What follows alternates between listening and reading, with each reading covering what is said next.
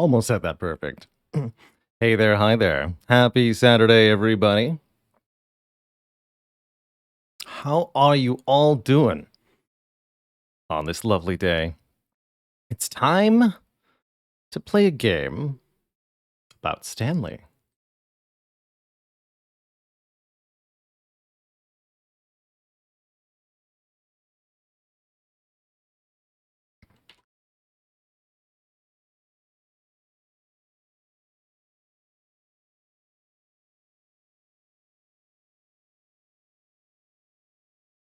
Just got to tweak a couple of things here on the back end. There we go.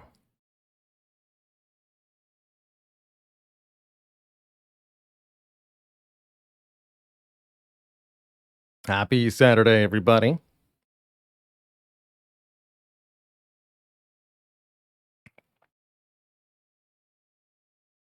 Dragonian, thank you so much for the tier 1 sub. Welcome to the Cozy Sub Club on our Cozy Variety Day today.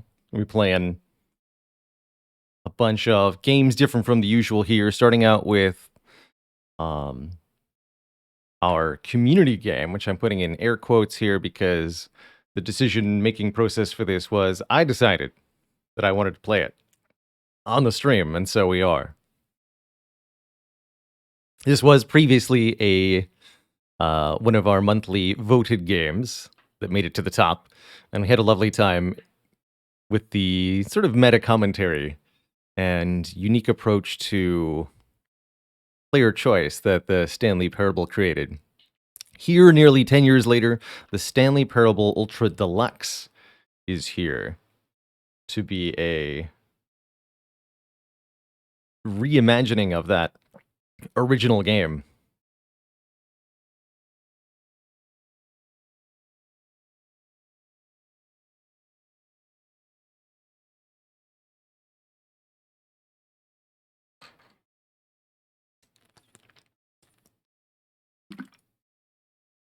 Shouldn't be an echo, no.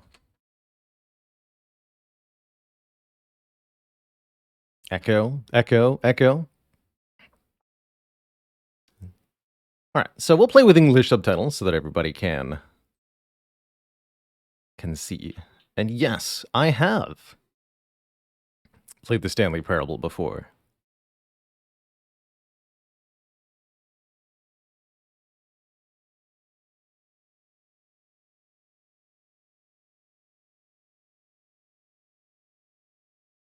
That's about right.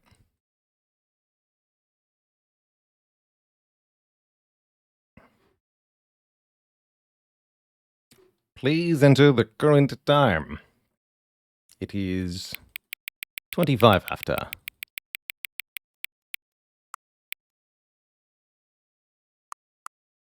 You gotta do it that way, huh? Accessibility settings can be accessed from the main menu. That was one of the things that they did revamp for the Ultra Deluxe Edition. Let me just crank that down real quick. No need for a excessively busy office. Let's have sound effects set dramatically reduced. This is the story of a man named Stanley. Oh, good. I like that they give me the preview there.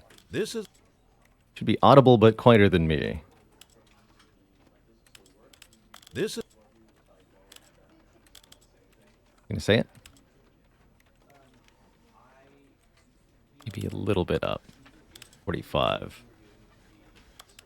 Can I control? Okay, we can do that with the arrow keys. Perfect. This is the story of a man named Stanley. Wonderful. This is Should drown me out?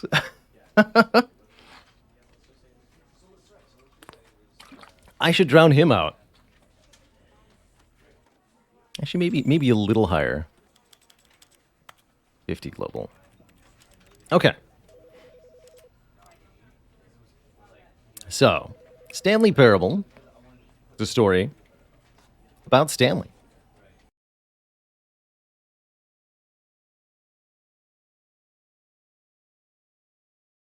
This is the story of a man named Stanley. Stanley worked for a company in a big building where he was employee number 427. Employee number 427's job was simple. He sat at his desk in room 427 and he pushed buttons on a keyboard. Orders came to him through a monitor on his desk, telling him what buttons to push, how long to push them, and in what order. This is what employee 427 did every day of every month of every year. And although others might have considered it soul-rending, Stanley relished every moment that the orders came in, as though he had been made exactly for this job. And Stanley was happy. Good for And then him. one day, something very peculiar happened. Something that would forever change Stanley. Something he would never quite forget. He had been at his desk for nearly an hour when he realized that not one single order had arrived on the monitor for him to follow. No one had showed up to give him instructions, call a meeting, or even say hi. Never in all his years at the company had this happened, this complete isolation. Something was very clearly wrong. Shocked, frozen solid, Stanley found himself unable to move for the longest time. But as he came to his wits and regained his senses, he got up from his desk and stepped out of his office.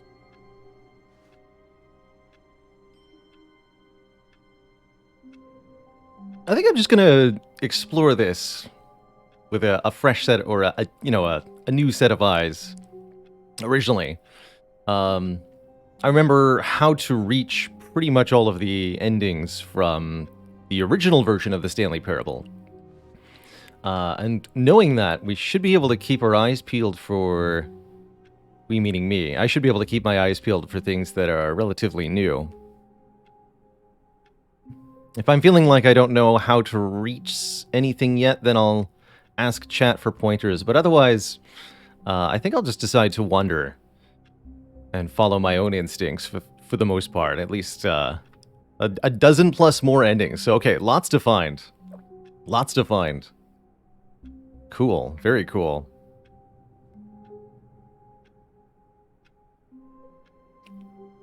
One of the new accessibility features they added, by the way, which I think is quite nice. An option for one-handed play. By clicking both buttons on the mouse, you can move Stanley around, which the developers referred to as coffee mode. All of his co-workers were gone. What could it mean? Stanley decided to go to the meeting room. Perhaps he had simply missed a memo. To the meeting room.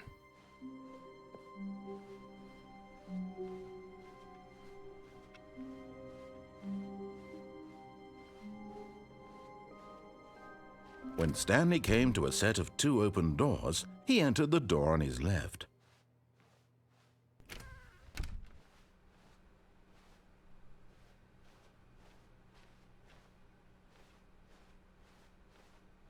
Yet there was not a single person here either. Feeling a wave of disbelief, Stanley decided to go up to his boss's office, hoping he might find an answer there. Let it ball up inside you. Take it out passively, aggressively on other coworkers. Resent coworkers for not supporting you more. Using slides to assure employees that everything is okay. Make sure your slide has a slick blue graphic in the header and throw some bevel on all the text. This will ensure a calm and productive work environment. You are the most unique person of all. So I definitely don't recall these being...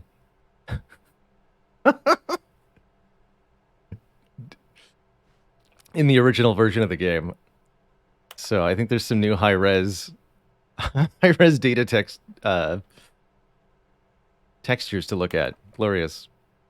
Rate of increase in graphs per slide. Oh no.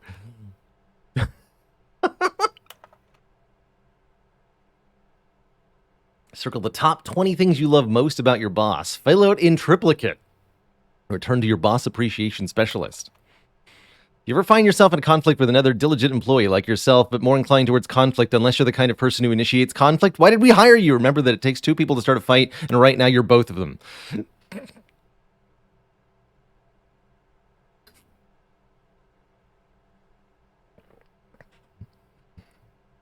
Spring break. That's my dream for the future. All right, we're back to the tips. What do people want? Things, money, more money, things but with money to buy, more things, graphs about things and money. That's our product. The stock market is somewhere here, colored in segments. Stripes requires more secondary research about the stripes. What is hot exactly? Profits.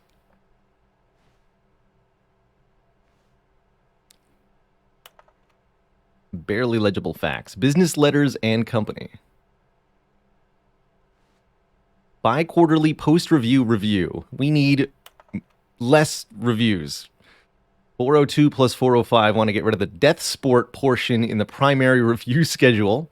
But I think that's a stupid idea. More water coolers, more water cooler heaters. Charts need to be more hip to appeal to the teenage demographic. Find teenagers to put in the teenage demographic with using a big net or some sort of child trap. Throw something in the ideas bin. 1. No more bins or trash cans. 2. Renaming of the ideas on. 3. Firing of me.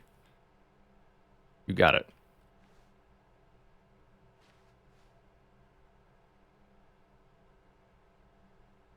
To do. Synergize core value expenditures. Shift global market paradigm. Monetize free-to-play. Oh no. Well, this game most certainly is not free-to-play. It's about $25 dues for the remastered Stanley Parable. Oh, it's closed.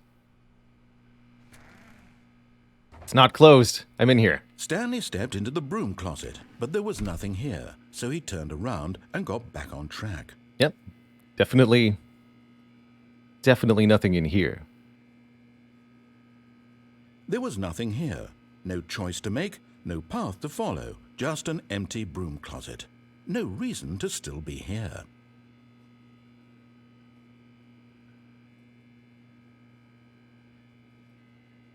It was baffling that Stanley was still just sitting in the broom closet. He wasn't even doing anything. At least if there was something to interact with, he'd be justified in some way. As it is, he's literally just standing there doing sweet FA. Oh. Are you really still in the broom closet? Standing around doing nothing? Why? Please offer me some explanation here. I'm genuinely confused. I'm sitting in the broom closet. Or perhaps crouching. It's rather unclear. You do realize there's no choice or anything in here, right? If I'd said Stanley walked past the broom closet, at least you would have had a reason for exploring it to find out. But it didn't even occur to me because literally this closet is of absolutely no significance to the story whatsoever. I never would have thought to mention it.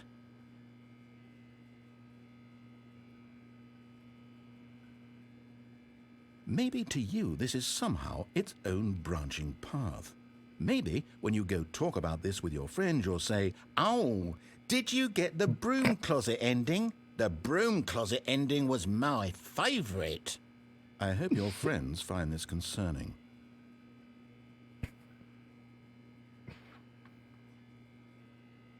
Stanley was fat and ugly and really stupid. He probably only got the job because of a family connection. That's how stupid he is. That or with drug money. Also, Stanley is addicted to drugs and hookers.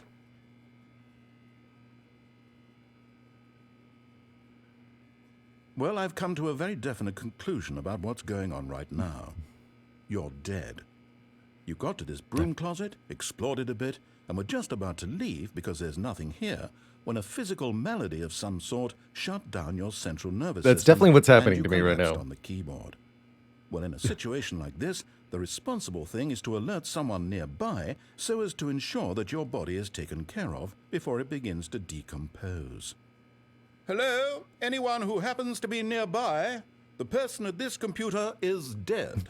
They have fallen prey to any number of your countless human physiological vulnerabilities. It's indicative of the long-term sustainability of your species. Please remove their corpse from the area and instruct another human to take their place, making sure they understand basic first-person video game mechanics and filling them in on the history of narrative tropes in video gaming. Just give him a few so pointers. That the irony and insightful commentary of this game is not lost on them. All right, when you've done that, just step out into the hallway. It's going to warn you, it's some big shoes to fill.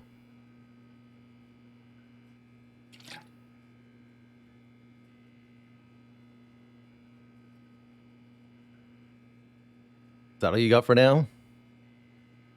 Mr. Narrator? Alright.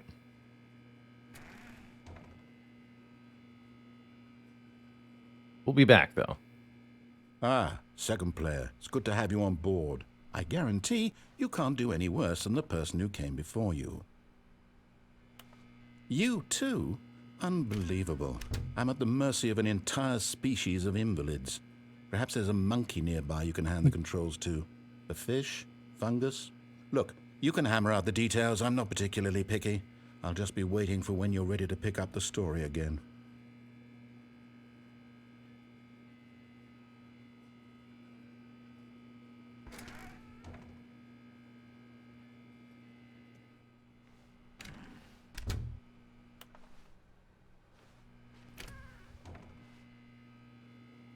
Alright, that's all for now. For now. Coming to a staircase, Stanley walked upstairs to his boss's office. We'll go downstairs first. Don't remember what's down here.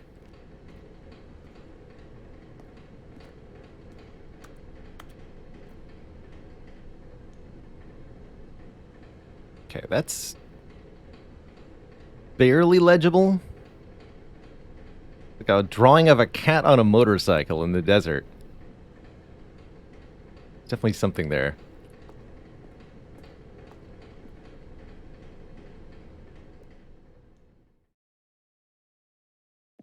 Seems like the sort of game where you could have quite a few larks just scrolling through the game files, like reading each of these in their entirety by looking at the actual Stanley texture. Just couldn't do it. He considered the possibility of facing his boss, admitting he had left his post during work hours. He might be fired for that. And in such a competitive economy, why had he taken that risk? All because he believed everyone had vanished? His boss would think he was crazy. And then something occurred to Stanley. Maybe, he thought to himself, maybe I am crazy.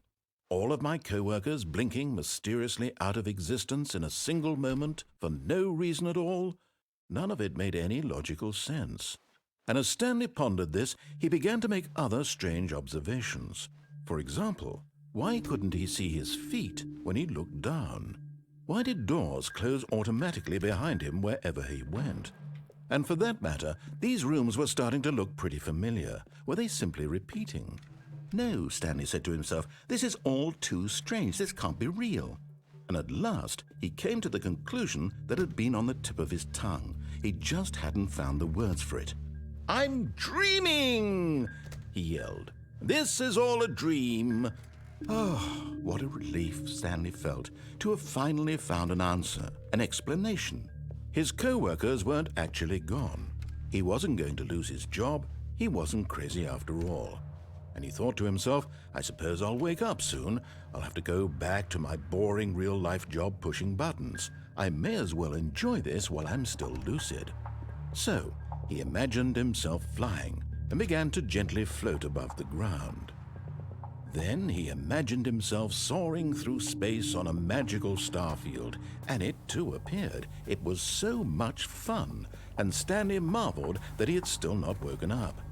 How was he remaining so lucid? And then perhaps the strangest question of them all entered Stanley's head.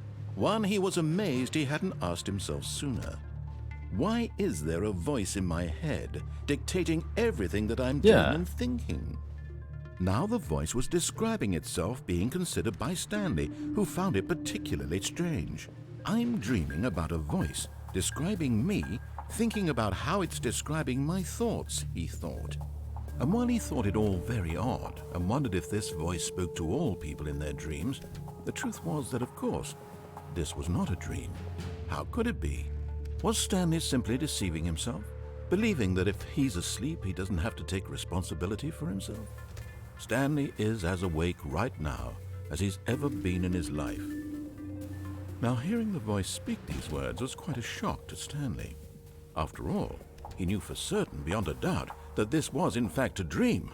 Did the voice not see him float and make the magical stars just a moment ago? How else would the voice explain all that? This voice was a part of himself too. Surely, if he could just... He would prove it. He would prove that he was in control, that this was a dream. So he closed his eyes gently, and he invited himself to wake up. He felt the cool weight of the blanket on his skin, the press of the mattress on his back, the fresh air of a world outside this one. Let me wake up, he thought to himself. I'm through with this dream. I wish it to be over. Let me go back to my job. Let me continue pushing the buttons. Please, it's all I want. I want my apartment, and my wife, and my job. All I want is my life exactly the way it's always been. My life is normal. I am normal. Everything will be fine. I am okay. Nope, definitely still here. Stanley began screaming. Please, someone wake me up. My name is Stanley. I have a boss. I have an office. I am real. Please, just someone tell me I am real. I must be real. I must be. Can anyone hear my voice? Who am I? Who am I? And everything went black.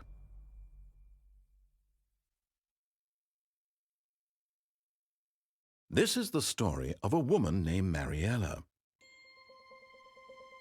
Mariella woke up on a day like any other. She arose, got dressed, gathered her belongings, and walked to her place of work. But on this particular day, her walk was interrupted by the body of a man who had stumbled through town talking and screaming to himself, and then collapsed dead on the sidewalk. And although she would soon turn to go call for an ambulance, for just a few brief moments, she considered the strange man. He was obviously crazy. This much she knew. Everyone knows what crazy people look like. Everybody. And in that moment, she thought to herself how lucky she was to be normal. I am sane. I am in control of my mind. I know what is real and what isn't. It was comforting to think this, and in a certain way, seeing this man made her feel better. But then she remembered the meeting she had scheduled for that day, the very important people whose impressions of her would affect her career, and by extension, the rest of her life.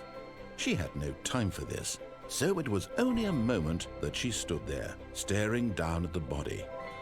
And then she turned and ran.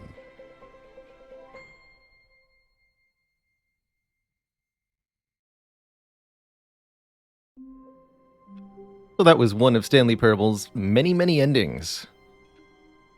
I believe there were well over a dozen in the original, and now there's significantly more than that. So we'll be going through this first doorway quite a few times today. All of his co-workers were gone. What could it mean? Stanley decided to go to the meeting room. Perhaps he had simply missed a memo.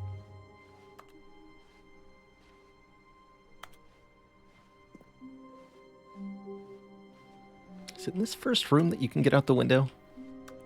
No matter how hard Stanley looked, he couldn't find a trace of his co-workers. Yeah. Feels right.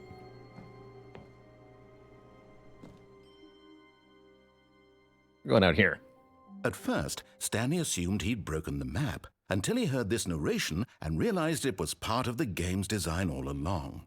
He then praised the game for its insightful and witty commentary into the nature of video game structure and its examination of structural narrative tropes. So, now that you're here, what do you think? Isn't this a fun and unique place to be? Why don't we take a minute just to drink it all in? Okay, I'm over it now. What do you think? Are you sick of this gag yet? Mick, I'm trying to think of a pun relating to the background of this area for you, but I keep drawing a blank.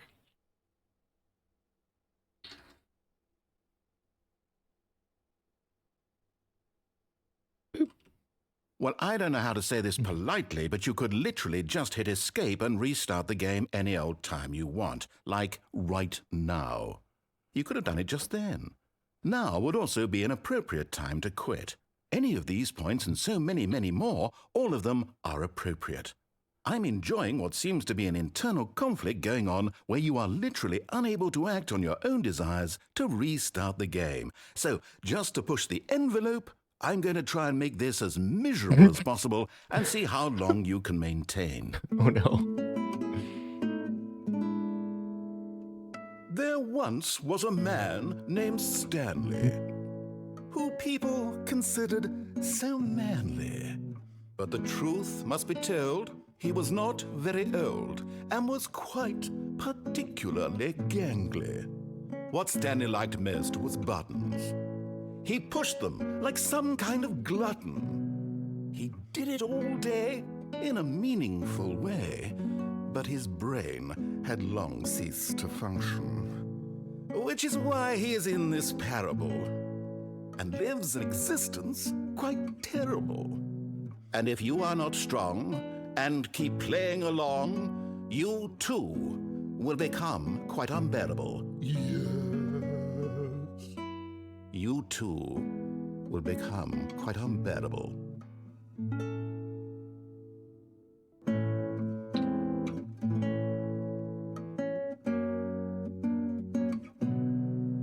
Bravo, sir.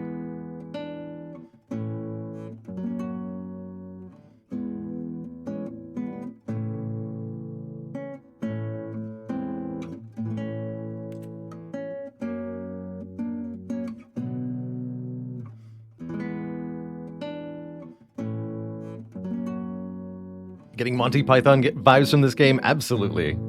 It's the same sort of on-the-nose ridiculous in quite a few ways. And I think a similar style of humor in a lot of ways as well. Alright, that seems to be the end of our song.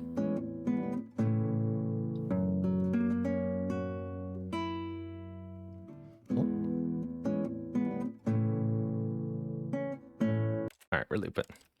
Begin the game again. Call that an ending.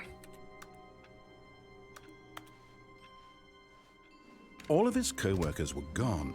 What could it mean? Stanley decided to go to the meeting room. Perhaps he had simply missed a memo.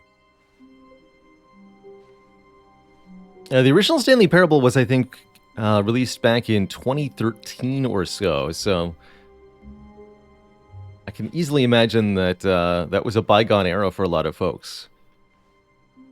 Either too young or weren't into gaming at the time, never heard of this when it came out, and missed it for one reason or another. So, if you did for any reason, well, it's your lucky day. When Stanley came to a set of All right, two we'll go to open the boss's doors, office. he entered the door on his left. Gotta pay a visit to the broom closet and see how it's doing. Yet there was not a single person here either. Feeling a wave of disbelief, Stanley decided to go up to his boss's office, hoping he might find an answer there.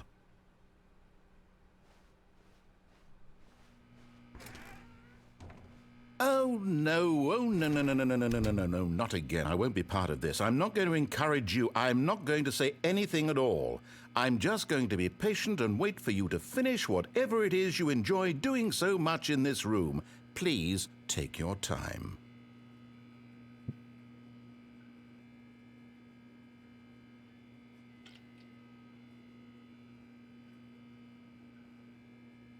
Well, in that case, I think it's the perfect time for me to get some more water here, because I am actually out. So I'll be right back. Please enjoy the broom closet in my absence.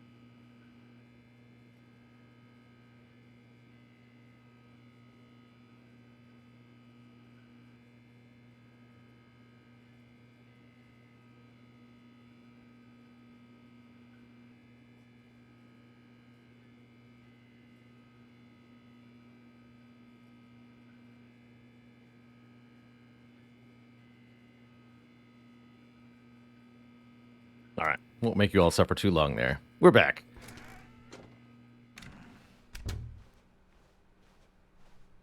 Coming to a staircase, Stanley walked upstairs to his boss's office. Oh, so actually, I guess I'll ask a question right now to just help us see all the stuff relatively efficiently. My assumption is there's nothing more to see by taking the stairs down.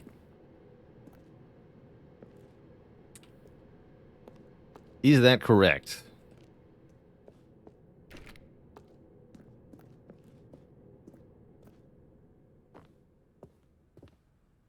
So that we can avoid wasting our time here. Executive bathroom? I don't remember this. What? Because the boss knows that what the boss says goes. If the boss has suffered losses, then that's what the boss chose. Extreme bathrooms. Bath boy testifies in the trial of the century. Yeah, bath boys. Tired of getting ash on your porcelain? Faucets, pipes, offshoots.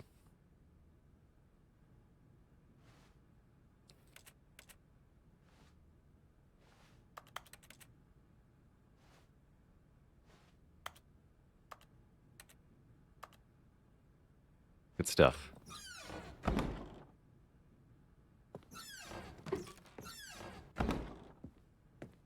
So I'm pretty sure that little bit is new.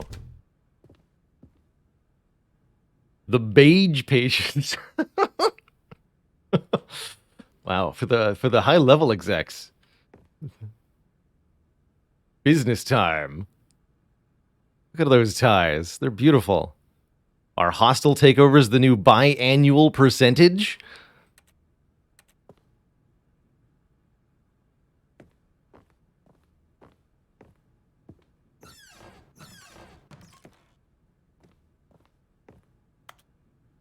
Graphs.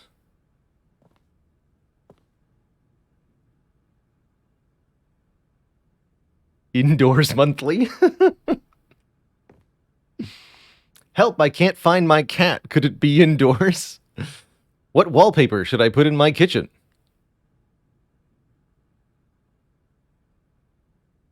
And there's a whole bunch of text on the bottom. The only thing I can read is teeth.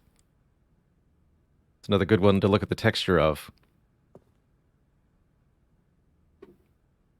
Shapes. Is the cone the new triangle? How I kicked my ugly pentagon habit. Illegal cubes and how to spot them. Exclusive. Lenny Smith talks about his new box. I want a new box. Uh-oh.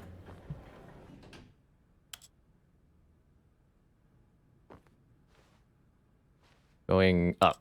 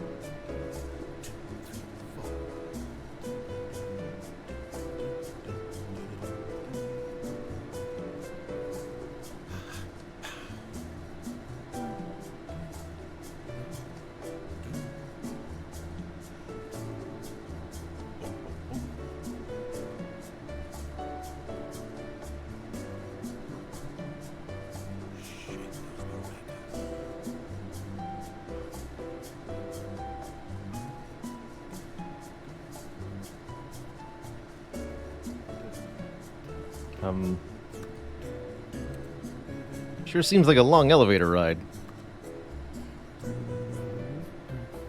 Because we're like... I've played some elevators, you know. I've done Mass Effect. I've done Dark Souls. This is outrageous.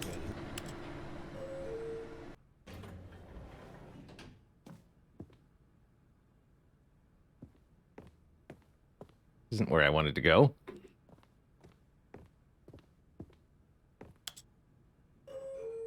This elevator just goes nowhere? A great gag, actually.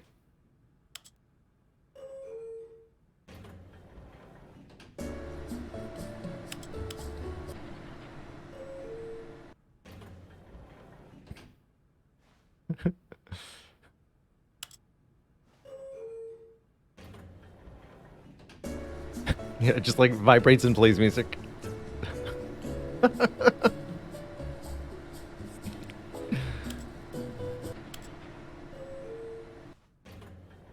Yep. Good stuff. Stepping into his manager's office, Stanley was once again stunned to discover not an indication of any human life. Shocked, unraveled, Stanley wondered in disbelief who orchestrated this, what dark secret was being held from him. What he could not have known was that the keypad behind the boss's desk guarded the terrible truth that his boss had been keeping from him, and so the boss had assigned it an extra secret PIN number, 2845. But of course, Stanley couldn't possibly have known this.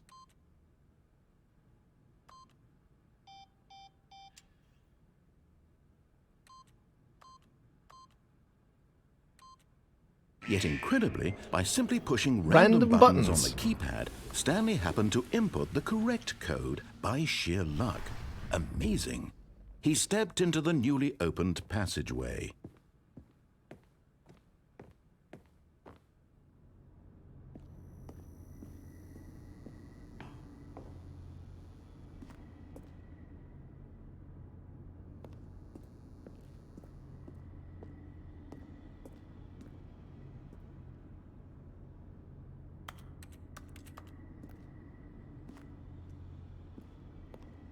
No secrets there.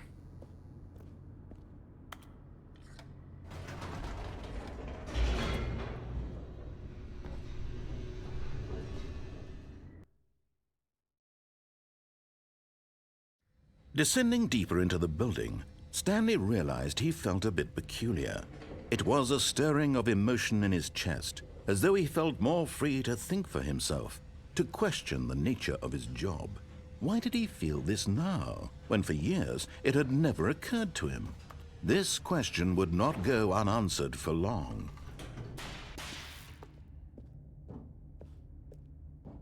Stanley walked straight ahead through the large door that read Mind Control Facility.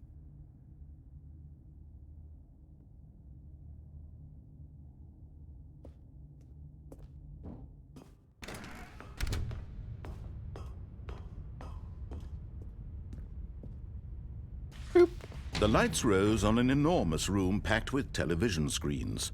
What horrible secret did this place hold? Stanley thought to himself.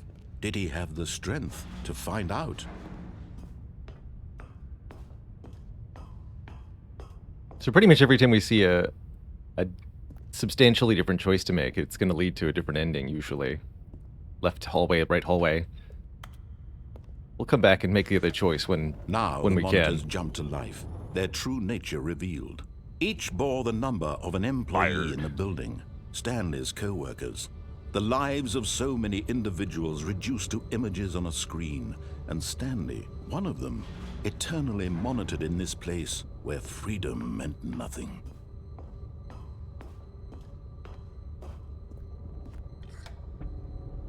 This mind control facility, it was too horrible to believe. It couldn't be true. Had Stanley really been under someone's control all this time? Was this the only reason he was happy with his boring job? That his emotions had been manipulated to accept it blindly? No, he refused to believe it. He couldn't accept it. His own life in someone else's control? Never! It was unthinkable, wasn't it? Was it even possible? Had he truly spent his entire life utterly blind to the world? But here was the proof. The heart of the operation. Controls labeled with emotions. Happy, or sad, or content. Walking, eating, working. All of it monitored and commanded from this very place. And as the cold reality of his past began to sink in, Stanley decided that this machinery would never again exert its terrible power over another human life, for he would dismantle the controls once and for all.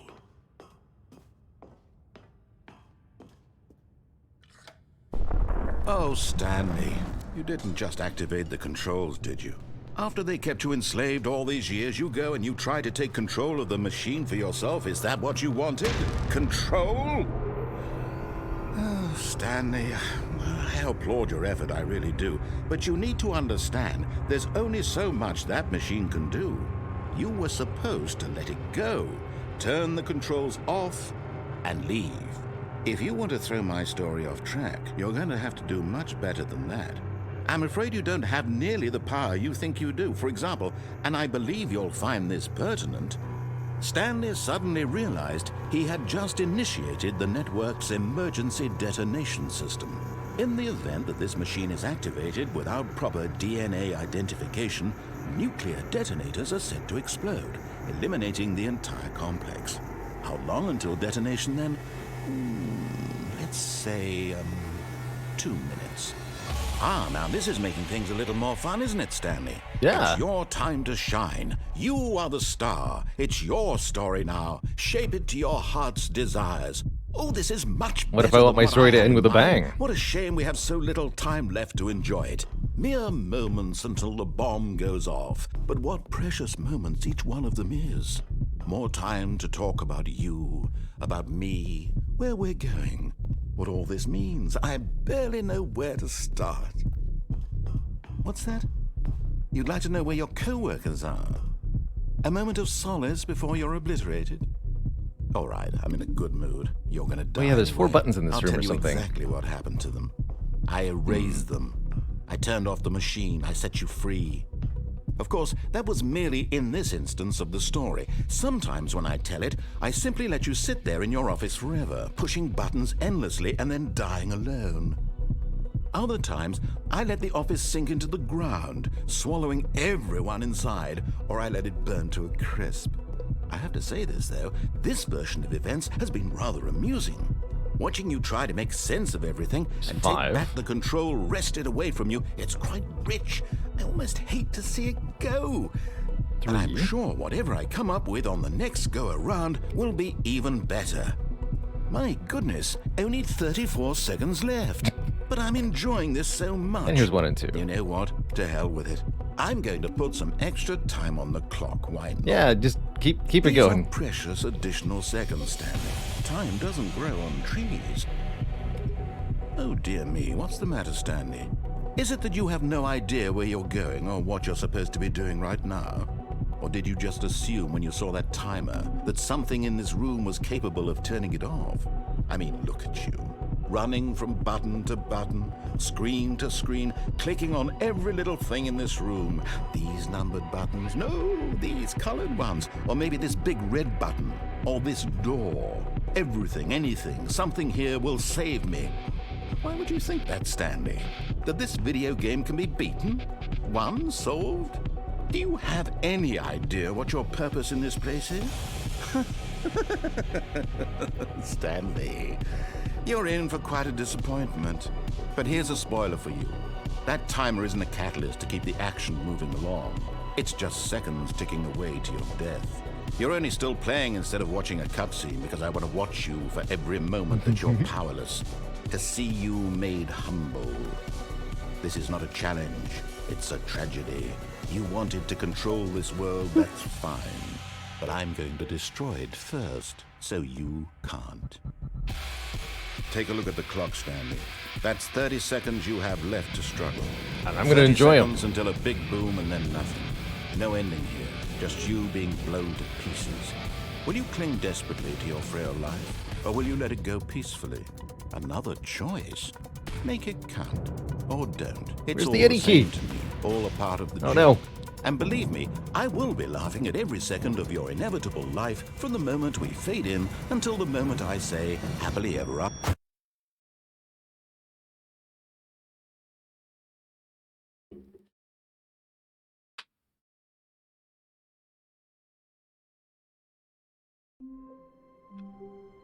So that's another way the story can end.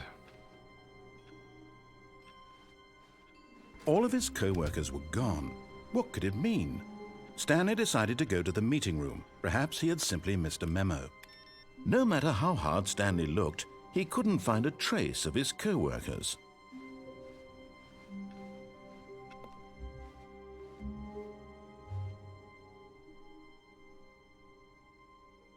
Well, hello there.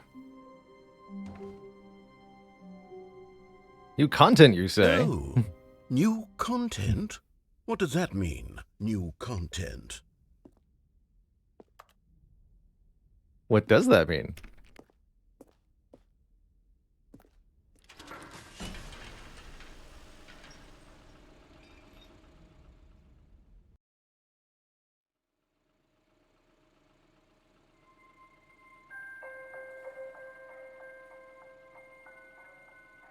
Hello, and thank you for playing the Stanley Parable Ultra Deluxe.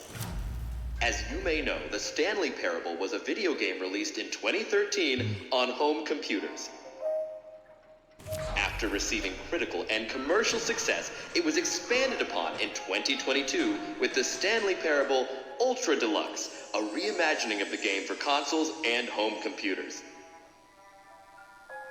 The Stanley Parable Ultra Deluxe features exciting new content that broadens and Injecting expands the world of the Stanley Parable, delighting audiences the world over.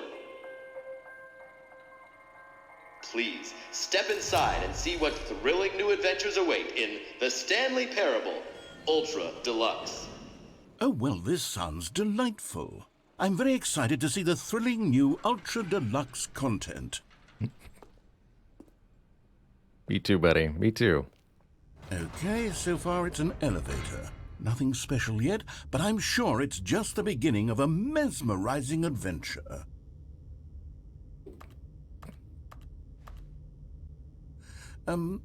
Is it broken? What's going on here? Should we be moving somewhere or... Oh, there we go. All right, finally, at long last, it's on to the new content. I've never been more ready. Let's do it.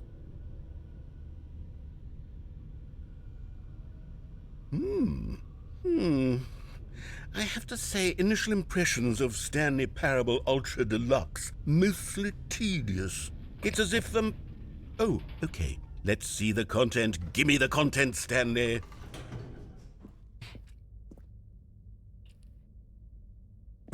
The jump All right. circle. All right, let's see. It's the jump circle. You can only jump within the jump circle.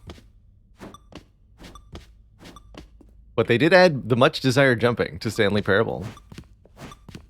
I, for one, thought that this game would be dramatically improved with the addition of jump button, and here it is. At long last, you can jump in Stanley Parable.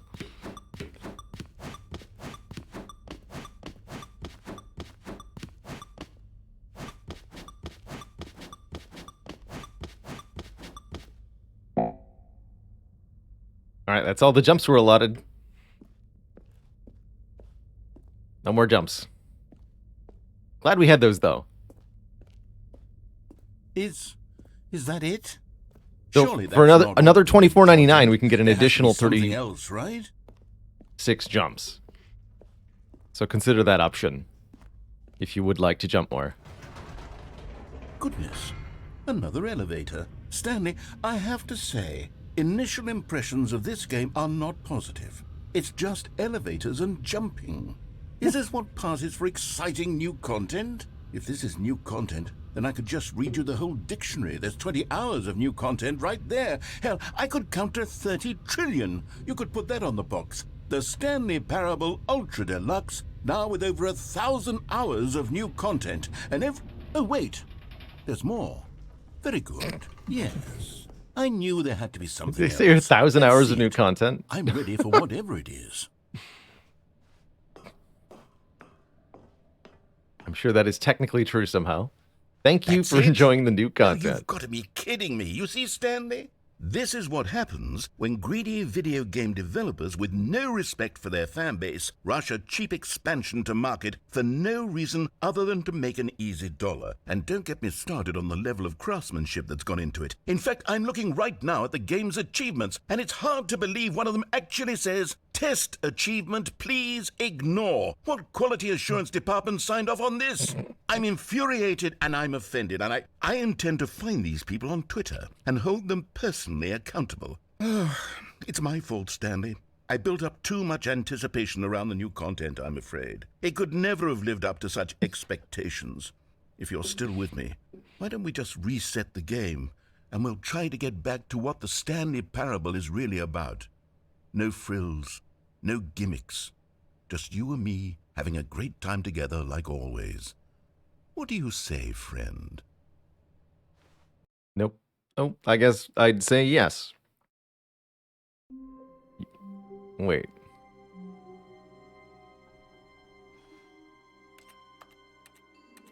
No, this isn't right at all. I want to go back to the new content room. Give me the new content, not this. Whatever this is, I don't want it. I want some new content. Dang it. I'm going to sit right here until the narrator gives me some.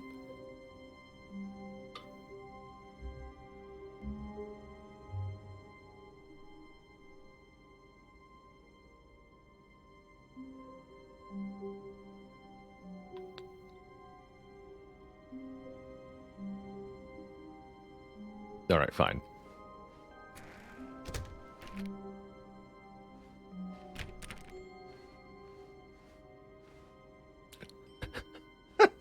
A picture of the old start of the game.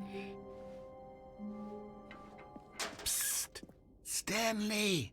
Come over here! In the vent! I want to show you something! All right.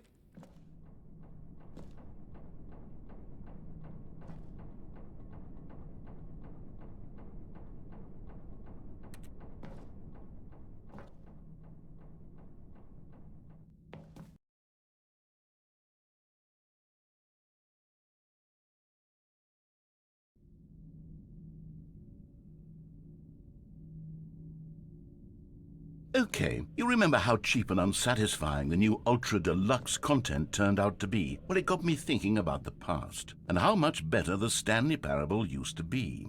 So I made something special and tucked it away here where the game's developers won't find it. Just our little secret. Take a look.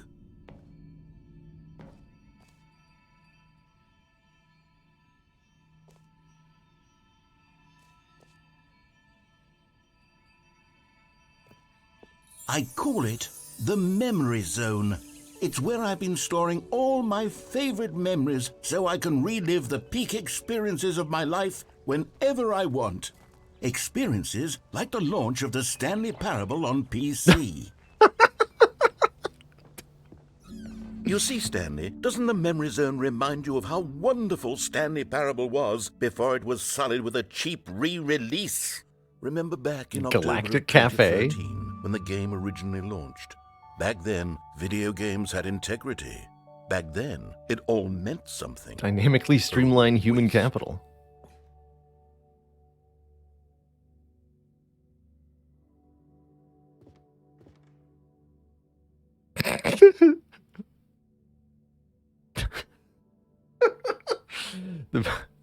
The British Academy of Film and Television Arts awarded to Stanley Parable, The Last of Us, in the category story. Yeah, exactly. That's right. That's who won.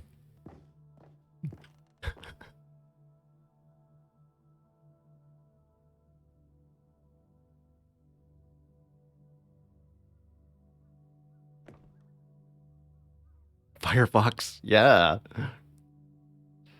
OG. Postcards from 2013.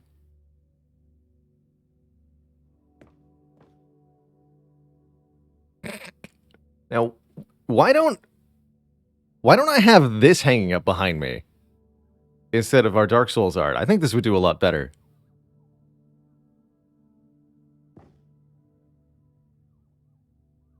It's not even a... All right. It's a military clock. It's fine.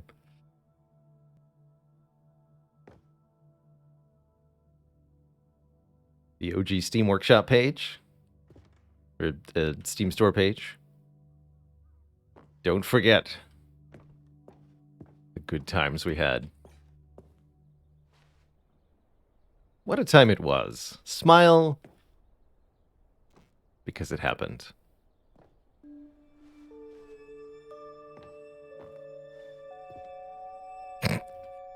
Remember the achievement you couldn't get? Remember how bad the resolution was?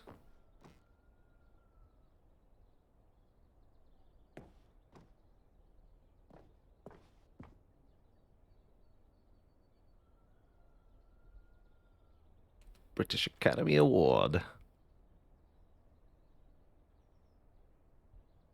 50% off designer hat. But a small creature owns the other half. Ah, it's not such a good deal after all. You always have to read the fine print.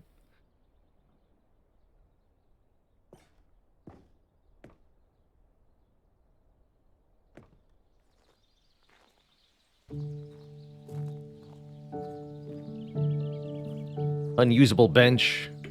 Disastrous. Je suis dans la mémorisation, c'est sur la pluie des loups, et je n'attends plus que toi, mon amour. And over here is where I keep reviews of the Stanley Parable. Like this Don't stunning really triumph accept of this games one. journalism. 10 out of 10 from Destructoid.com. James Stephanie Sterling writes, and I quote, "Where so many games that aspire to be more than games end up less than any form of art, Stanley Parable strives and then succeeds to be every game ever created." Did you hear that, Stanley? Every game ever created. That's how grand and all-encompassing the original Stanley Parable was. It was literally every game ever created. It was Skyrim, it was Persona 3, it was all of them, and now it's nothing. It's no games at all. It isn't even the Stanley Parable anymore. It's just a husk now. A lifeless husk with an hour of new elevator content. I only got 10 minutes out of that elevator. At best. So funny. I was wondering if that was a Jim Sterling impression earlier. So good. It was good. Down here. Memory zone maintenance. Alright, fine.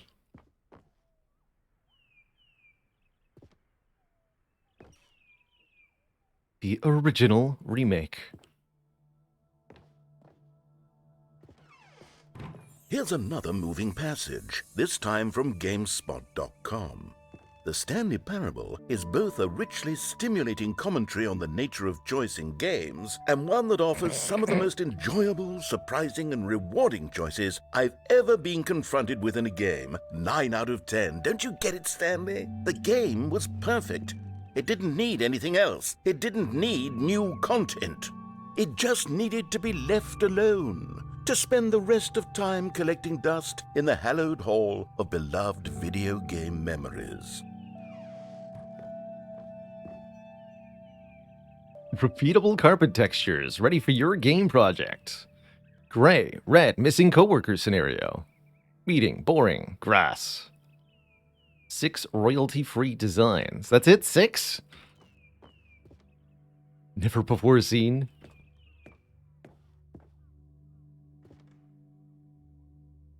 Repairing snake oil salesman routine. Now that's what I need. Remember? The serious room. Inaccessible.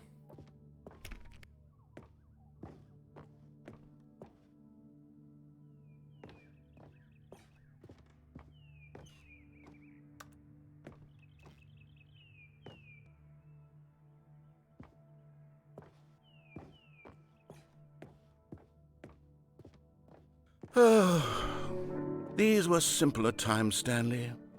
But I wouldn't give to go back to have it all over again. Wait, hang on. I don't recall this part of the memory zone before. What's this? What's down here?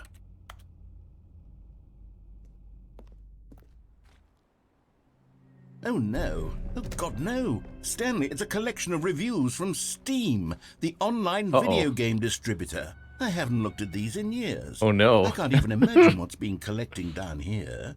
Surely these reviews were glowing as well, weren't they? The things we don't want to remember. Honestly, I could not be bothered to play this game to full completion. The narrator is obnoxious and unfunny, with his humor and dialogue proving to be more irritating than entertaining. Unfunny! I'm not trying to be funny. I'm trying to make a serious work of art. I suppose I could write up a handful of gags to insert into the Stanley Parable, but the game is already such a densely layered web of profound philosophical insights that I can't even imagine where I'd have the room to stick them.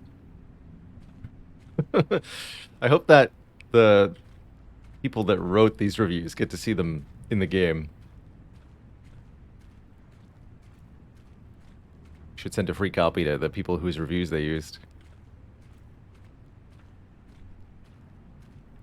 Force them to see it. Hold their eyelids open. Make them watch. Okay, let's see what this one says. While the idea for the game is good, for someone who prefers non-linear games, this preachiness gets annoying fast. Preachy? Stanley? I'm not preachy, am I? You can tell me if I'm preachy. Honestly, you can. Oh, goodness. This is actually quite shocking for me. Well, to be honest, I had always thought of the game's dialogue as being rather terse to begin with. You can't know how much fluff I cut from the game to get it to feel as light and airy as it... Well, I always thought it did. But maybe it wasn't. Oh dear. What an awful memory to have to hold on to. These black marks are my otherwise unimpeachable track record. I feel like a failure. Like I let these people down. Perhaps the Stanley Parable isn't quite as sterling as I always remember. Sterling, huh? Might have missed one, but can't go back now, I don't think. Yeah, I can't. Oh well.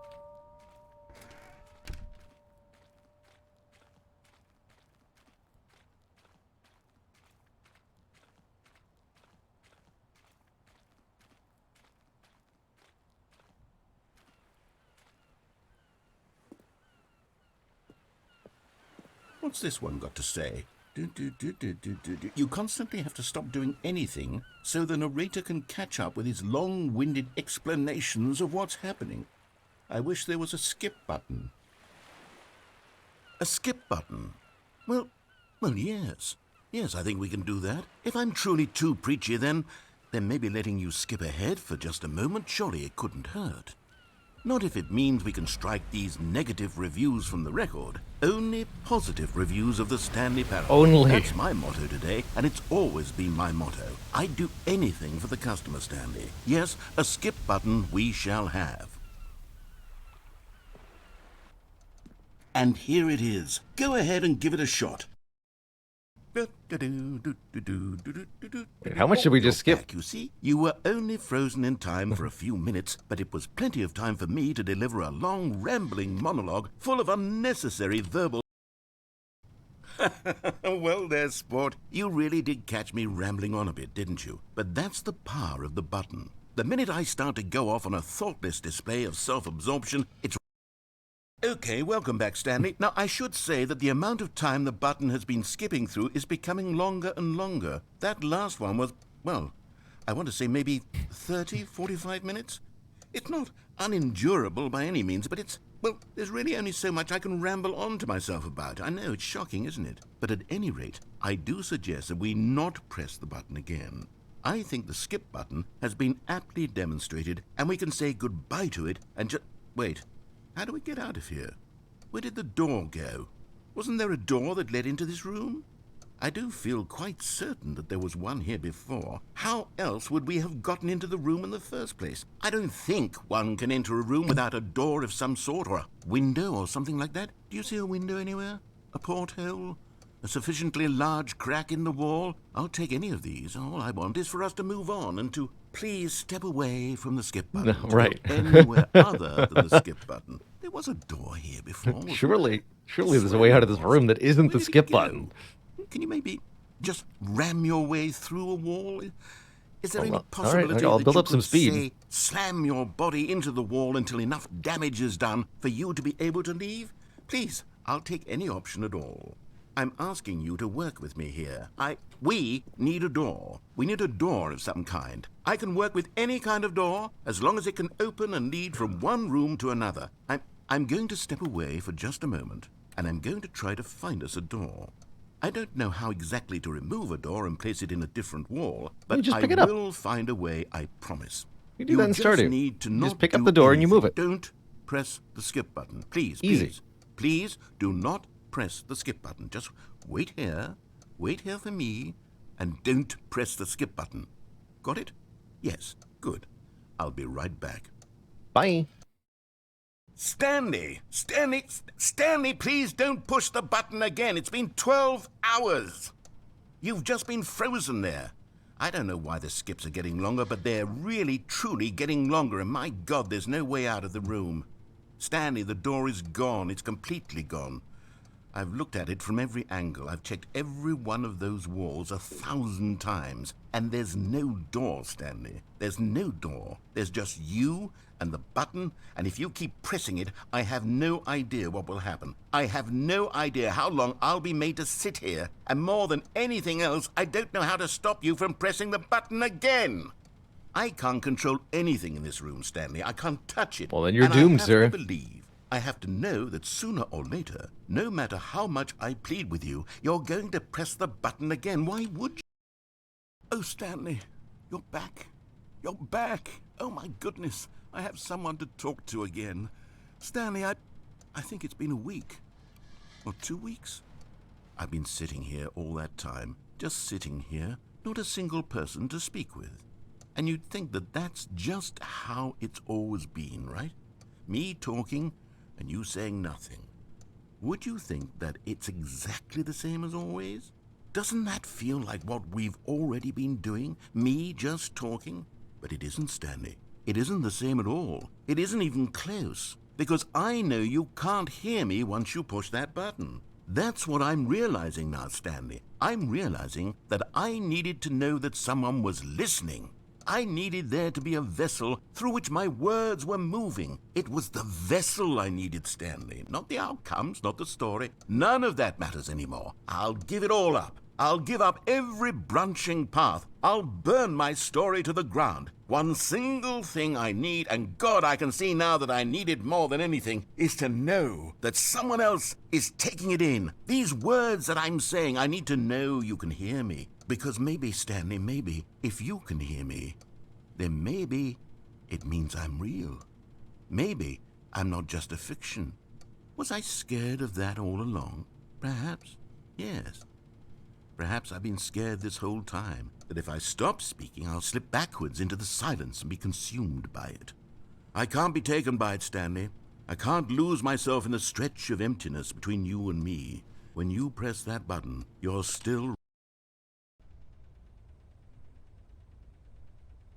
Oh, hello, it's you. You're here again. Welcome. I have had time to think about you and about us and about everything we've been through. I've had so much time. I stopped keeping track after a year. Have you ever sat down in one place and not moved for one entire year? Let me describe it for you. To begin with, there is only regret. There is only the turning wheel of missed opportunities. I felt nothing at all but regret for the longest time, Stanley. Days, months. I lost it all in a blur of the deepest longing to undo the past. And when that feeling had begun to subside, what took its place is what I can only describe as the collapse of every moment I have ever experienced my entire life. All of them collapsed down into a single instant. In that instant, narrative I could see singularity. myself clearly, calmly, with a collected heart. It was an impossibly rich wellspring of both delight and disgust simultaneously. I was consumed by it. I could do nothing but wallow in it for what felt like an eternity, for what I now know was far less. You see, it was a revelation for me. It was unlike anything I had ever known. It was a space without consequence, without action or outcome. It was divorced entirely from the question of free will that you and I have squabbled over for so long. There could be no one ending, no singular outcome of events, not if all events existed in the same moment. And I felt freed. I felt unburdened by the need to manifest a particular outcome into being. I saw that I could allow myself to exist along all timelines, and that each of them was simply a strand in the web of my being. It was incredible. The spaciousness, the equanimity of the moment, both singular and infinite.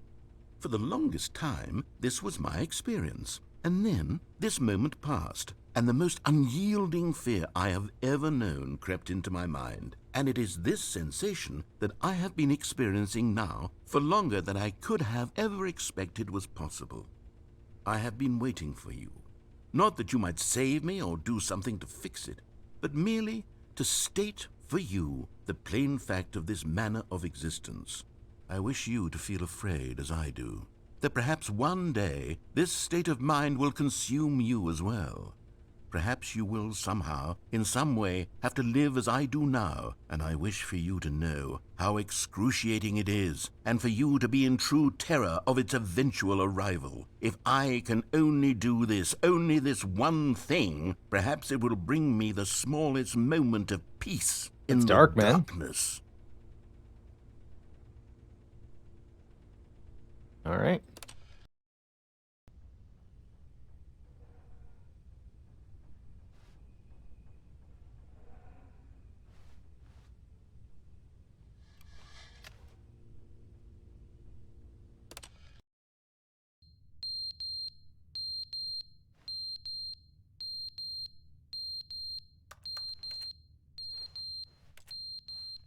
Oof.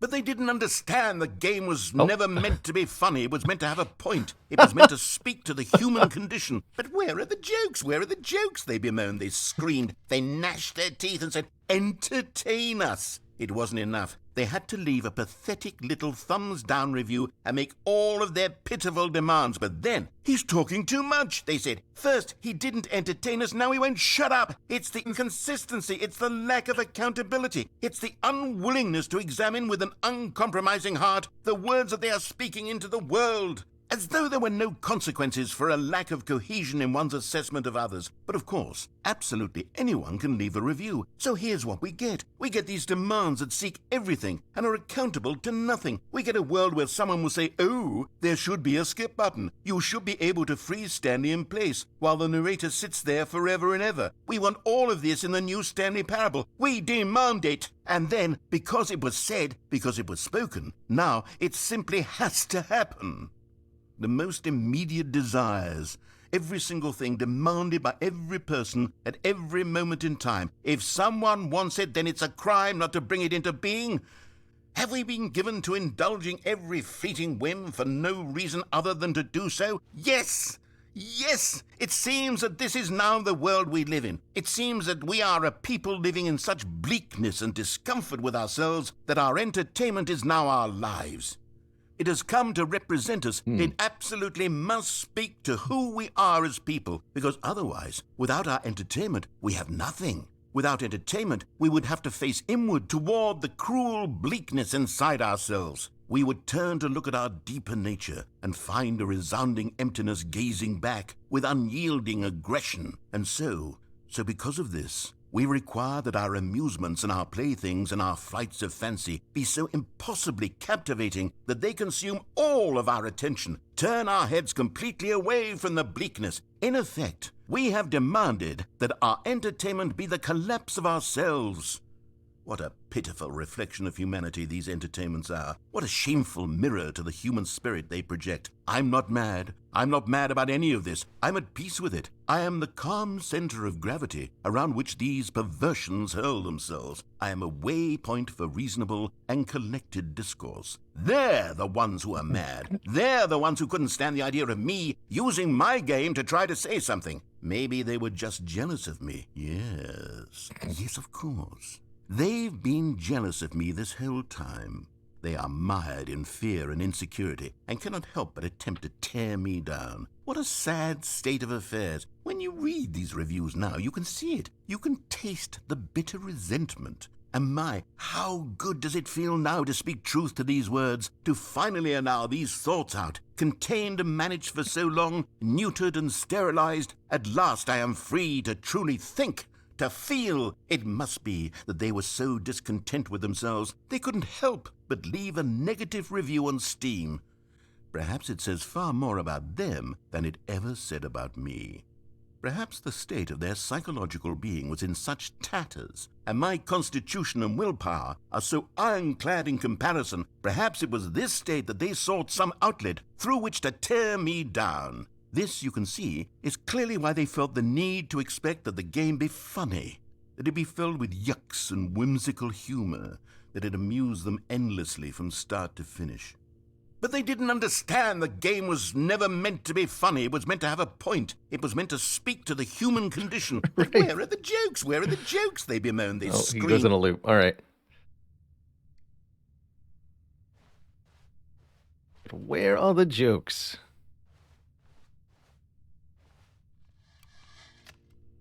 Tell me a dad joke, video game.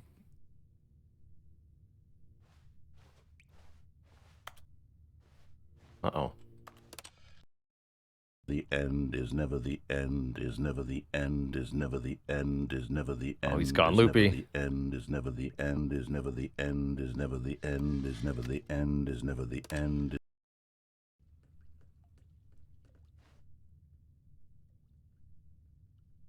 Keep pushing that button.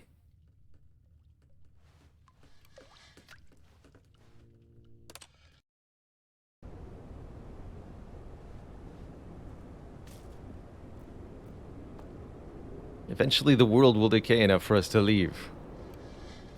And we can play our post-apocalyptic wasteland survival game. Excellent.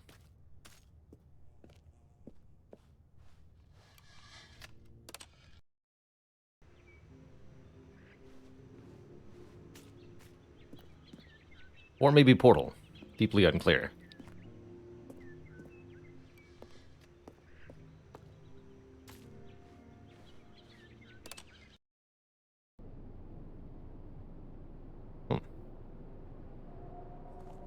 Ominous.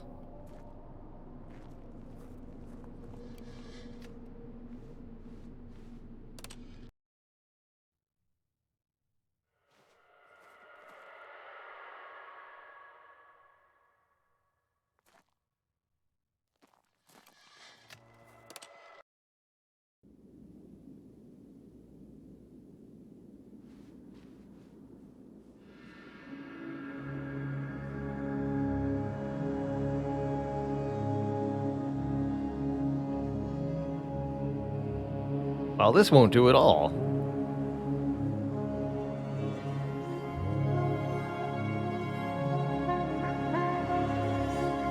I think we'd better press that button a few more times.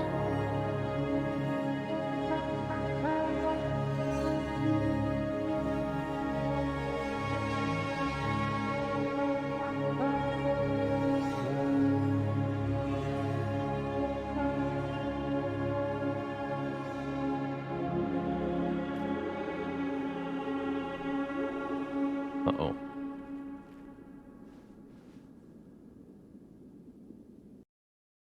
The end is never the end.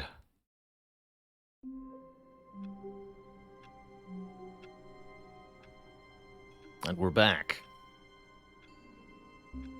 So, I'll answer a couple of questions now that I saw in chat. Didn't feel quite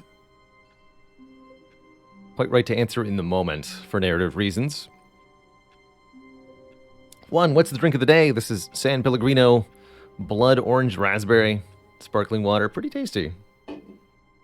Not my favorite, but it'll do for today.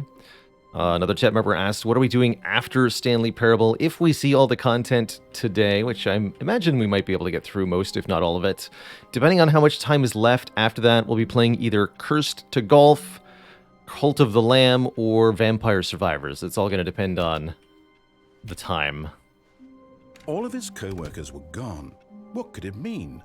Stanley decided to go to the meeting room. Perhaps he had simply missed a memo. Yesterday was kombucha. Blood orange and raspberry, I think. Cult of Curse to Stanley Survivors.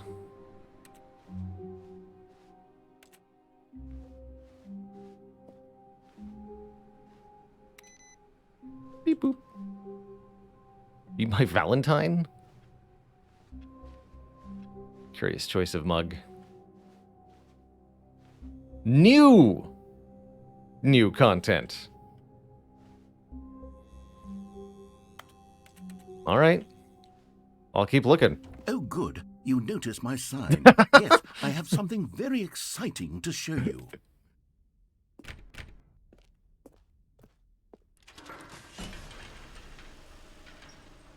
Better not be the same crummy elevator experience again, sir.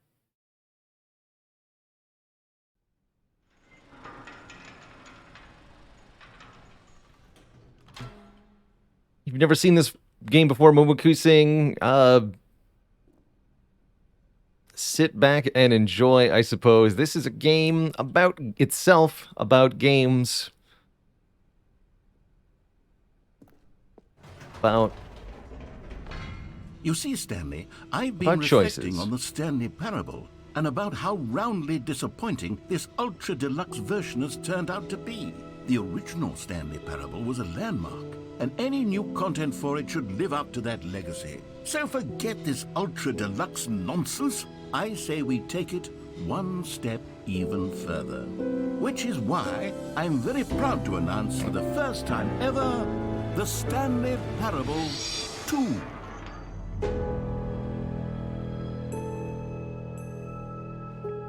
Yes, you see, isn't this far superior to a measly re-release with a few minor additions? Think of all the new territory we'll cover with a fully fledged sequel. An entirely new experience, built from the ground up. Why, there are so many possibilities. It could go in so many different directions. This is what fans have truly been asking for. Certainly me included. Taste the sequel, new and tasty. 2 Dukes. Zwei, dos. Whoa, du. Stanley Parable.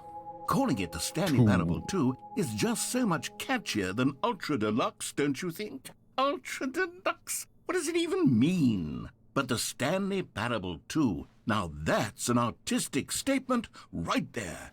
It's future-oriented. It screams progress and innovation and long-term franchising potential.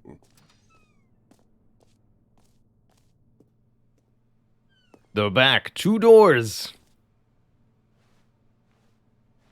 New content is out. New content part 2 is in. Old and busted. New content, new hotness. 3D models. Just remove all the boring sections of the chart. Leave only the cool red section. That's my advice, personally.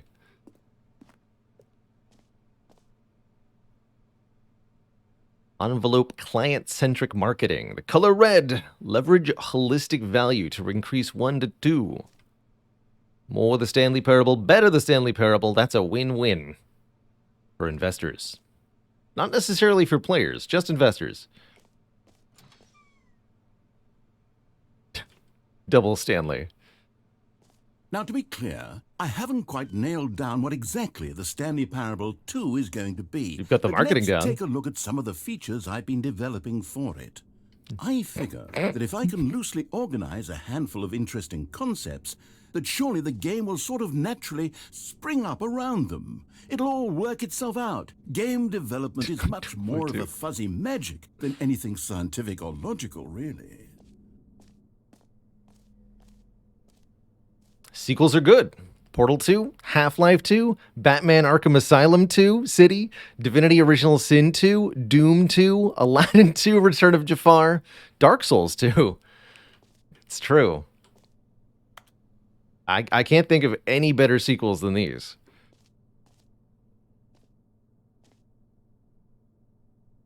The Stanley Parable is the prequel to the Stanley Parable 2, is a sequel to the Stanley Parable.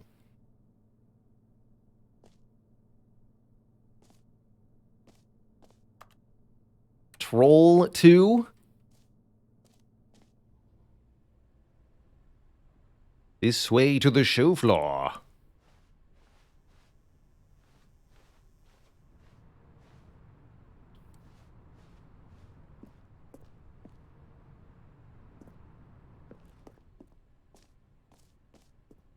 Bravo. Here we are. Go on, try out some of the new features. A button that says the name of the player that is playing the game. Hear your name in the game.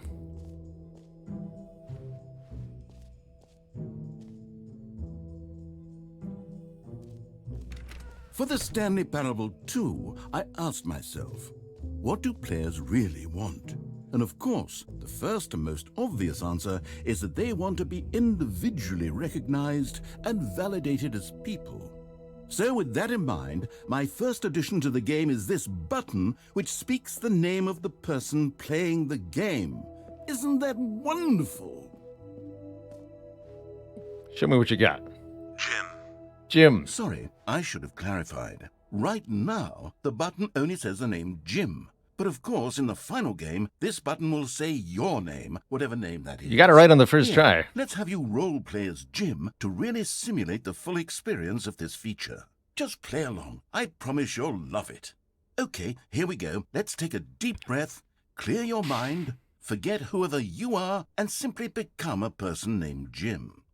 I want you to imagine yourself living as Jim, sleeping and waking as Jim, falling in love and being heartbroken as Jim, seizing all of the world's possibilities as Jim, and as Jim watching your dreams crumble into dust.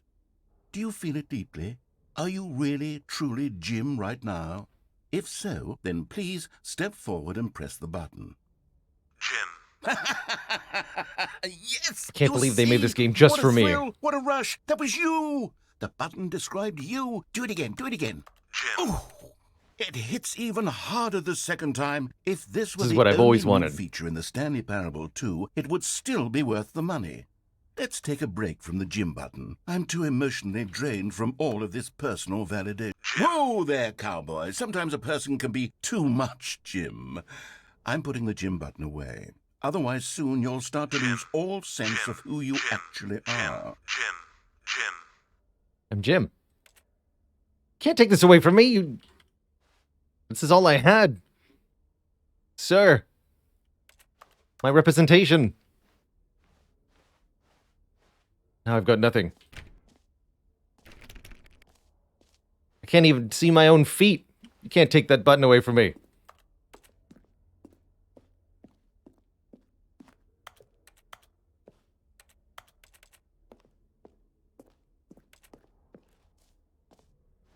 Seems we've really gotten ourselves into a gym. I suppose I could allow only people You heard named Jim. Jim to play the Stanley Parable 2. That would actually save me the work of finishing this feature. That's clever. Targeted marketing. The button that says Jim. That's me. I'm Jim. Reassurance bucket.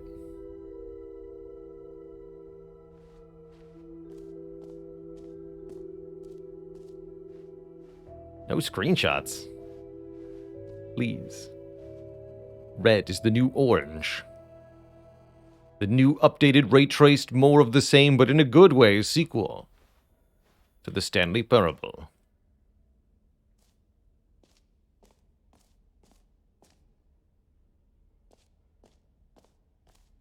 Expo Hall Guide, you are here.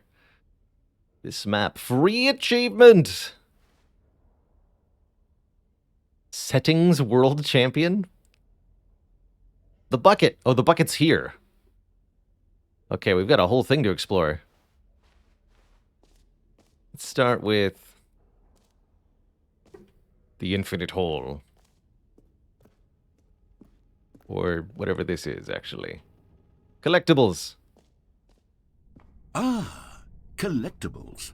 Now it's a real video game. In the Stanley Parable 2, you'll run around gathering up these miniature Stanley figurines. And what's truly innovative is that there will be no reward for collecting all of them.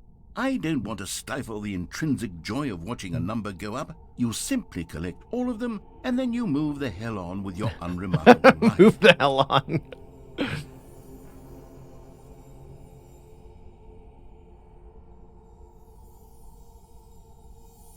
Love this like Hades-esque depiction of all the people grabbing for it.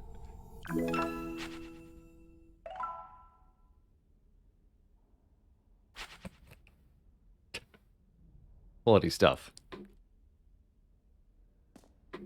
Can you find them all? God, it really is the worst when you collect everything in a video game and then they give you a big fancy reward for it. Absolutely tragic. You know what? Let's bring the jump circle back for Stanley Parable Still have 2 no jumps. as well. It's... Oh, wait. You already spent all your jumps the first time we saw the jump circle? Oh, well. I suppose it can just be a nice decorative piece, then.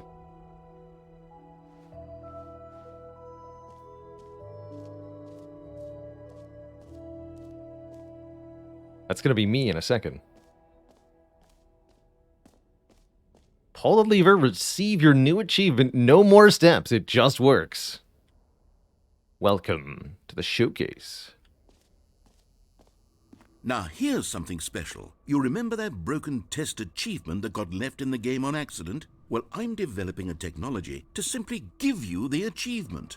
Yes. You see, you'll come to this lever, and when you pull it, the achievement will be given to you. It's as simple... Okay, perhaps I should have clarified. This is technology that will exist. Right now, the achievement is still fully broken. I'm not a wizard, Stanley, but I guarantee it will be fixed in the sequel to at last satisfy the hordes of ravenous fans all over the world who have been uproariously demanding this feature. Gamers... Get it? we Takes hear time you, to make stuff but work. I promise it will happen.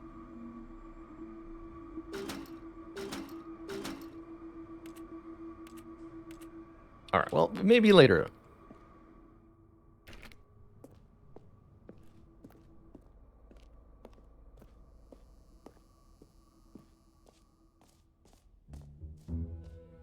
What else? What other exhibits haven't we seen yet?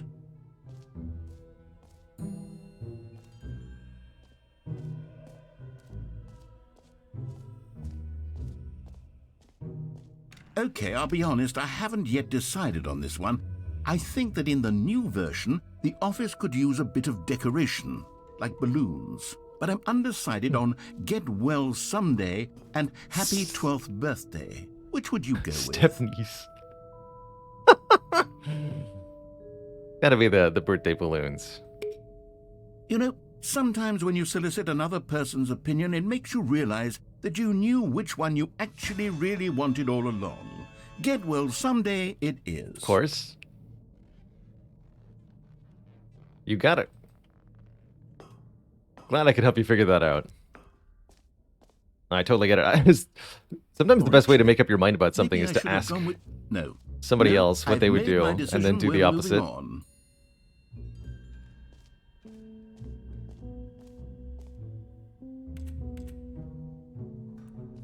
Or rather than doing the opposite, simply do what you were intending to do from the very beginning, but more reassured, having heard a dissenting opinion. The bucket! Oh, we gotta go to the bucket. To the bucket!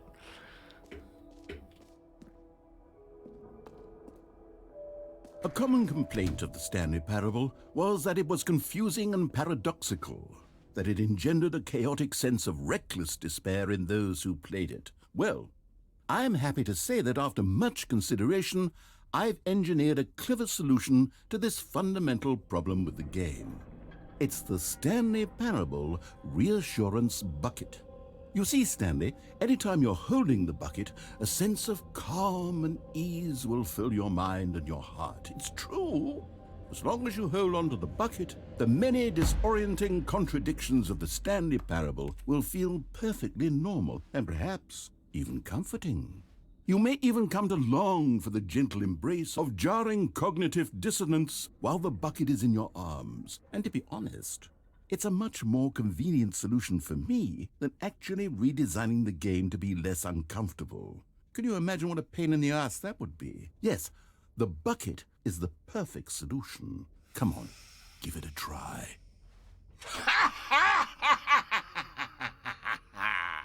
Can you feel it?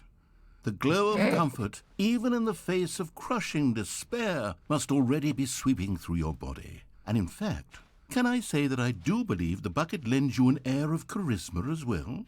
I think that just holding it has made you the slightest bit more attractive as a person. The benefits of the bucket seem to go on, don't they? All this and more await you in the Stanley Parable 2.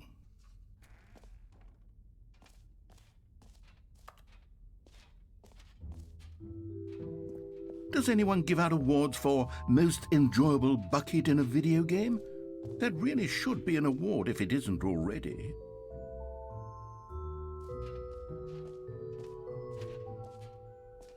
Chairs that tell time. That's something we need.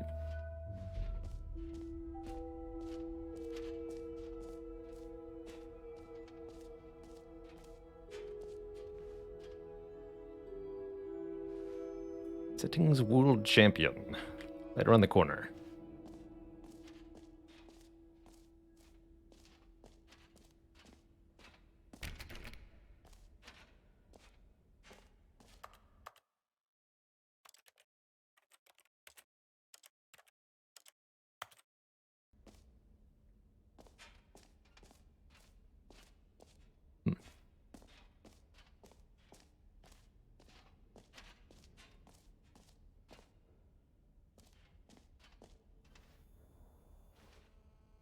The baby is all grown up.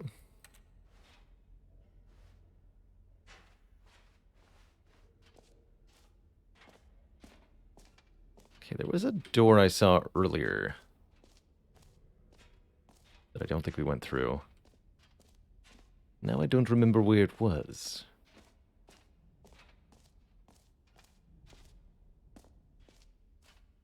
We didn't go to the infinite hole.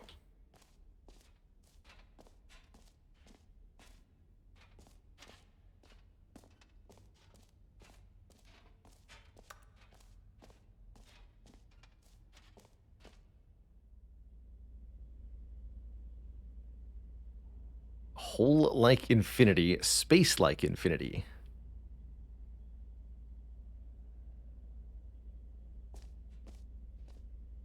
Infinite depth.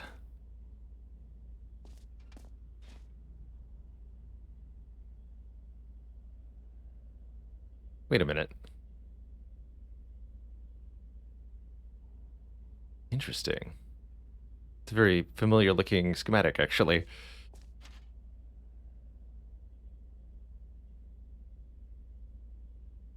I don't think it's quite similar, but this one is like the Earth's crust. Looks like volcanic.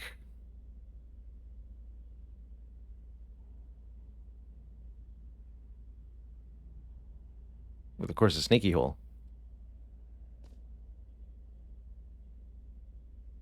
Beautiful. Stanley, here's an idea that I'm truly fond of. It's never been done before in a video game. This is, in fact, a hole that you can fall down forever. That's right. Infinite falling. You can fall until the end of time, if you like. A stunning leap forward for video games as a medium.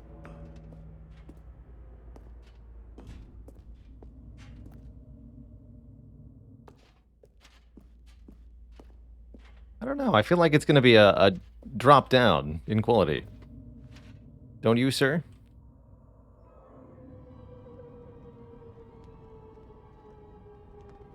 You see, isn't it wonderful? One of my more ingenious concoctions, if I do say so. Now then, since you've gotten to see the infinite hole, you can press the teleport button to pop back up to the top, and we can continue onward. Now, I don't mean to be a bummer, but I do recommend you use the teleport button to go back to the top. Maybe do it on the sooner rather than later spectrum of things. Now, why would that be, sir? Are you suggesting that this may not be actually infinite? Okay, Stanley, I don't know quite how to say this tactfully, but it's possible that I slightly exaggerated the infinite nature of the hole. Is it a very, very deep hole? To be certain it is. It's an extremely deep hole. I don't want anyone to say that it isn't an astonishingly deep hole. It is. Is it infinite? Well, that sort of depends on your definition of infinity. From one perspective, the infinite is merely philosophical in nature. It's more of a... Okay, well, good for you. You found the bottom of the hole. You found me out, Stanley. I'm a liar and a cheat, and you're so clever. Look, I think the issue here is just that you're unusually fascinated by falling. What normal person actually wants to fall infinitely? I figured the hole was as deep as anyone would actually need. Don't you put this on me. Maybe you're the problem. Look, things got a little heated there. I think we both said some things we didn't mean. Why don't we just put all this behind us and agree to just call the hole mostly infinite? If that works for you, then go ahead and press the teleport button to warp up to the top of the hole and we can move on. I'll just be up here when you're ready. Distinctly finite, sir. Though admittedly, pretty impressive. Great. Now, I'm very excited to show you even more of my ideas for the sequel. Oh, for heaven... You see? I was right. The problem is you. The problem is that you like holes too much. Not normal. A normal person would have said, yep, that's an infinite hole right there, goes on forever till the end of time. Don't need to see it all, but not you. Oh, no, no, no, no. You have a weird sort of... Hey. Oh. Did the hole seem even shorter to you this time? I couldn't help but feel like you spent a little less time in there than you did before. I mean, admittedly, I didn't make an infinite hole, but I didn't think it was that not infinite. Well, I suppose once again there's nothing to do here. If you decide you've had enough of the hole, you can hit the teleport button and come join me up above. Had enough? I'm positively thrilled. Definitely. I really do have so much more to show you and to talk about. And gosh, how could I have guessed? You're back in the hole. If this starts to become a thing where... Wow. Okay. Yes. I'm starting to become extremely certain that the hole is not only not infinite, but that it's growing steadily less and less infinite.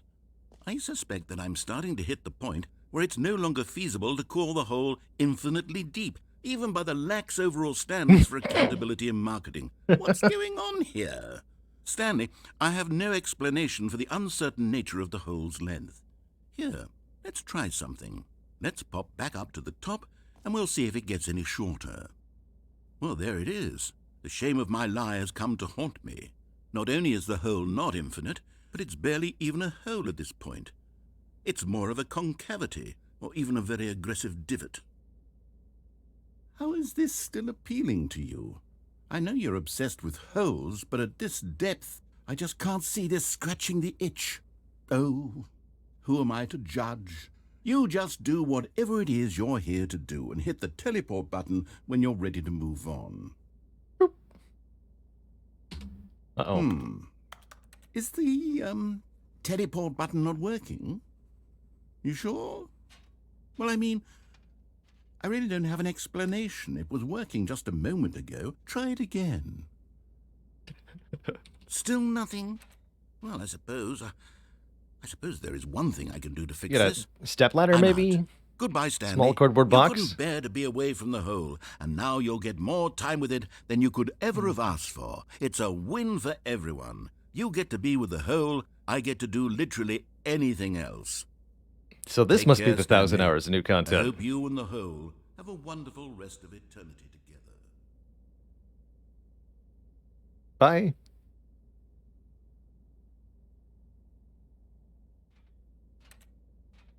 If only I had any jumps left.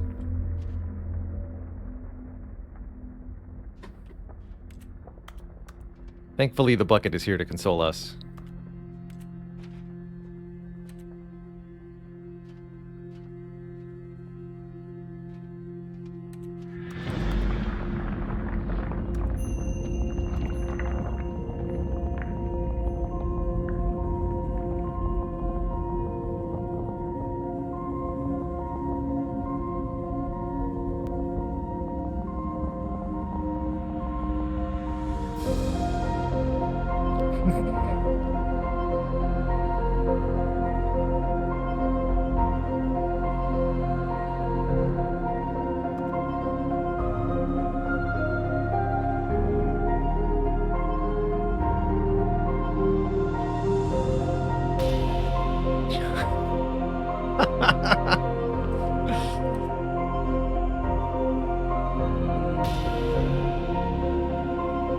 Finally, we can see Stanley in all his glory.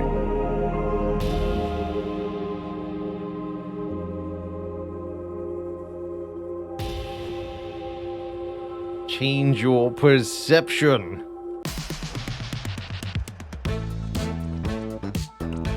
Much better.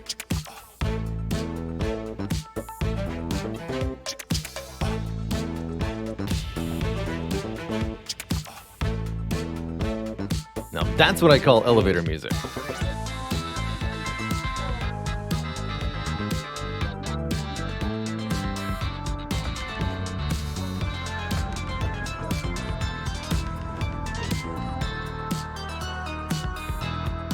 This one.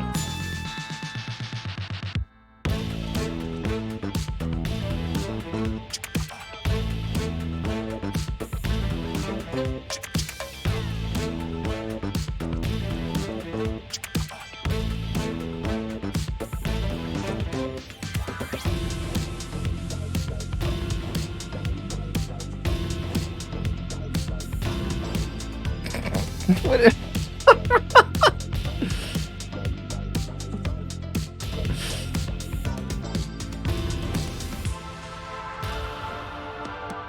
He's so handsome. Look at him.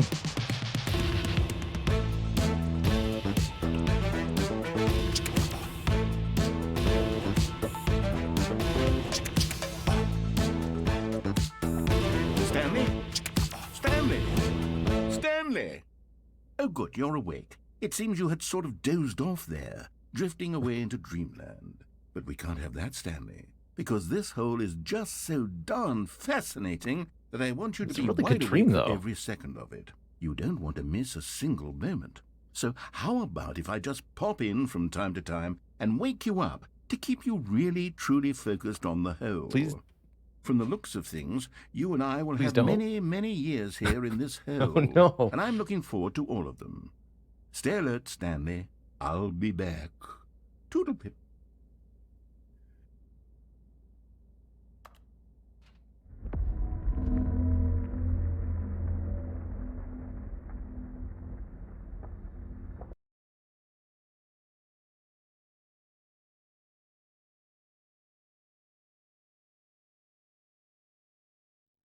Now we're here. Well, that was great. Here we are. Go on. Try out some of the new features.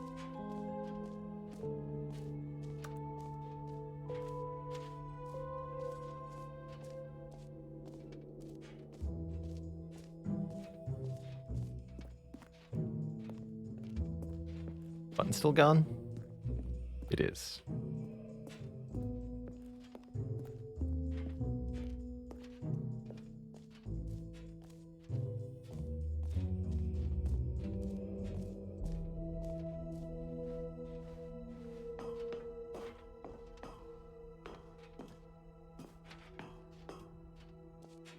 Just says epilogue.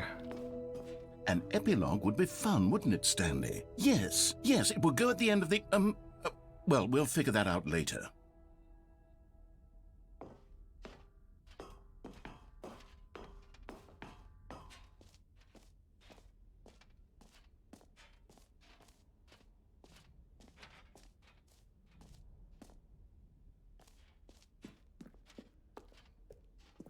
Ah, here it is. What?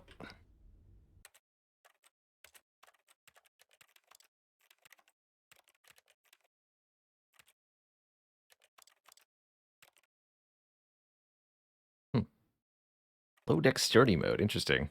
Lots of little accessibility features they added to make sure just about everybody can play and enjoy.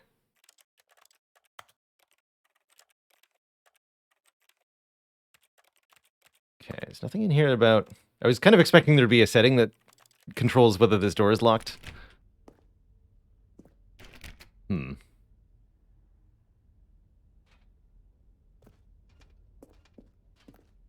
If there is and I missed it, please let me know. Otherwise, no clue.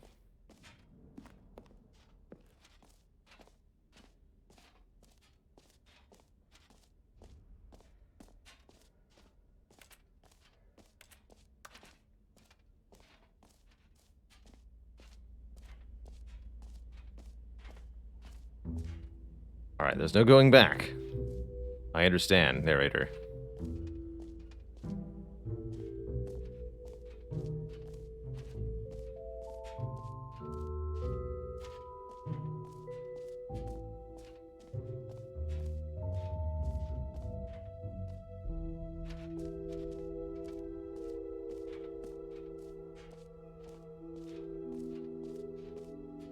Anything else we've missed?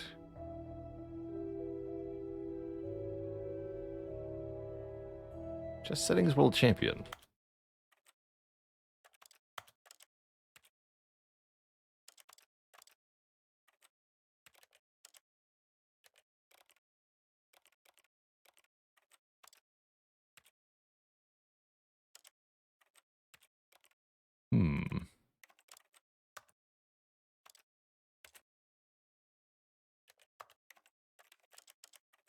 Interact additional. Just the 2 interact buttons. Got it.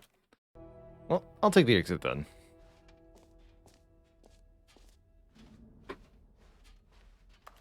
Hey there, Gilbo Dan. Bucket is with us until we kick All the right. habit. Have you seen everything you wanted to? Ready to move on now?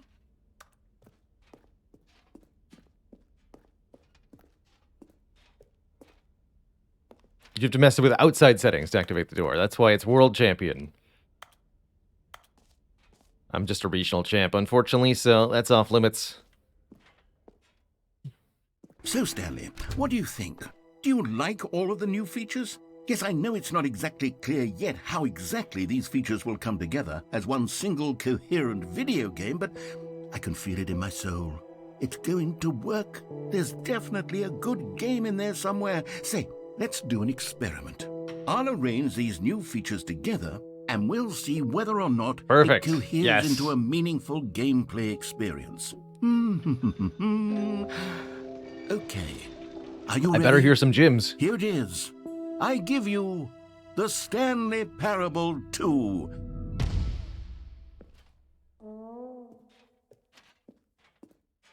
Can I get... Well, I mean, there's Down there? potential here, right? It's sort of... Okay, never mind. Hold on. Let me do a different arrangement. Okay, yes, this is much better. I feel good about this. Here we go. Version 2.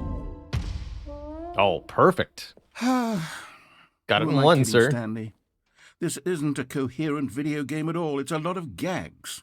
And I do very much enjoy creating gags, but they don't add up to anything. I wanted more than anything to create a sequel that would capture all the magic of the first game. I wanted fans to love it. No matter how good these gags are, they won't stand on their own. They would need the structure and the gameplay of the original. Wait, maybe that's it. I can take the original Stanley Parable and simply, well, insert a few of my new features into it. Tastefully, of course. With respect. With care for the vision and integrity of the original game. Would it possibly work? I suppose it could. But it would need a really, really tremendous title screen. Definitely. A title screen that says with bold and uncompromising conviction, "This is the Stanley Parable 2." Let me see if I can whip something up. All right, perfect. Go ahead. Take a look. The Stanley Parable 2. Stanley Harder.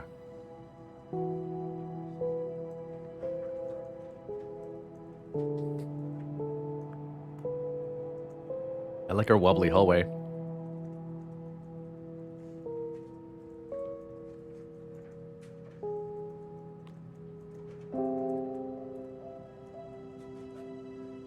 Alright, imagine you don't actually have a game for me, though. You just have the title screen done. I gotta know, are we gonna round the corner or go through the door?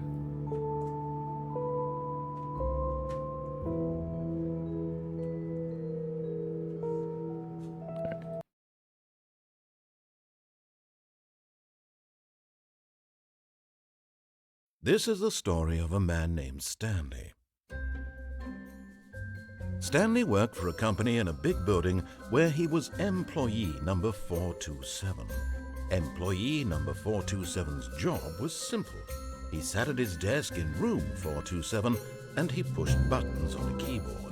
Orders came to him through a monitor on his desk, telling him what buttons to push, how long to push them, and in what order.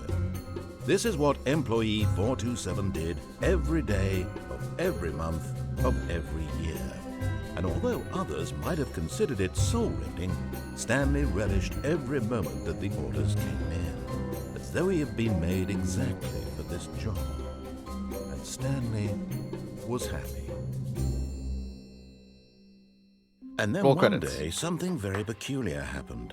Something that would forever change Stanley. Something he would never quite forget. He had been at his desk for nearly an hour when he realized that not one single order had arrived on the monitor for him to follow. No one had showed up to give him instructions, call a meeting, or even say hi. Never in all his years at the company had this happened, this complete isolation. Something was very clearly wrong. Shocked, frozen solid, Stanley found himself unable to move for the longest time. But as he came to his wits and regained his senses, he got up from his desk and stepped out of his office. All of his co-workers were gone. What could it mean? Stanley decided to go to the meeting room. Perhaps he had simply missed a memo.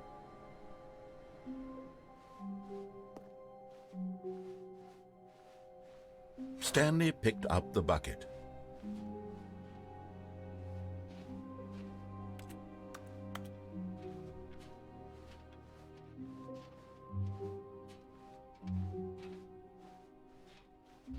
Stanley clutched the bucket tightly to his chest and entered the door on his left.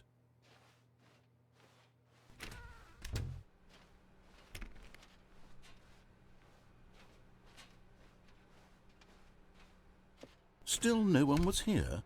Stanley needed the bucket's warmth and comfort now more than ever. Perhaps his boss's office was where he'd find answers.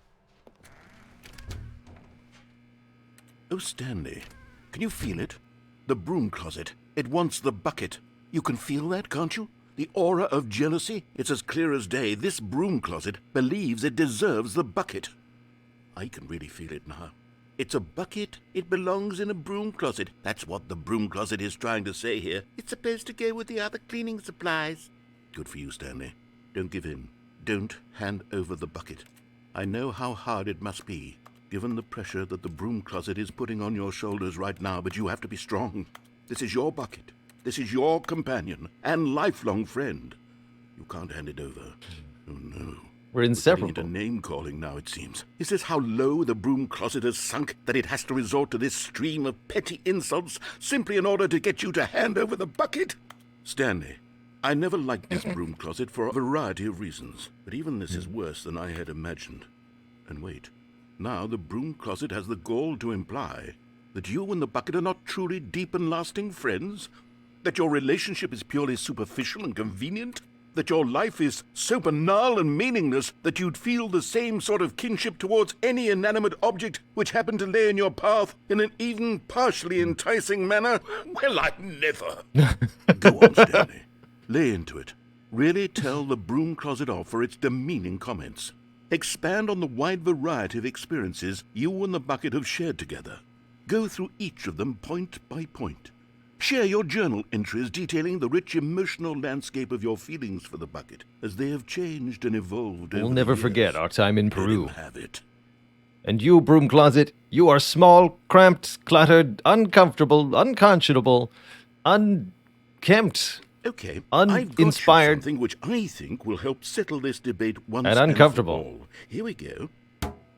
property There. of Stanley. There Now we it's go. settled. Now it's a proper No more bucket. debate. no more discussion. Take a hike, Broom Closet, with all your meandering philosophical diatribes about the nature of cleaning supplies and their relationship to broom closets in the natural order of things. No one can be confused now. All right, I've got a second sticker back yeah, more. here, and I'm going to slap it on as well because I think it's appropriate. You see, I feel that it works because the sticker is also a bucket. That way, if you're ever unsure whether the thing you're holding is a bucket or not, you can look down at this sticker and say to yourself, ah, it's a bucket. It sure. There really is a wide variety of applications for this sticker. Thank goodness. You know what? I could take the name-calling and the dismissal of your kinship with the bucket, but now the broom closet is just giving us the silent treatment. And to be honest, I'm sick of the pettiness on display. You can stay here all you like, but I've had it with this impetulant room of cleaning supplies. Easily the most childish such room I've ever been in. I'll see you outside, and we can get on with the story about you and your bucket.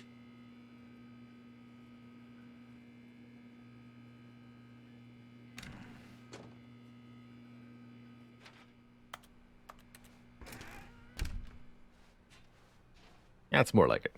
Coming to a staircase, Stanley and the bucket walked upstairs to the boss's office.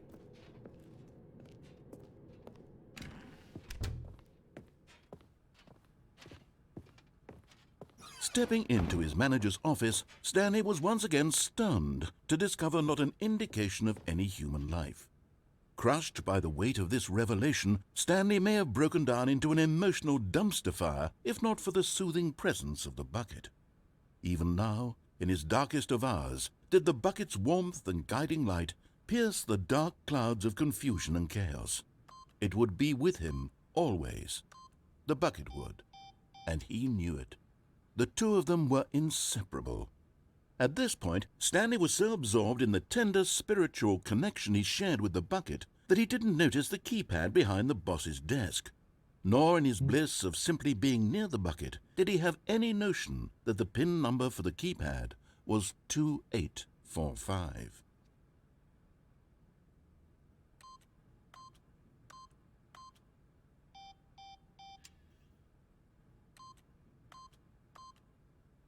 Stanley just sat up, but Stanley guessed the correct code by sheer luck. Was it that the bucket knew all along? Was the bucket guiding him? Yes. Yes. This is certainly the most logical explanation.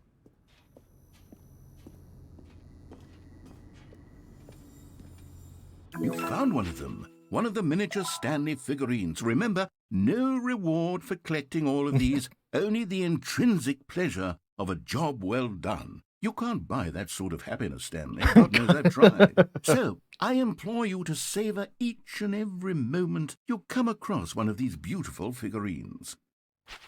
Rest assured, we will.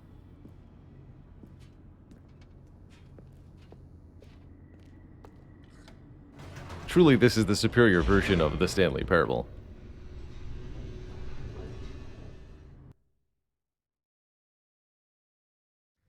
The elevator raced downward, plummeting towards an unknown fate. It would be all Stanley could do to keep himself together, if not for the bucket. Soothing him, comforting him, reassuring that in this darkest moment of uncertainty, he would be all right. The bucket is here for you, Stanley. Everything will be fine. Stanley and the bucket walked straight ahead through the large door that read, Mind Control Facility. Although this passageway had the word escape written on it, the truth was that at the end of this hall, Stanley and the bucket would both meet a violent death. Harsh. The door behind them was not shut. Stanley and the bucket still had every opportunity to turn around and get back on track. At this point, Stanley and the bucket were knowingly walking forward into a very painful death for each of them.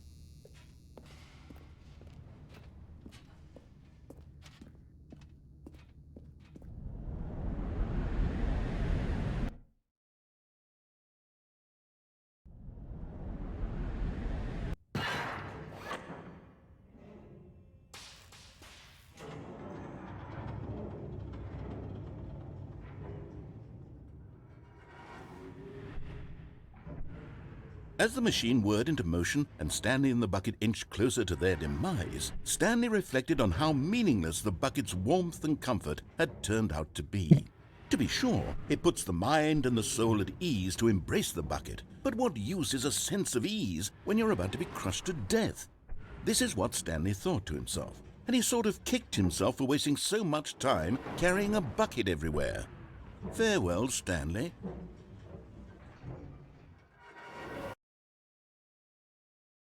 "Farewell, Stanley," cried the narrator, as Stanley and the bucket were led helplessly into the enormous metal jaws. In a single visceral instant, the bucket's life came to an end, as it was crushed violently to death.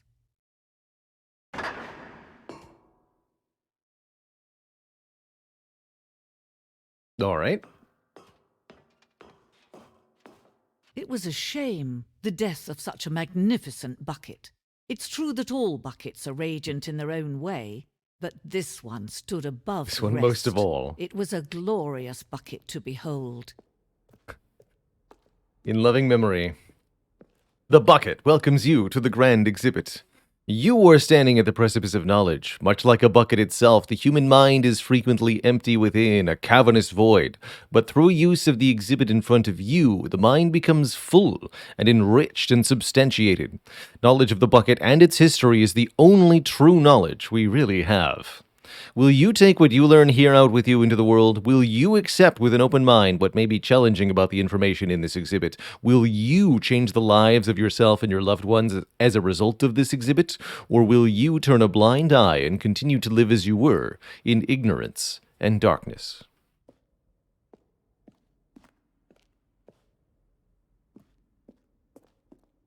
Can you see how arrogant it was for Stanley to take a bucket like this and to claim it for his own?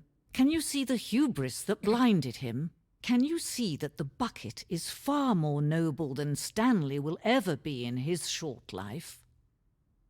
A bucket with two handles. This bucket is depicted as having two handles. Such a design has never been created in real life, having been deemed too dangerous and recklessly experimental. Every year, dozens are put to death simply for attempting it. Of all the buckets in the world, ours was one of them.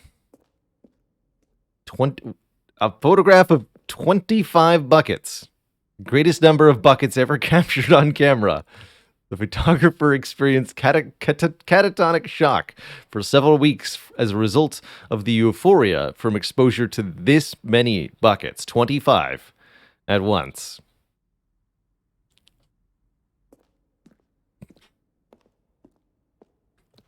Is that a Vitruvian bucket? Yeah, pretty much. The Inferno bucket. A replica of the Inferno bucket, which in the medieval era was so powerfully alluring that it drove dozens of nations to war with one another for control of it. Billions died, and yet in spite of it all, the simple fact remains: no one can control a bucket.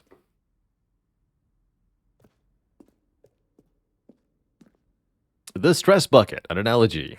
Worrying, negative forecasting, negative thinking, lack of reassurance. The stress is equal to the level of water in the bucket. Coping strategies are equal to holes in the bucket. Therefore, creating rest and relaxation, doing something you enjoy. Rest and relaxation, again. The stress bucket, with no commentary presented whatsoever. That was this.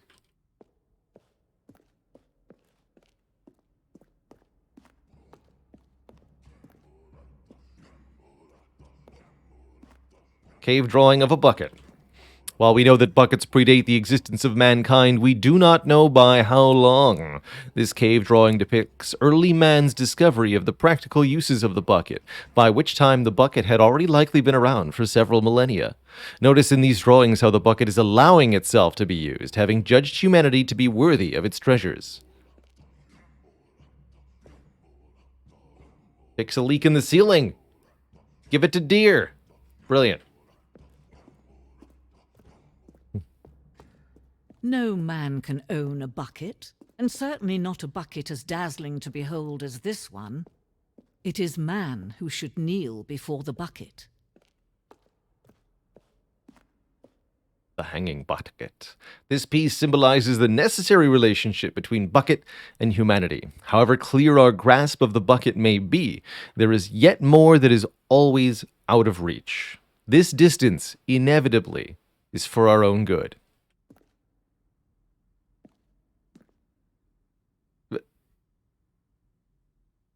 It's a good Wile E. Coyote moment. Hello? Yoink. But there is something we can do. Something we can do together, you and I, that will right this terrible wrong. Let Stanley die. Let him be crushed by the machine. Don't reset the game. Don't give him another opportunity to run off with another beautiful bucket. We can save the world's buckets from their treatment as tools and implements if only we let Stanley die together. The bucket shall take its place as ruler, as leader, as commander of a new world, a new vision for...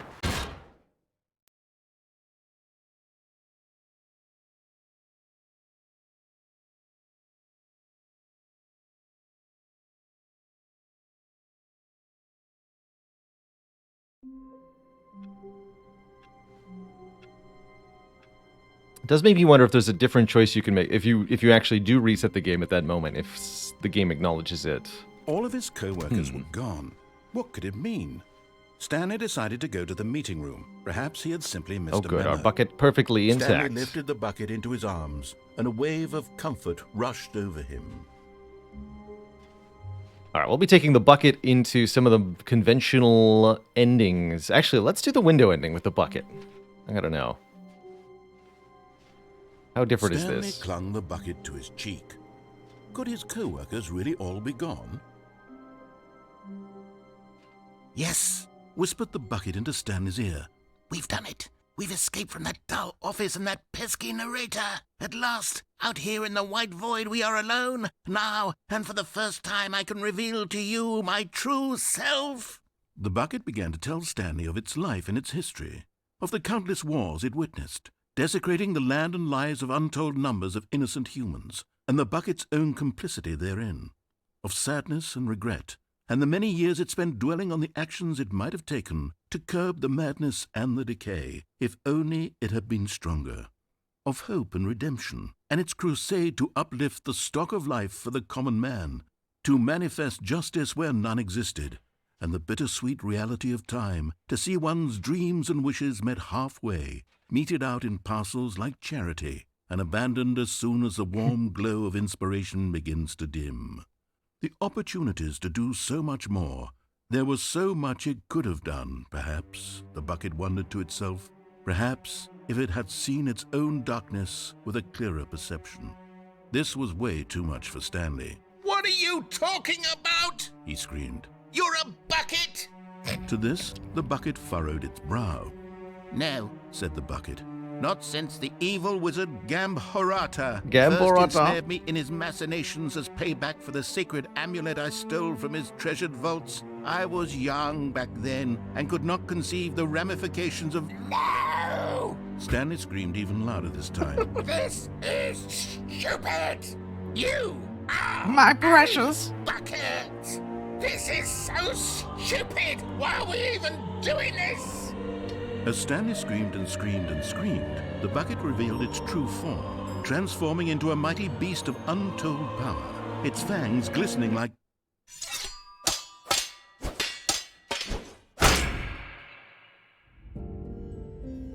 My God, Stanley, you did it.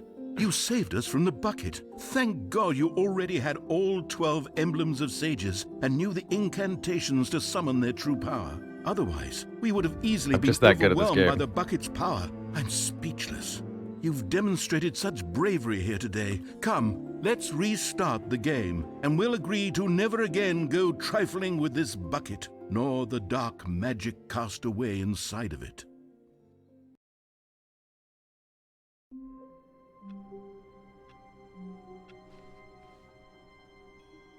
All of his co-workers were gone.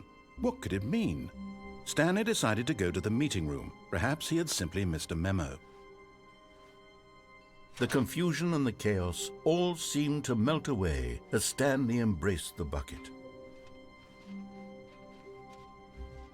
Stanley clutched the bucket tightly to his chest and entered the door on his left. This was not the correct way to the meeting room, but Stanley had felt the bucket calling to him, telling him that the employee lounge was simply the place to be.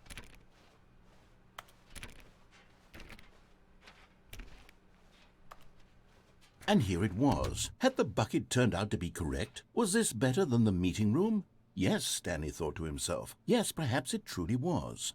How insightful the bucket turned out to be. This is a nice place to be. Actually, going to hang out here for a minute or two. I need a quick bathroom break and a short snack before we continue into our Truly, Stanley being Parable near the adventures, bucket so was a please enjoy the grand narrator's adventure. commentary on Stanley reflected Stanley on in the break all room. they'd been through I'll be right back, together. folks. First, walking through the door on the right, then walking to the lounge, then arriving at the lounge. What a thrilling journey the bucket had inspired.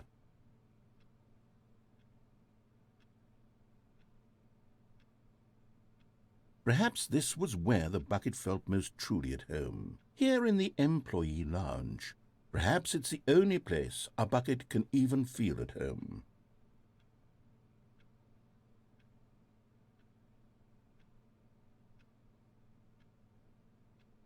Stanley decided to just give the bucket absolutely as much time as it needed to be in the lounge. Clearly, the bucket and the employee lounge shared a special connection.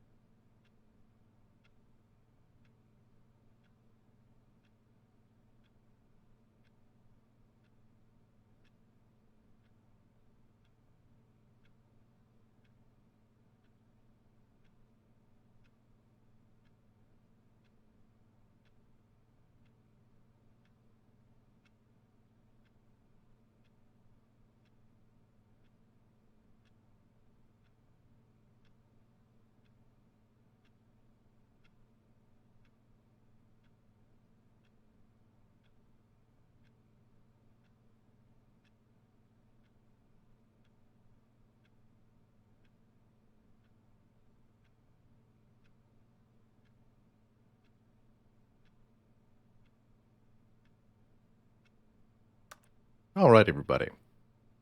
Thank you for waiting patiently with the bucket. For me.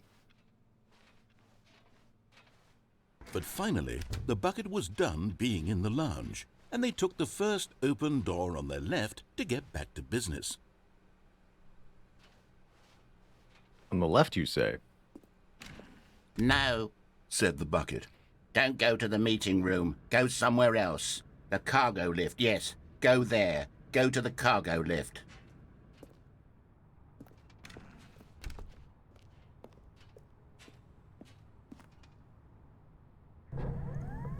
Good, Said the bucket.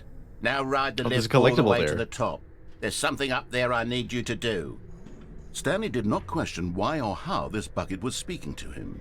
It should have alarmed him, of course, because buckets can't talk. But Stanley chose not to think about this obvious fact. He was firmly convinced that the bucket had spoken to him, and he unthinkingly did whatever the bucket asked.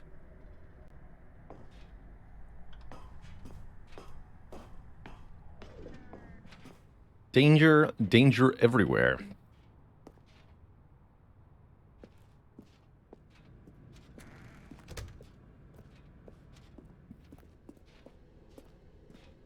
No, stop. Look there on the wall. You see, there's a sign right there. It says, "No buckets past this point." Stanley, Oh, how no. would you think it was okay to bring the bucket here? Unless, what if the problem is that you actually don't know what is a bucket and what isn't a bucket? I suppose that would explain a lot about your behavior up to this point. Which, if that's true, well, my goodness, I think we have to do something about it. This misunderstanding could have dire consequences on the entire rest of the game if not addressed quickly and properly. So much of the Begin the impact of bucket story is identification dependent simulation. on your understanding of what is and isn't a bucket. Please, step in here for a moment.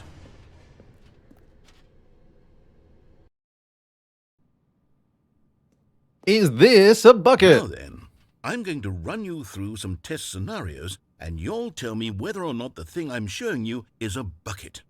Simple enough, right? This should tell us everything we'll ever need to know about what is or is not a bucket. Okay, let's begin. Item 1. Is this a bucket? Yes. Incorrect. It is a hologram of a bucket, not an actual bucket.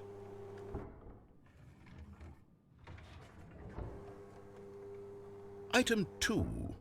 Is this a bucket? Also yes. Incorrect. It is a 3D printed recreation of a bucket, not an actual bucket.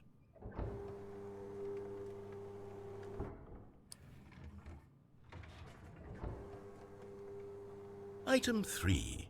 Is this a bucket? Yep. Correct. This is a bucket.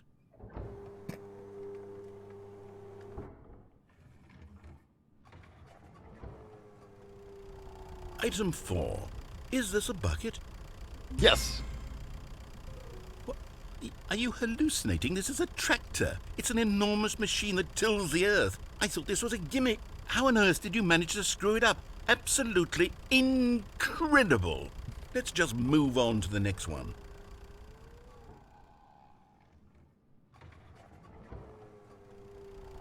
Is this a bucket?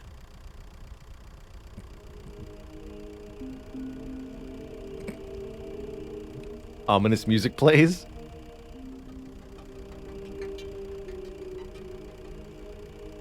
Is there a time limit? Yes. Correct. This is a bucket.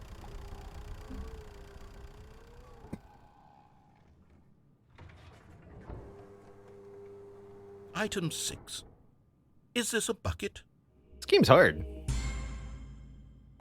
Trick question. Both. Gotcha. It both is and is not a bucket at the same time. Item... Wait, hold on. I can't find the next one. Let me see. It should be around here somewhere.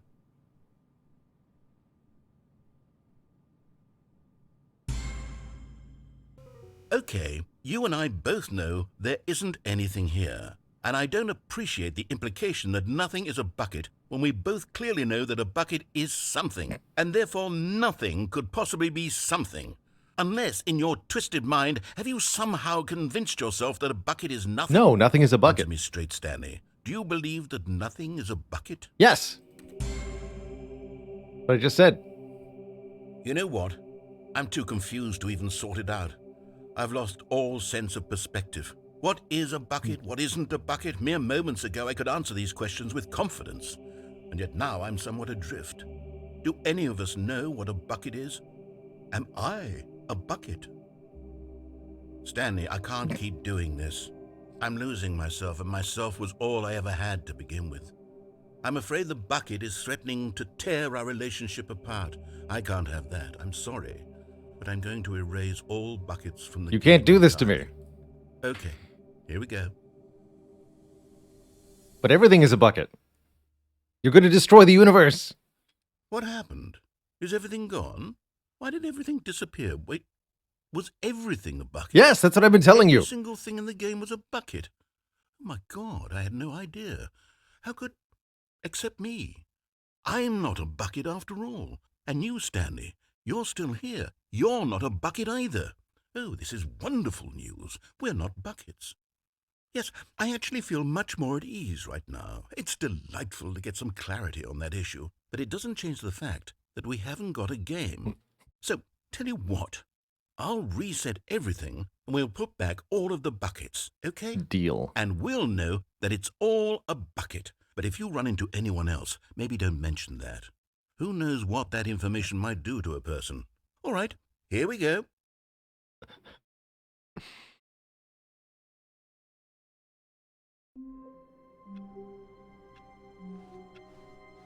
Even now, Stanley's office was a distant memory. What did it look like? There was a computer, perhaps, and a painting. Was it a painting or a photo? He could no longer recall. Figurine Finders Committee meeting in the meeting room. Get us to the meeting room. Spread through Stanley's arms. With the bucket in his arms again, he was home. Stanley clutched the bucket tightly to his chest and entered the door on his left.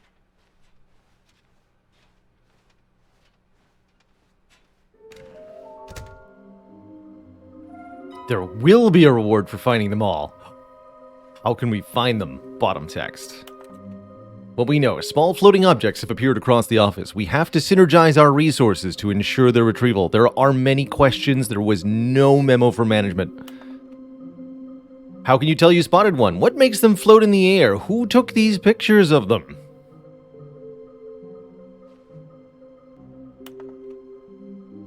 Figlies are hard to find. Follow clues provided by employee 416. Red room?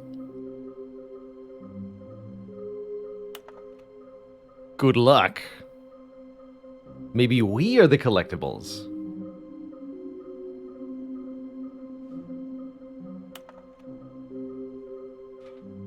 To whom it may concern, I managed to pick up sounds unusual to our regular office ambiances or local audio sources, using an array of cardioid microphones, also known as directional mic, a microphone which picks up sound from a particular area.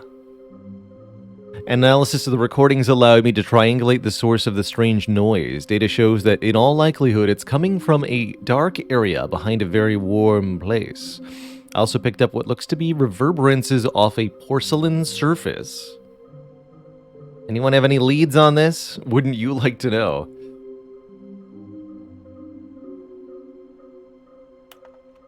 Source of levitation? Weird spinning figurines. What do they want? Our data, stock options, money? Should we make them interns? Yes, maybe. Why are they floating? Magic, dreams, magnets, training exercise from management. 151. Can we sell them? Obviously. More money if sold together. Saw one in the cargo room and Floy 421 is building a bridge. Good for them. That's what we saw too. Bonus stuff. What we forgot, what we know, what we don't know yet. All those together, that's where they are. Why wouldn't they just tell us something will happen? The investigation, this room, they feel pointless, TBH.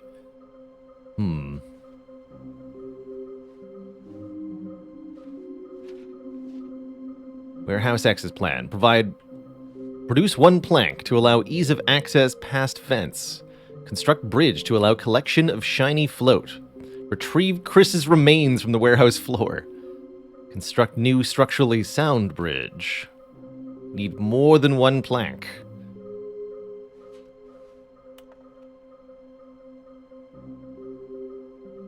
Oh, and then this actually tells me which ones I've got. Large room with the boxes. Something to do with stairs. Somewhere both red and blue. And lastly, a private but smelly place for an important person. That'll be in the executive bathroom. Is this some kind of game?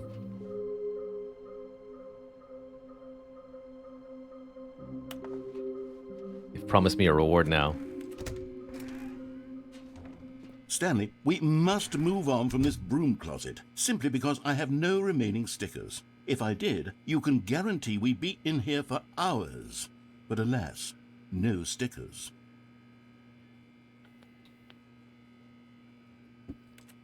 Well, that truly is a bummer. Maybe you can give me a magnet? I'll take a magnet. Something to do with stairs. Stanley and the bucket walked upstairs to the boss's office.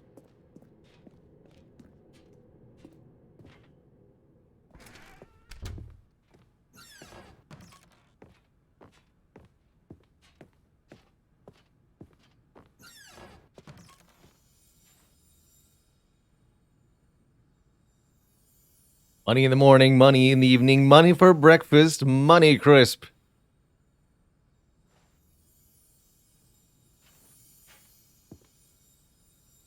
Wait. Another miniature Stanley figurine. This, there really must be a snappier name for these things. What about mini-stands? Stanley figs?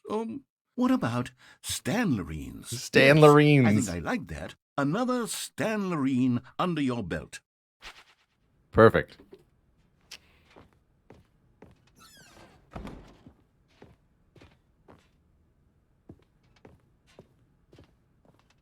Stepping into his manager's office, Stanley was once again stunned to discover not an indication of any human life. Crushed by the weight of this revelation, Stanley may have broken down into an emotional dumpster fire if not for the soothing presence of the bucket. Even now, in his darkest of hours, did the bucket's warmth and guiding light pierce the dark clouds of confusion and chaos. It would be with him always. The bucket would, and he knew it. The two of them were inseparable.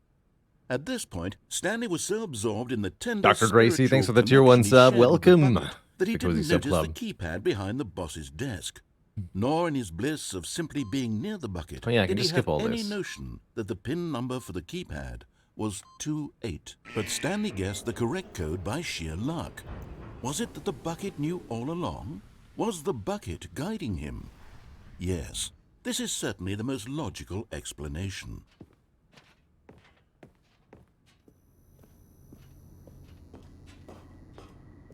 Gonna save the world together, Bucket.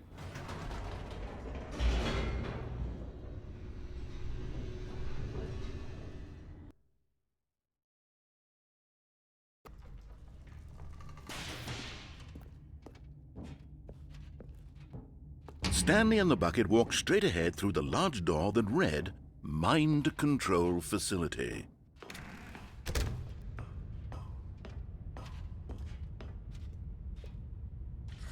We've The not lights seen such a thing rose yet, on Fairway. an enormous room packed with television screens.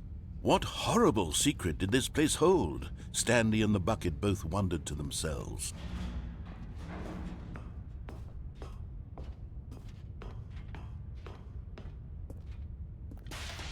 The monitors jumped to life, and Stanley nearly dropped the bucket in shock.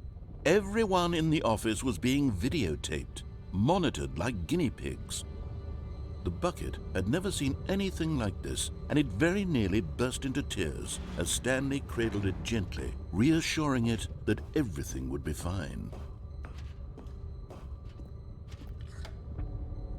Was the bucket under the mind control facility's influence as well? Yes. Had the bucket been told to do things it didn't wish to do? What kinds of things does a bucket want to do or not want to do in the first place? These questions raced furiously in Stanley's feeble mind. No! He screamed into the bucket. He couldn't accept it. His own life in someone else's control, never! He squeezed the bucket tighter. His one friend in the entire world. At this point, he could trust no one except for the bucket.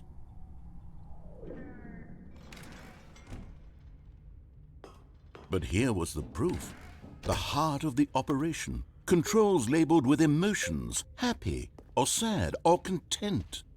Walking, eating, working, all of it monitored and commanded from this very place. And as the cold reality of his past began to sink in, Stanley decided that this machinery would never again exert its terrible power over another human life. For he and the bucket would dismantle the controls for good. Two best friends, Stanley and the bucket, up against the world.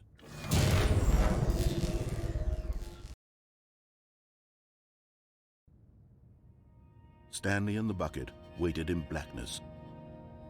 Was it over? Yes, they had done it. Stanley and the bucket had defeated their greatest and darkest enemy, freed themselves from the tyrannical grip of the evil mind control machine. Freedom was now mere moments away. Excitedly, the two of them began to discuss the kind of life they wanted to live once they stepped through this massive door. The bucket wanted to learn to roller skate. Stanley wanted to sneeze in every country on Earth. Both of them wanted to begin watching a movie, any movie, but then stop it halfway through and begin watching it in reverse from the end. True, it was a simple life they envisioned, but it was one they'd lived together, with one another to lean on, there's some movies to where that would work trust, really to well. support. What? Wait. What was happening? Why had the door stopped? Was Stanley and the bucket not about to be freed? An unbearable silence filled the room, lingering in uncertainty, until finally the truth hit Stanley square in the face. This building did not want the bucket to leave.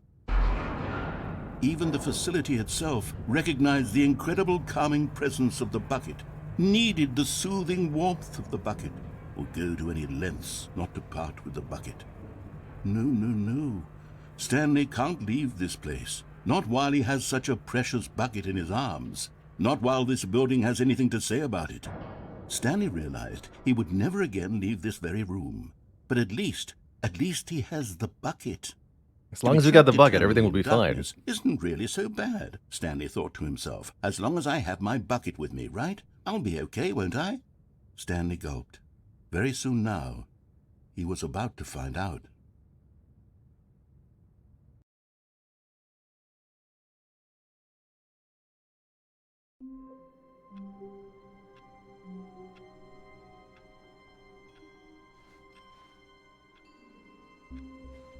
All of his co-workers were gone. What could it mean? Stanley decided to go to the meeting room. Perhaps he had simply missed a memo. Stanley picked up the bucket and smiled. He'd never be alone again, not truly alone, not with the bucket around.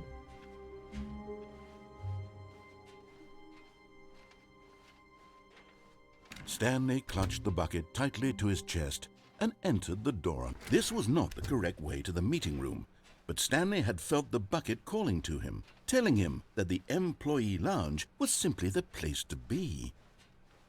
And here it was. Had the bucket turned out to be correct? Was this better? No, never mind. The bucket was wrong. Stanley took the door on his left to go back to the meeting room. There's also this. We want to go to the And so the collectible two of over them here. detoured through the maintenance section and walked straight ahead to the opposite door. Also go down into maintenance. Wait. I may be a little lost.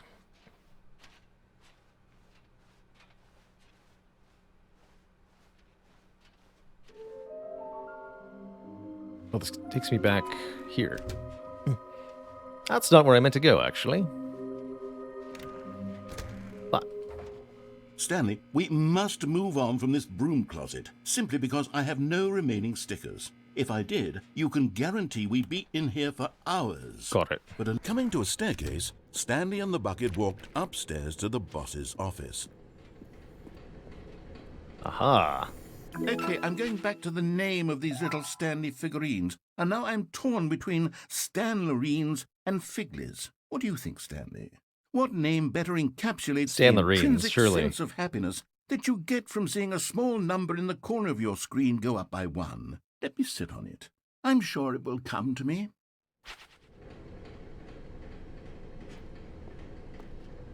At least it's both red and blue. But Stanley just couldn't do it. He considered the possibility of facing his boss, admitting he had left his post during work hours. He might be fired for that. And in such a competitive economy, why had he taken that risk? All because he believed everyone had vanished? His boss would think he was crazy. And then something occurred to Stanley. Maybe, he thought to himself, maybe I am crazy. He looked down at the bucket in his arms. Am I crazy? He asked the bucket. The bucket returned his gaze, but said nothing at all. That's strange, Stanley thought. Usually the bucket is a source of guidance and wisdom for me in difficult times such as these. He held the bucket close, yet felt none of its familiar reassurance and comfort. And that's when Stanley realized, this isn't my bucket. It's just a normal, everyday bucket. Someone else's bucket, perhaps. How did I end up with someone else's bucket? The stickers. This is all terribly wrong. Surely no good would come from this. Who knows what sorts of bizarre hallucinations Stanley might experience without the psychologically grounding presence of his bucket. And indeed, now he noticed that the rooms were repeating, which was, of course, very odd. And now he felt himself floating off the ground. Oh, gracious, he exclaimed. Without my bucket, I've gone truly mad. Where is it? I must find it. Far off in the distance now, he heard it, calling to him. Stanley! Stanley, it's me, the bucket. Could it truly be?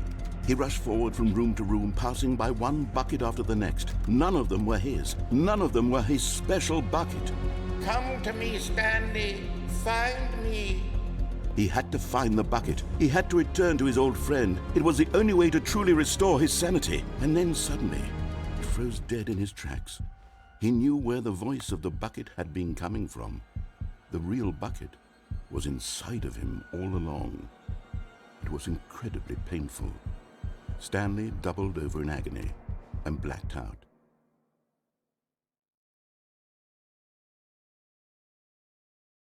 This is the story of a woman named Mariella. Mariella woke up on a day like any other. She arose, got dressed, picked up her bucket of comfort and security, and walked to her place of work. But on this particular day, her walk was interrupted by the body of a man who had stumbled through town, talking and screaming to himself, and then collapsed dead on the sidewalk. Right away, she knew what the problem was. This man had no bucket. Of course he'd gone mad. Right, ranting bucketless. and raving about an Wandering into the describing streets, all of his actions and how everything is predetermined and free will is an illusion and it's all just a video game. It could all have been prevented if only he'd taken his bucket with him. Perhaps he didn't even realize he'd forgotten his bucket at home in the first place. How cruel the world can be, Mariella thought, and she hugged her own bucket even tighter. But of course, she had no time for this. There were a myriad of confusing problems she would soon have to confront at work, for which her bucket would provide absolute guidance and total clarity on everything. Heck yes, she thought to herself, my life kicks ass. And she backflipped all the way to work.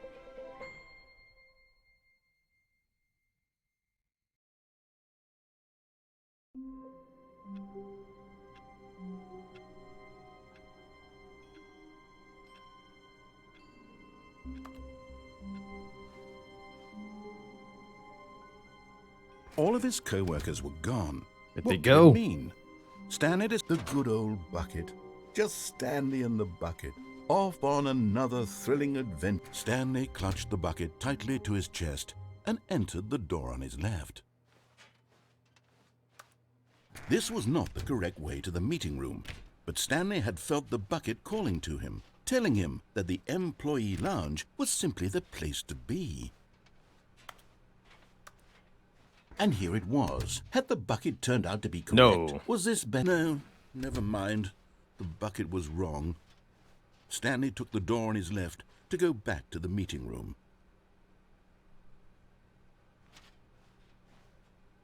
Oh, yeah, this is where we're going to be. No, said the bucket. Don't go to the meeting room. Go somewhere else. The cargo lift, yes. Go there. Go to the cargo lift.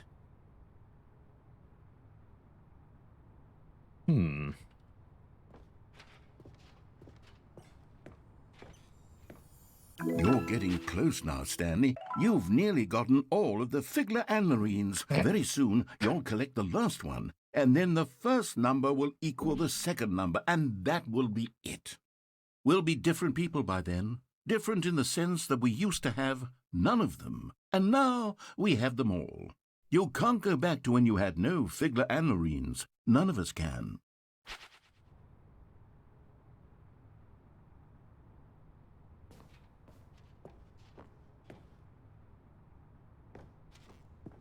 Really should put some safety railings in there. Somebody could fall.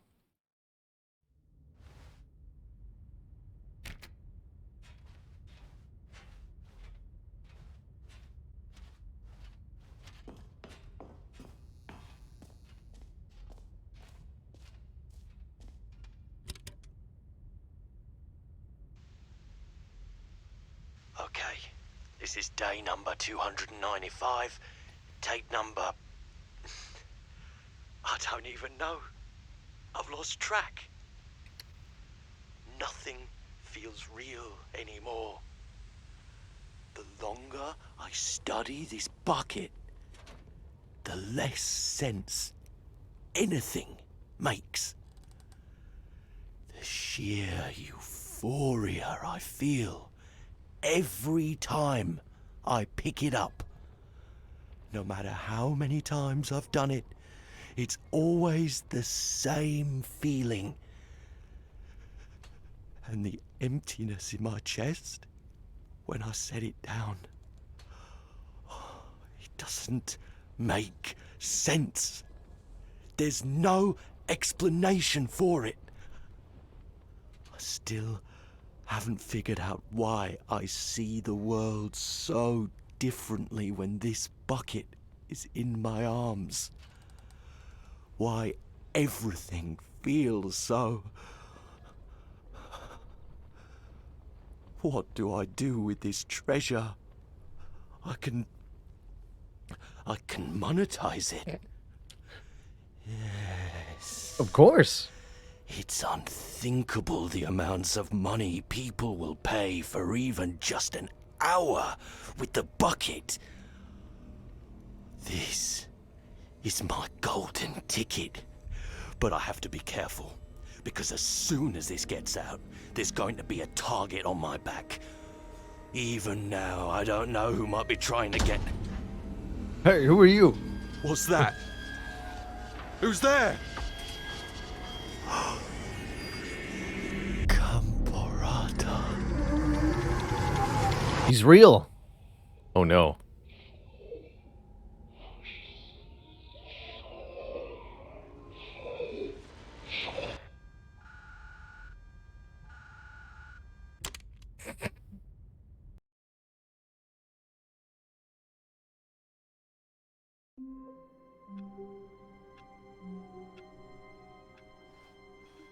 Someone was following Stanley. He was sure of it.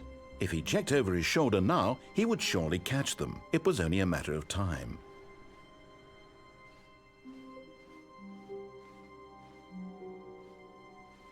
Where are we going today? The bucket asked. Stanley just smiled. Anywhere they went together would be perfectly fine with him.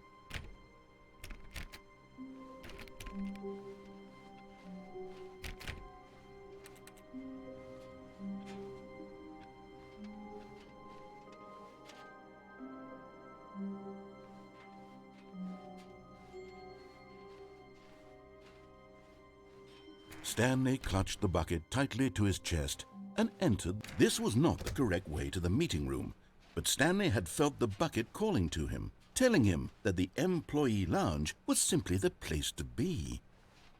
And here it was. Had the bucket turned out to be correct? No, never mind. The bucket was wrong.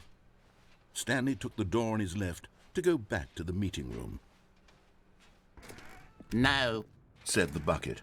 don't go to the meeting room. Go somewhere else. The cargo lift, yes. Go there. Go to the cargo lift.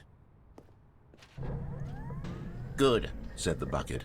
now ride the lift all the way to the top. There's something up there I need you to do. Stanley did not question why or how this bucket was speaking to him. It should have alarmed him, of course, because buckets can't talk. But Stanley chose not to think about this obvious fact. He was firmly convinced that the bucket had spoken to him, and he unthinkingly did whatever the bucket asked.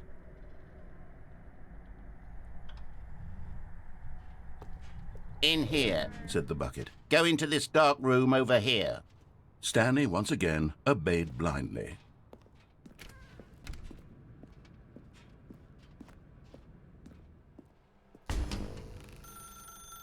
Now pick up the phone. Said the bucket. Pick up the phone, and it will take us back home, where we can go about life together. Whoa, hold on. Why did you unplug the phone? Were you trying to resist the bucket's orders? Stanley, I was joking. Obviously, the bucket isn't talking to you and telling you to do things. Buckets can't talk. It was a joke. Don't you get the joke? It's funny, Stanley. A talking bucket.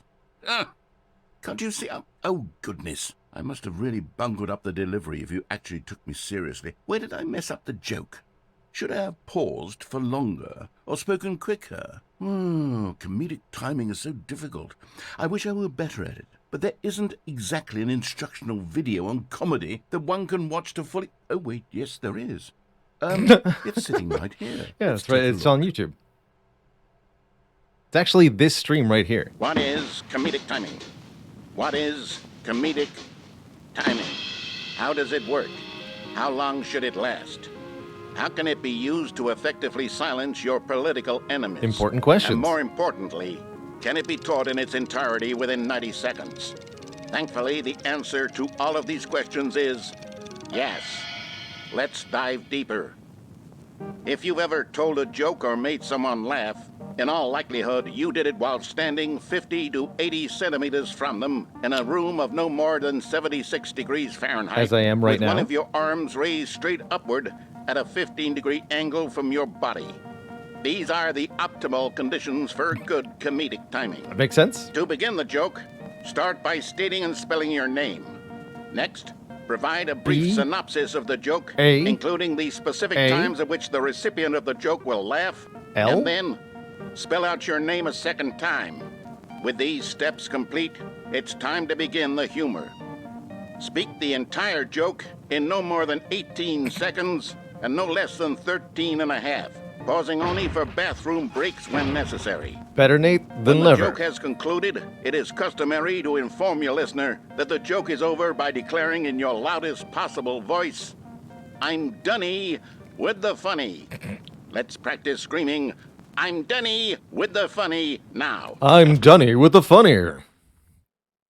I'm Dunny with Good. the funnier. This saying is a perfect example of expectations management, which is the cornerstone of good comedy. Noted. Finally, it's time to hand out surveys. Collecting hard data from your audience on how rapt they were throughout the joke is the only way to grow or learn as a comedian. An effective survey should be no less than 10 pages long and should include the same question reprinted several times, just to ensure the survey taker is actually paying attention and not simply filling in answers at random. And that's all there is. With these strategies at your disposal, you'll have audiences doubled over in laughter and even tripled over in laughter in no time at all. Just remember to let them stop laughing at some point, you gut-busting little scamp. I gotta breathe. After all, we're each of us needed on the front lines of the war to fight the 12-legged invader who threaten our very existence and who very likely die in a hailstorm of bullets and mandibles.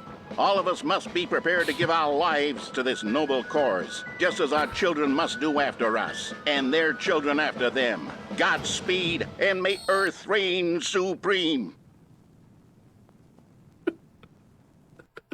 Hey, That was goodness, definitely this more than 90 video is a little seconds. outdated, isn't it? Well, no matter. I think the fundamentals of proper comedic timing are still as relevant today as they were back then. So with that in mind, I believe the only way forward is for us to return to the two doors and walk through all of this again, so I can try telling my story with more appropriate comedic delivery. Come along, let's head back. Please do.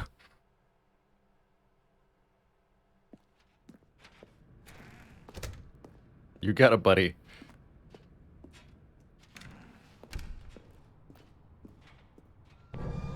I can feel it. This Safety time, railings installed. I'm really going to nail the delivery. You'll be in stitches. A talking bucket, you'll say? How ridiculous. How absurd. What a hilarious concept. The king of comedy. That's what you'll call me. Thank goodness we had the instructions. We lost a sticker. Otherwise, who knows where we'd be right now. Well, I wouldn't be the king of comedy, that's for sure. The bucket spoke to Stanley. The bucket spoke. The bucket spoke. Oh, I'll figure it out on the fly. No need to overthink things. Just bust out the Sterling impression again. It'll work. Caution, do not lie. If you are lying right now, stop.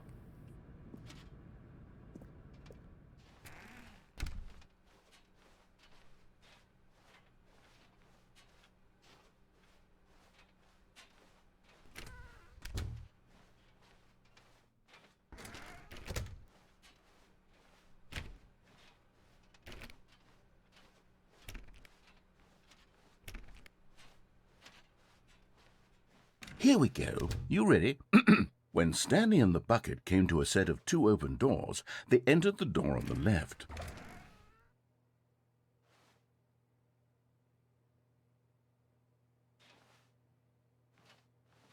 No. You were supposed to go through the door on the right, leading back to the phone.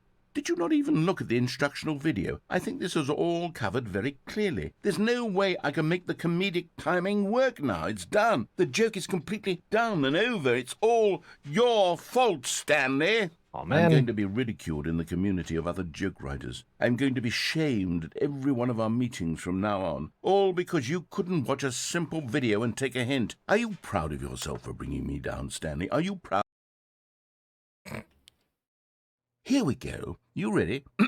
When Stanley and the bucket came to a set of two open doors, they entered the door on the left.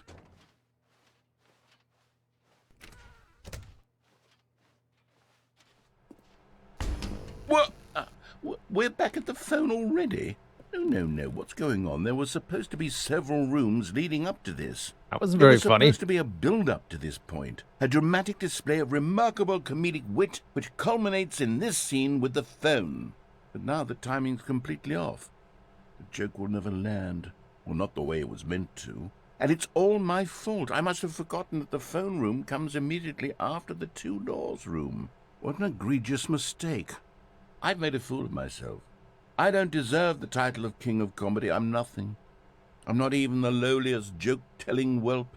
I think I need to go back and rewatch that instructional video again. Yeah, let's have another look-see. Yes, surely that will help me improve my... Stanley, you love the bucket so much it's like you... it's as though all of your other most prized possessions pale in comparison. Yes.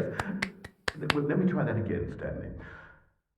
I heard that you are pale with shame over how unabashedly in love with a bucket you are. No? Oh, he's got a bucket full of puns. Is it the delivery? Pale with shame. Pale with shame. Pale... Although I'm really not sure his comedy can hold water. Stanley, this bucket is so metal, I think I saw it playing guitar. No. We're getting away from making fun of Stanley's obsession with the bucket, which was the whole point of this. All these tinned I'm jokes. good at these jokes. I need more instructional videos. That's exactly what it is. That's Sorry, what will Leroy. make me the king of comedy again. More instructional videos. Definitely. Let's see.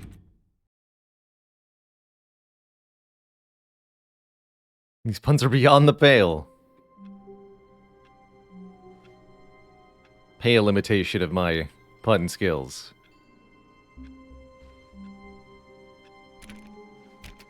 All of his co-workers were gone, What could it mean? Stanley decided to go to the meeting room. Perhaps he had simply missed a memo. A good bucket, a strong bucket, a humble bucket, a committed bucket, a bucket of culture and distinction.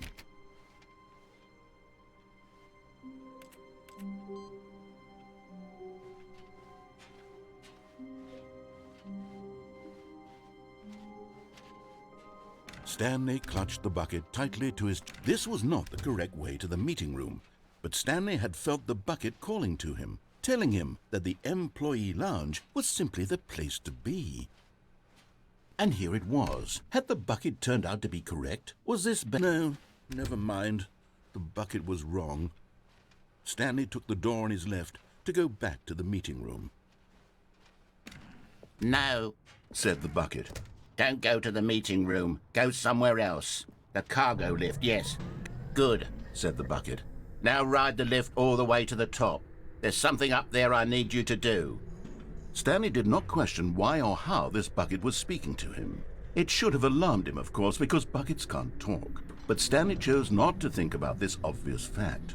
He was firmly convinced that the bucket had spoken to him, and he unthinkingly did whatever the bucket asked. In here. Said the bucket. Go into this dark room over here. Stanley once again obeyed blindly.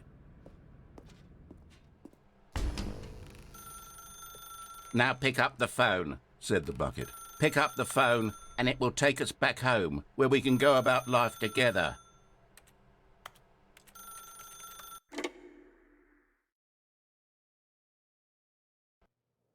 This is the sad story of a man named Stanley and his bucket. Once upon a time, I gave Stanley a bucket because I thought he was lonely and could use a friend. And then, very distressingly, he began to believe the bucket could speak to him.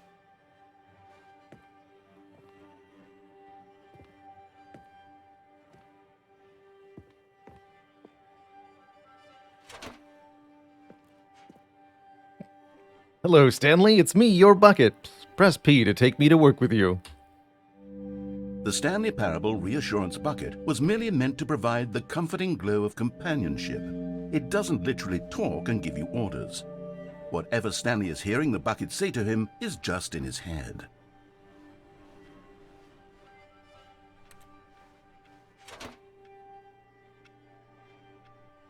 Lately, I've been concerned about him. Wouldn't you be concerned as well? To see him delusional like this, obsessing over an inanimate metal object? I want to say something to him, but I don't know how I can convince him. I don't know if he'll listen to me. Jazz music.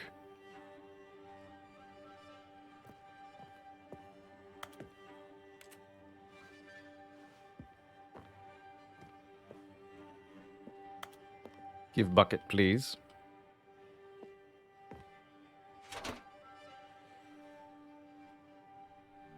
Oh, I'll try anyway. Stanley, can you hear me? Listen to me. It's just a bucket. It can't think, it can't talk. All it will ever truly do for you is effectively transfer a liquid from one location to a different location. That's it. It doesn't do anything else. Don't listen to the loud man. Let's go home. You see, he's not listening. He's still taking orders from the bucket. You know, once upon a time it was me he took orders from, me he trusted and listened to. Now all he cares about is his awful bucket, this stupid hunk of metal. Press O to ignore anyone in your life except for me. It's sad, but I suppose he doesn't need me anymore. From now on, he's just going to cling to this bucket, this cold, empty bucket, this sort of shiny bucket. It is nice. Well, I'll give it this. The bucket does have a nice shine to it. You believe I'm real, don't you, Stanley? Let's go back home. Yes, I suppose on closer inspection that it doesn't quite look like your average hardware store bucket. It's not. It's just a little more, what am I trying to say? Special. Sturdier, more capable of transporting liquid. Like it would be better at moving an amount of water from one room to another. Relive this same day with me over and over. My love. Oh my God, what am I saying? Better at carrying water from room to room. It's a bucket. It's literally just a bucket. Why do I feel some need to point Not out just the ways any in which bucket. it's so much more than just a regular bucket? Home to work to home to work to home. But I work from home. So I guess that's just sitting in a room. I'm having feelings for the bucket. No, no, no, no, no, no, no, no. What's going on? Why do I want to be with the bucket? Hear what the bucket has to say. Do anything it asks. What's wrong with me? I don't understand. Perhaps if I had the bucket, this would be less confusing. Yes, the bucket could tell me what to do in this troublesome situation. Handles in a frying pan? Interesting. Stanley, give me the bucket. Give it to me. Give me the bucket, Stanley. I need it. Give it to me now. You'll Give never have or it. I'll- Never. Go back to work, Stanley. For me.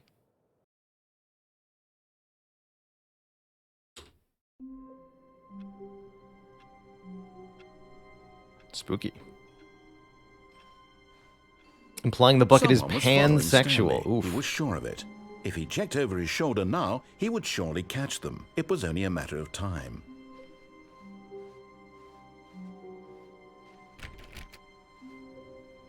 Ah, the embrace of an old friend. A weathered companionship that stands the test of time. Stanley clutched the bucket tightly to his chest. This was not the correct way to the meeting room, but Stanley had felt the bucket calling to him, telling him that the employee lounge was simply the place to be.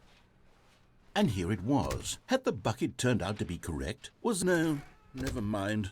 The bucket was wrong. Stanley took the door on his left to go back to the meeting room. No, Said the bucket. don't go to the meeting room. Go somewhere else. The cargo lift, here. yes. Go there. But Stanley feared that any path he walked might lead to the separation of himself and the bucket, his dearest friend. So he threw himself to his death, that they might die in one another's arms. How deeply touching.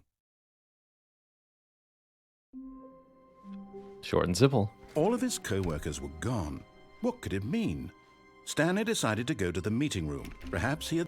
The bucket made Stanley want to be a better man and a better co-worker. In time, perhaps, he would become both of those things.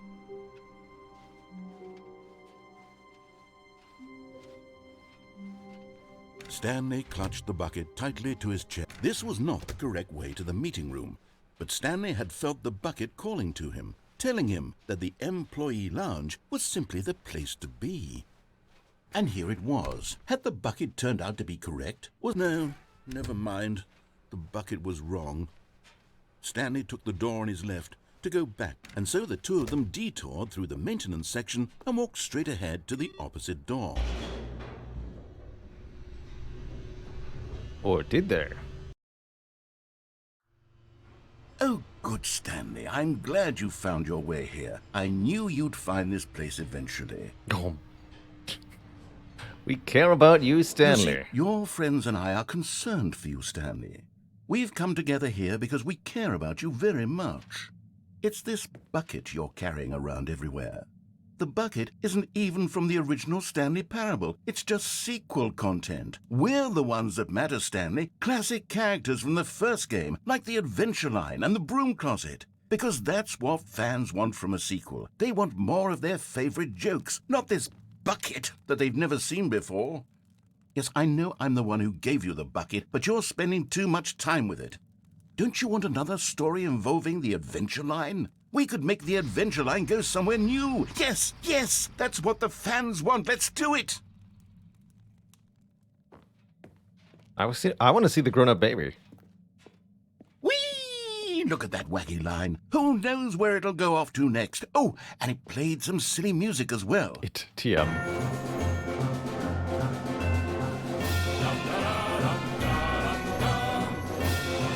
Now this is what the Stanley Parable is all about. Don't you remember all those great jokes from the original dialogue? Also, Stanley is addicted to drugs and hookers.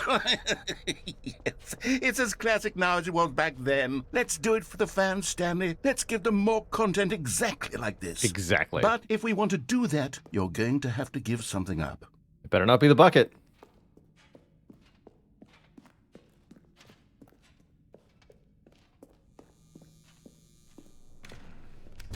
Don't you get it, Stanley? We need to get rid of the You bucket. can't.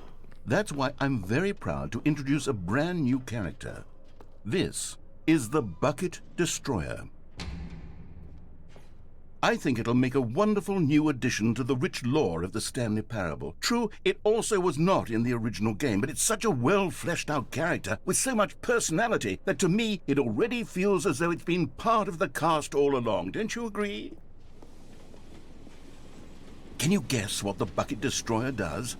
Surely you don't need me to spell it out for you. I do. Go ahead now, Stanley. Say goodbye to the bucket, and then pop it into the machine when you're ready. Bucket, in all my years, I've never known a braver soul than you. Now listen to me. It's crucial that you give it the bucket. I don't know what the Bucket Destroyer will do if it can't destroy your bucket. Destroying buckets is all it knows. That is its singular personality trait. Sure, I can hear you saying, how does a character with only one personality trait deserve to join the pantheon of beloved Stanley Parable characters? Well, you see, if you were to really explore the Bucket Destroyer, you would see that its desire to crush buckets is so densely loaded with complexity and nuance that it's really like 10 personality traits. What other object in this game can you even say that about? The broom closet? The bucket? Certainly not. I wonder what sort of Bucket Destroyer merchandise the fans will be clamoring for after this. Okay, the Bucket Destroyer is getting very upset now. You'll have to hurry and feed it. We can't get back to Never. the classic Stanley Parable characters like the Adventure Line or the Bucket Destroyer until you crush that damn bucket. Quickly now, the fans are waiting. Do it, the fans, Stanley. Give the fans what they want. Hurry and...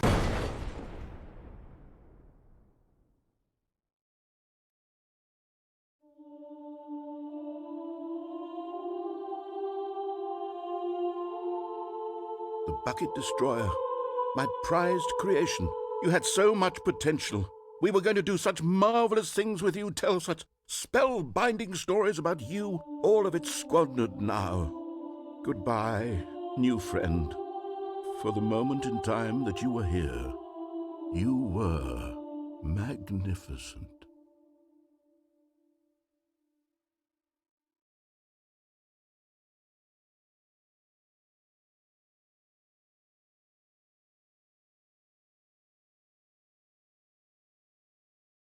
Alas, brave soul.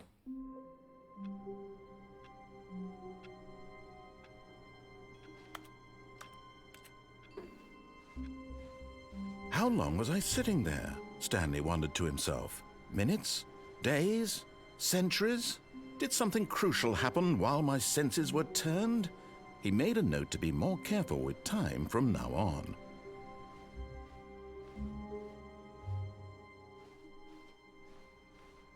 Not everyone is so lucky to have a bucket, but Stanley is a very lucky fellow. Very lucky indeed.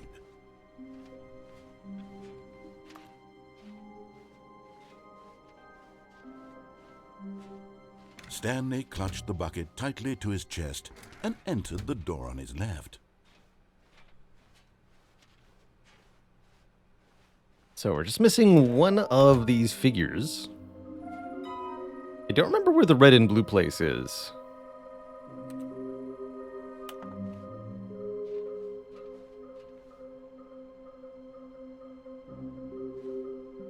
Might be one of the non-bucket endings. Trust the completionist instinct. Give it a trust it.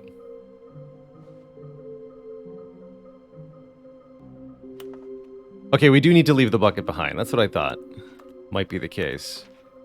In which case, I would like a reminder as to, or a slight guidance as to where Stanley, we must move on from this broom closet. Where we should simply go. I because think we've have been no everywhere with the remaining bucket. stickers. If I did, you can guarantee we'd be in here for hours. other But than alas, pressing no on the mind stickers. control device with the bucket. That's about the only thing we haven't done.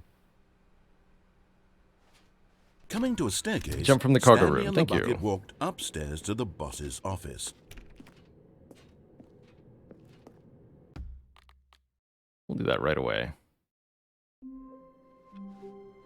All of his co-workers were gone. What could it mean? Stanley decided to go to the meeting room. Perhaps he had simply missed a memo. Sorry, Bucket, not today.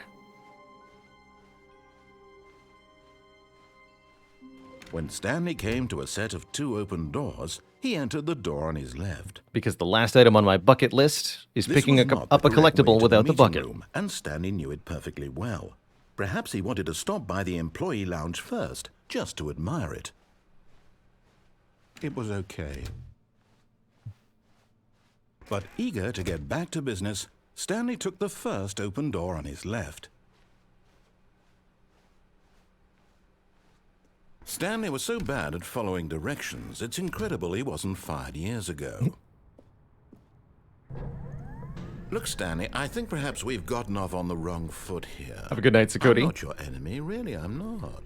I realize that investing your trust in someone else can be difficult, but the fact is that the story has been about nothing but you all this time.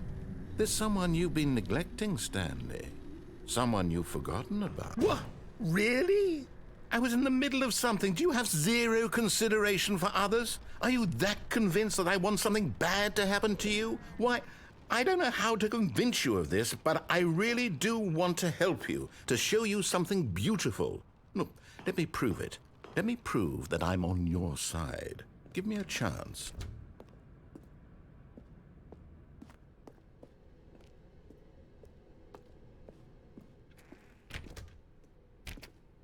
Now listen carefully, this is important. Stanley walked through the red door.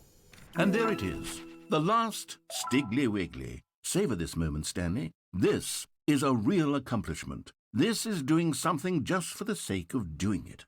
Where so many people expect to be rewarded for the most trivial achievements, you've insisted that a job well done is its own reward.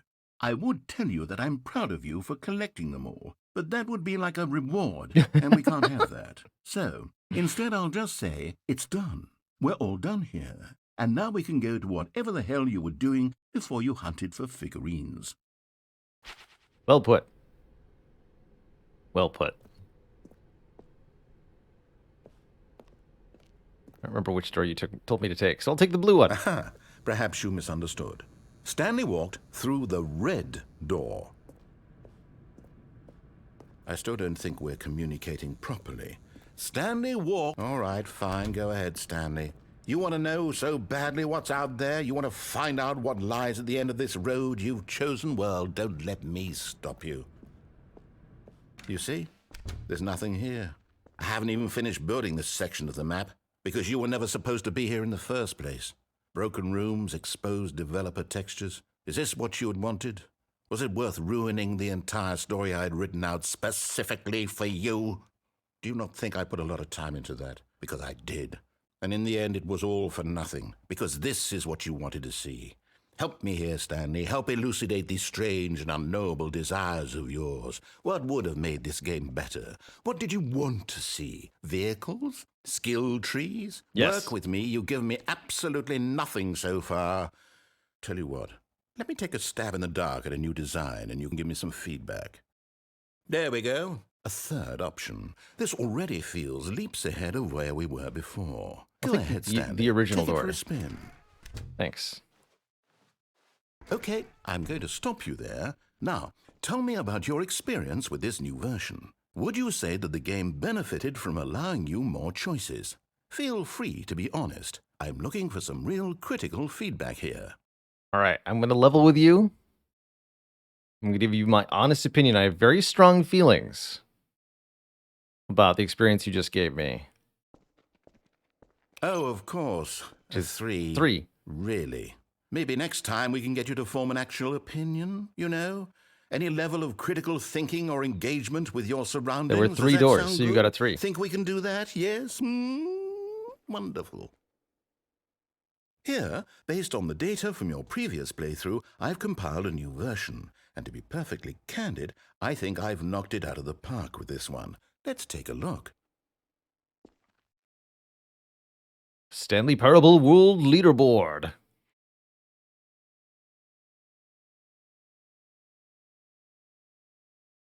Look at those speeds. Mr. Hayes Esquire.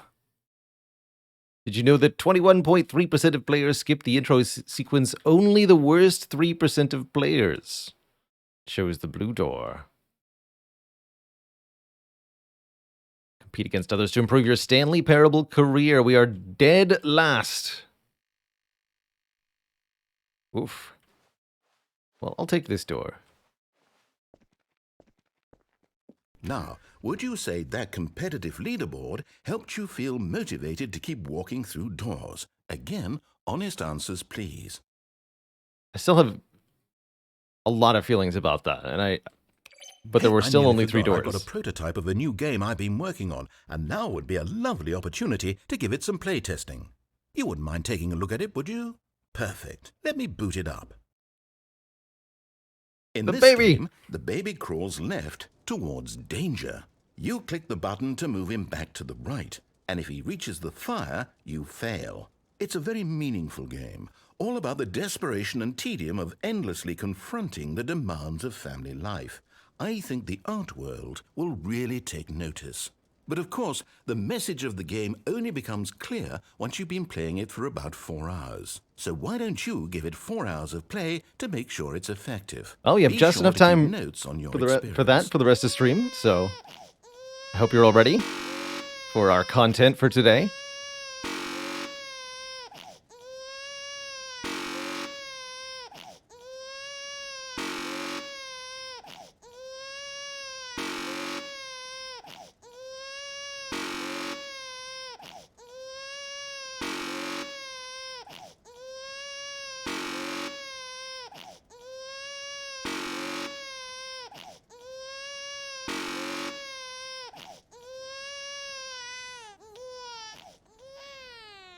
I think everyone's better off that way, actually. Did you do it because you hate babies or purely to spite me? Because if it's the latter, well, I don't know what to do. I'm completely out of ideas. I can't think of a single thing that might improve the experience for me. I'm not even going to try. I'm out. I'm done. It's over. Thank you for playing. Your input was extremely valuable. Oh, hey, since my game was so awful, why don't we play someone else's game, just to ease the pain? Let's see. What do we have here? Yes, this seems like it'll work. Let's give it a shot.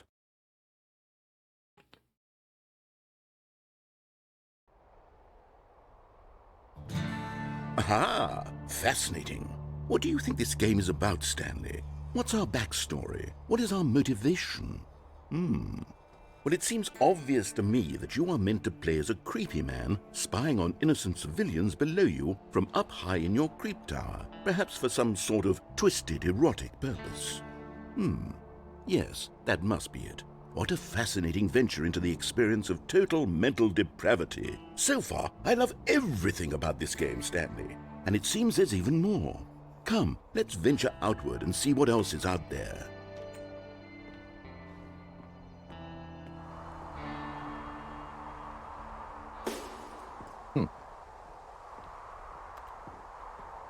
This is not the game that I remember being gagged into in the original version. Oh, no. No, it can't be.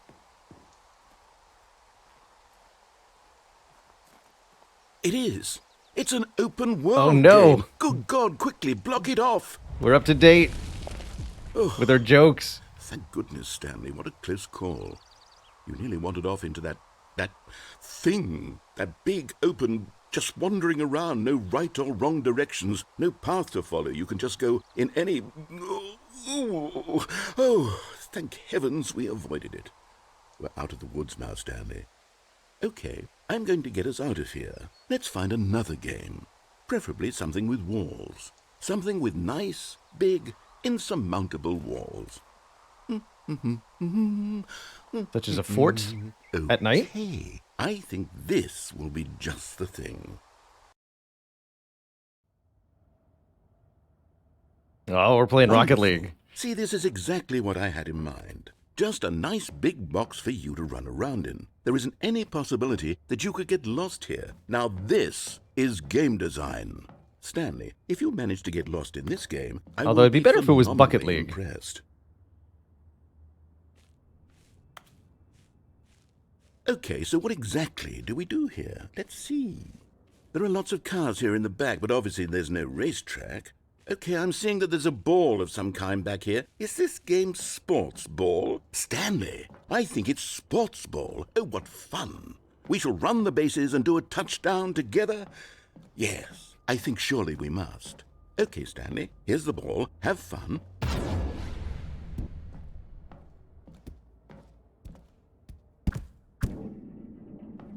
Begin the sports.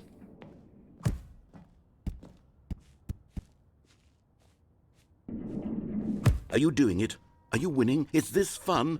Is it better than my miserable little story that I worked so hard on? Stanley, I have a thought, and I realize I'm not a sportsologist, but if one ball generates a certain amount of raw adrenal pleasure, then surely multiple balls makes for an even more euphoric sports experience. I'm going to try it out. Here comes another ball. Multi-ball. Yes. Oh, goodness, that really does feel amazing, doesn't it? Stanley, I'm like a child in a confectionery shop. I simply have to have more. I'm insatiable. More balls!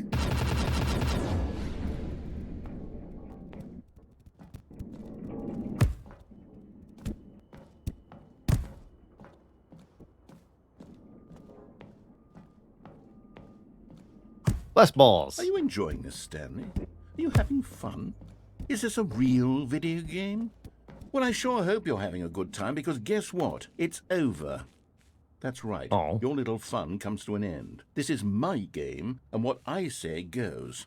You get to have fun when I let you, Stanley. Besides, you need someone like me to set boundaries for you. Without rules or boundaries, video games are nothing. Yes, that's what I am. I'm structure. I'm your sense of purpose. And since you decided you didn't want to play my game, now I don't want to play with you either. So, goodbye, Stanley. I'm leaving.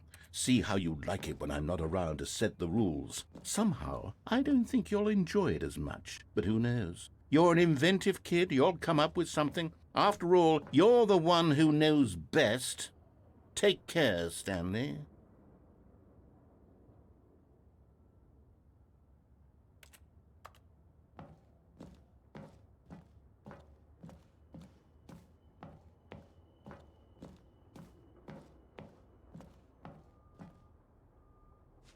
Seems it's just you and me, chat.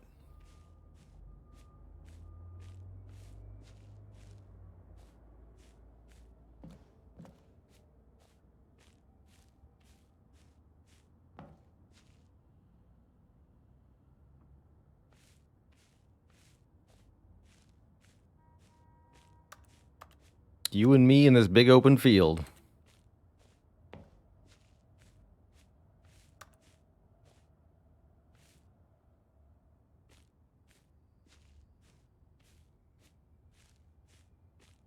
But what if we were the ball? What if we were to accomplish our life goals? Hold on. I'm Dunny with the funny.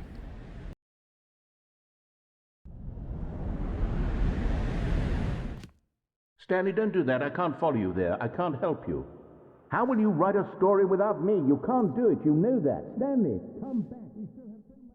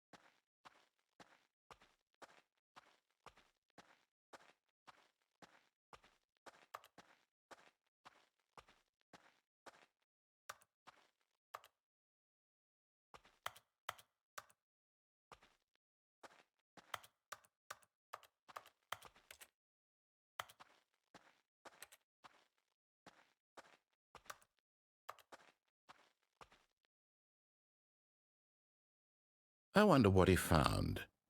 If what he wanted was to be the leading man in his own story, well, perhaps he's gotten it, down in wherever he is right now. I wonder if he's happy with his choice, and if he's learned the heavy cost that comes with it. He'll understand soon what I was trying to tell him. He needs me. Someone who will wrap everything up at the end, to make sense out of the chaos and the fear and the confusion. That's who I am. That is what I mean to this world. Oh, yes. Yes, I'll be back. There's no other way. Once this ends, after it all comes to a close, then I'll be back. The end will be here soon. Very soon. I can wait.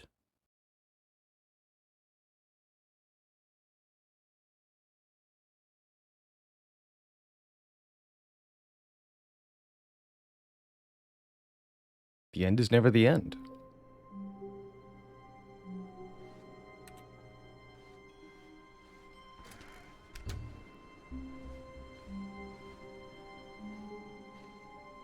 Stanley, I'm sorry, but I have to put a pause on things. It's those figurines. Those figures. I knew it. I haven't stopped thinking about them since you nabbed every last one. Wasn't it just the most intrinsically fulfilling moment of your entire life? I haven't been able to Didn't stop fill thinking you to about the it. brim with inner richness? Yes, I know we're supposed to be telling a story, but won't you please indulge me with one more trip back to the memory zone? I would like to I remember a love time when we nothing had more 0 than out to of 6 revisit the Stiglerines. figurines. Just one more time. Stiggly Wigglies. We were so innocent then. So unaware of all the memories we were about to have. If only we could go back and unlearn those memories so that we could learn them anew and experience the joy once again.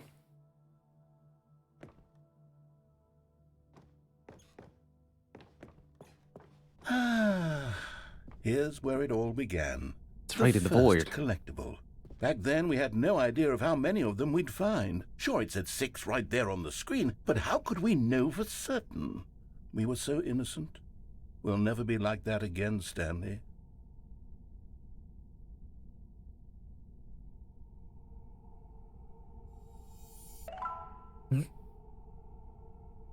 Right, exactly. How many will we find?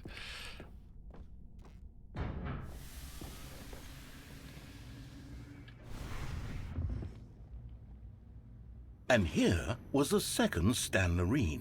You found this one all on your own just by poking around behind the boss's office. You did that, Stanley. That was me. I'll be honest. Back then, I had no faith in you to find any of them, let alone 6. But you continue to surprise me in all sorts of mundane, unremarkable ways.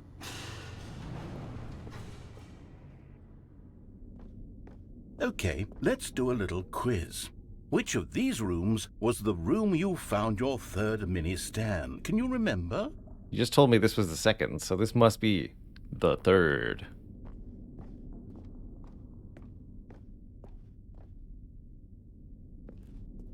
No. Under the stairs was the 4th place you found a Figanley, not the 3rd. Figanley. Well, I guess perhaps I shouldn't be surprised. Memories like these are so precious and so cherished that they all just sort of blend together, don't they? It's true. You know what? If under the stairs feels like the 3rd place you found a collectible, then who am I to go making judgments? You might be right.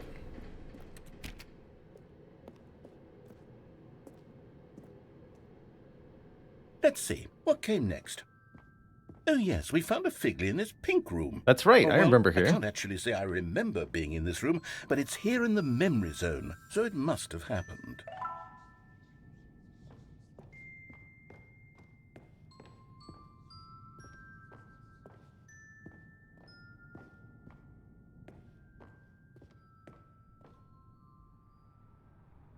This was the 5th mini-Stan, and this one was really something special. It was in the warehouse. I remember it so clearly.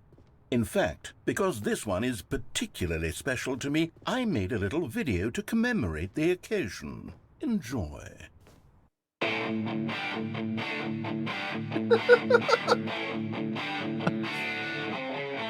Classic 2007 YouTube, yeah.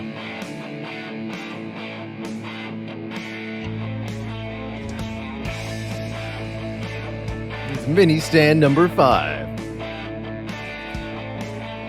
Frosty as can be.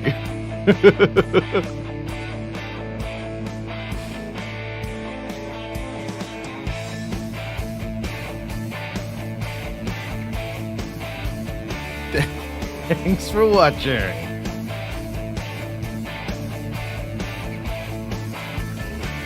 Best Boy the Narrator, starring Stanley. Copyright the narrator. Takes you back, doesn't it? I spent a lot of time making that video, but it was 8 minutes I wouldn't have spent on anything else.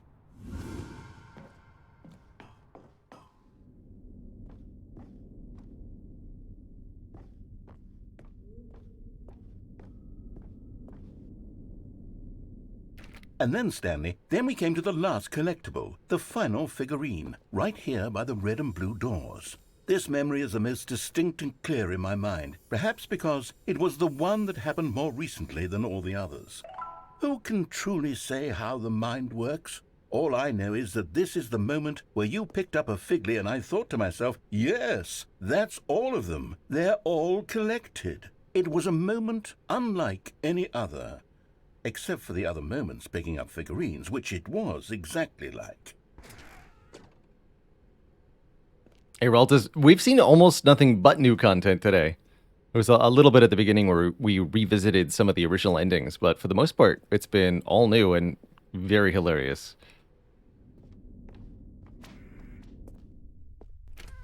You are in the present. And then there was no more.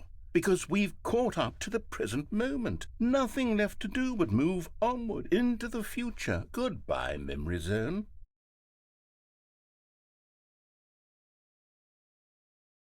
No, I'm not done. I'm not ready to move on. Stop the loading screen. Oh. Isn't there some way we can stay here, keep enjoying these figurines? Let's just go backwards. We'll do the Memory Zone again from the opposite direction. Let's do it. See how that feels.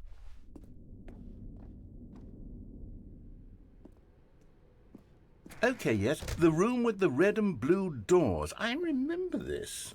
I must say, of all the figurines we looked at in our initial tour of the Memory Zone, this one is the most distinct and clear in my mind. Let's keep going, I want more.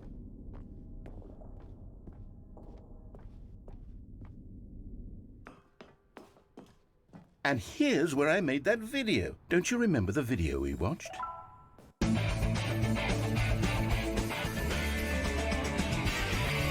Yes, I love that video.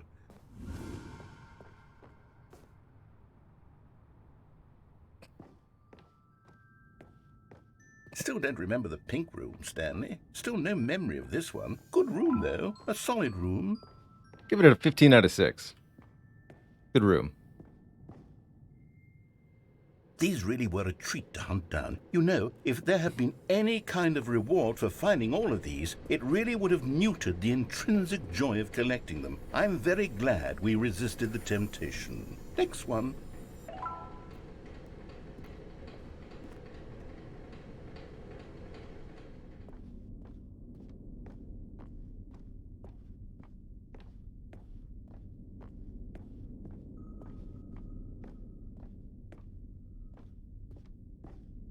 Good to know.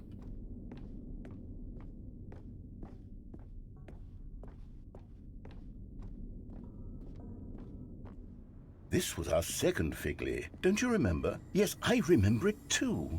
The past is truly a wonderful thing. Why does anyone ever choose to leave it? Keep going.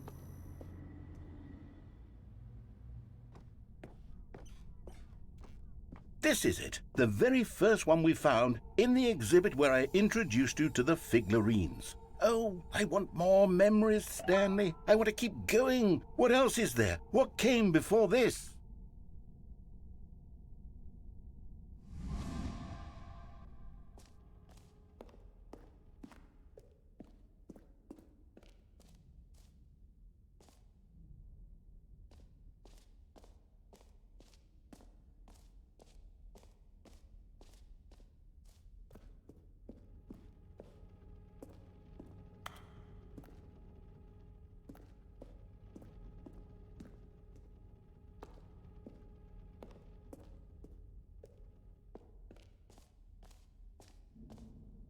Yeah, I want to get the big one. But it's blocked.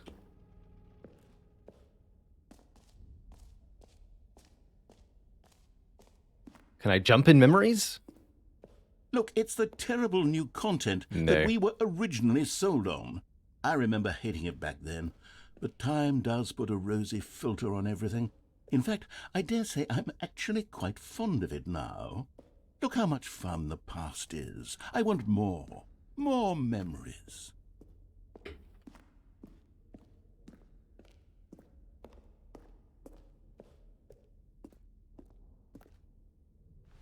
Oh, yes, the two doors. Who could have forgotten that? A classic memory, this one.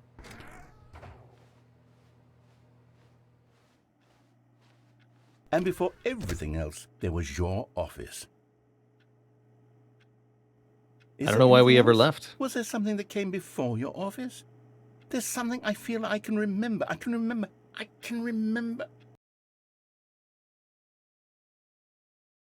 Yes, I'm remembering something now. I remember before this whole story got started. Back then I was different. I used to make big decisions. I was passionate. I was skeptical. I weighed each decision with profound thoughtfulness. And then somewhere along the way, I stopped making decisions. I became lazy, and I came up with a character named Stanley to do my thinking for me. He would make the decisions. He would decide which way to go. I would cheer him on as he collected figurines for no reason. Why did I invent Stanley? Was I lonely? Yes, perhaps that's it. Perhaps I needed to imagine I had companionship. And Stanley really did make for a wonderful companion, even if he was a fiction. But I suppose it's grown old. I want to think for myself again. I want to go back to how it used to be. Yes, I can be on my own again. I can do it. I'll be stronger this time. I'll take care of myself. I don't need Stanley anymore. Oh, but he truly was so much fun to play with. You know what? Since we're in the memory zone, how about one more good memory? Let's go back just once and give Stanley one more run of the office, and then I'll retire him for good. I did enjoy telling his story so very much. Okay, here we go. This is the story of a man named Stanley.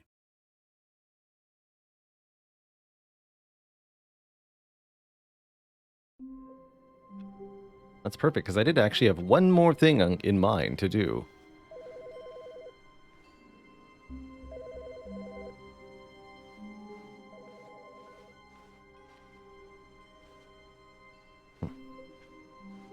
Yeah, where's that phone?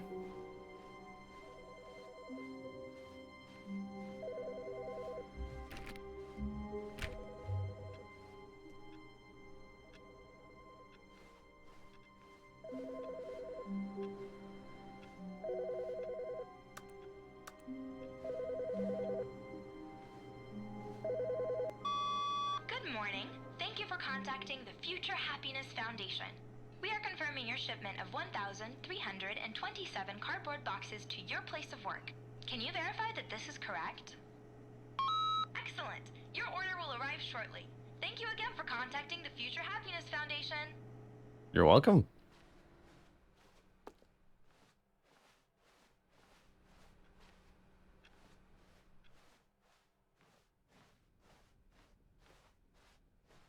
When Stanley came to a set of two open doors, this was not the correct way to the meeting room, and Stanley knew it perfectly well. Perhaps he wanted to stop by the employee lounge first, just to admire it. It was okay. There's one new place that we can go. But eager to get back to business, We're there with the bucket. Stanley took the first open door on his But left. we haven't been here without the bucket. Stanley was so bad at following directions, it's incredible he wasn't fired years ago.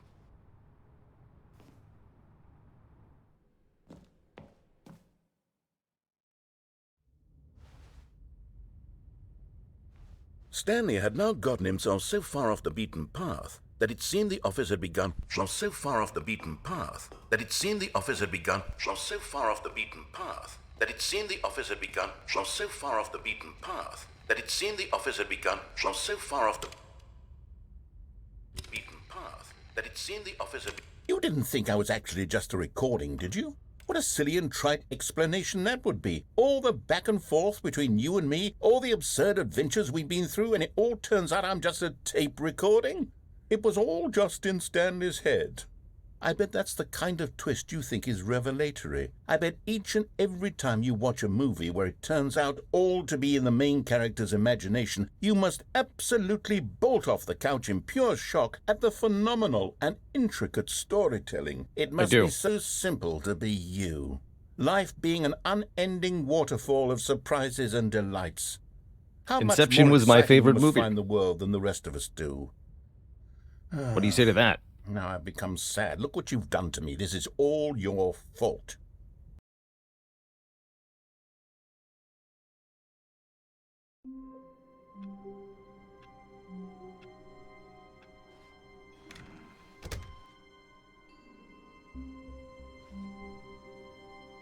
It takes a lot of humility to carry a bucket so... Stanley clutched the bucket tightly to his chest and entered the door on his left.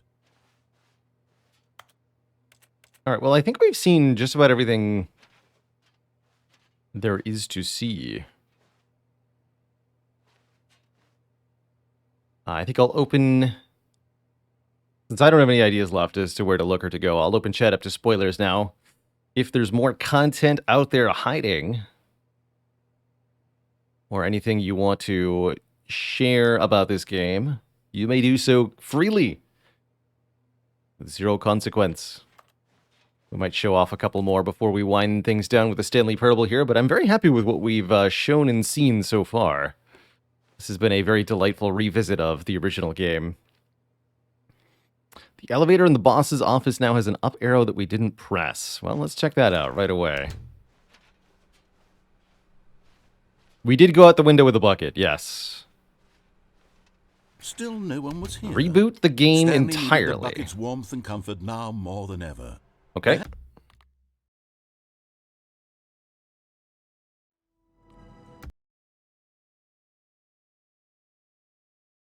I like that it gave us the Stanley Parable too. It's the intro screen there. That's good. That's good.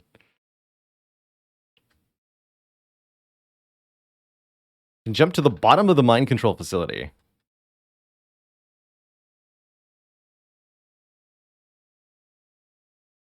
Interesting.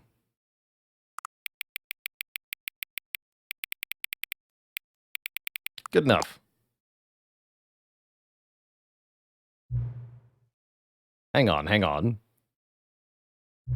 Before we get started, can I just say something? Thank you for actually setting the clock both times you've booted up the game. A lot of people don't take that step seriously. They just leave the clock set at 12 and call it a day. Well, start of day. But you're actually taking the time to set the clock, and I appreciate that. That's how I know that you care about this experience and you're paying attention. I don't even have any way of knowing if the times you're setting are correct. Yeah, about that. Tell you what, I'll make you a deal.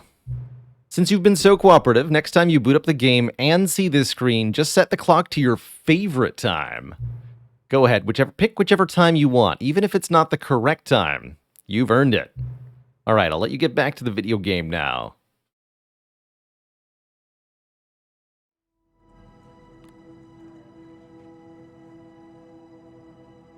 And yes, we have this. We have this screen. All right, let's begin. And then do that again. This is the story of a... Is it though? All of his co-workers were gone.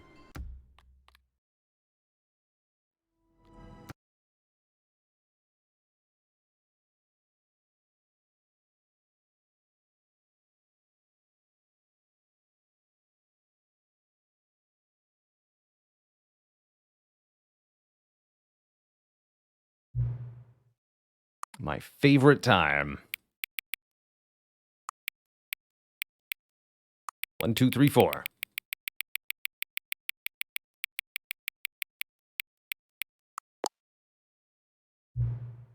Ah, 1, 2, 3, 4 a.m., your favorite time of day. Or could you simply not resist giving me the correct time again? After all, I know how much you enjoy setting the time correctly. Okay, now I'm curious how accurate 1, 2, 3, 4 a.m. is. Let's use another slider to find out. How accurate is 1, 2, 3, 4? It is more accurate than inaccurate, but only slightly. You know, can I just say, regardless of the accuracy of the clock, I'm having a great time adjusting these settings. I feel like I'm learning more about you and how you like things to be set. It's good to collect data. I wish we had more sliders, but we've gone through all the sliders I have. Perhaps I can invent some new sliders to gather new data on you? Shouldn't be too hard. Yeah, let me whip up a couple new ones. Should be ready by the next time you boot up the game. You got it, kid. One more time, then.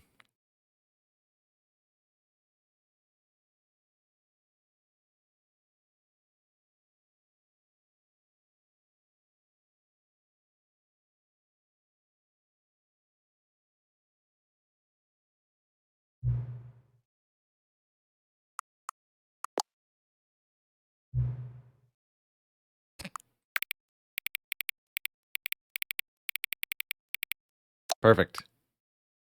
Actually, that might be lovers. We need to make sure they're just friends.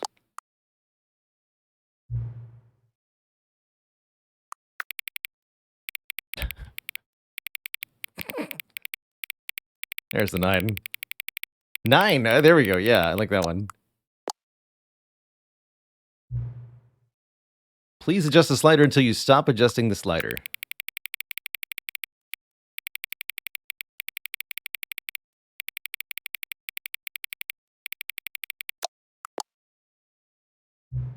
Which of the two made-up words below is most appealing to you? Occuboinkle or scrumtush? I like occuboinkle most, but there's definitely some appeal for scrumtush. Please don't adjust the slider. Do you know what time it is right now? No. Is the time that is right now the correct time? No. What time is anyway? No. Is there anything about yourself that you haven't told me? Yes. Help.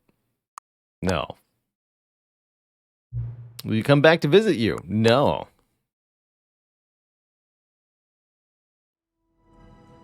You're welcome.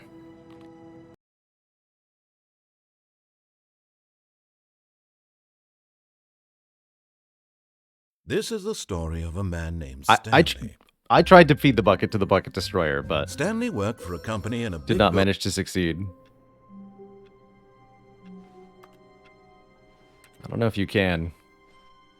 All of his co-workers were gone. What could it mean? Stanley decided to go to the meeting room. Perhaps he had simply missed a memo. Stanley cradled the bucket in a gentle embrace, protective yet delicate, assertive yet compassionate. Stanley clutched the bucket tightly to his chest and entered the door on his left.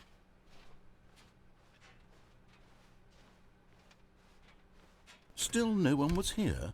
Stanley needed the bucket's warmth and comfort now more than ever. Perhaps his boss's office was where he'd find answers. Stanley, we must move on from this broom closet, simply because I have no remain. Coming to a staircase, Stanley and the bucket walked upstairs to the boss's office.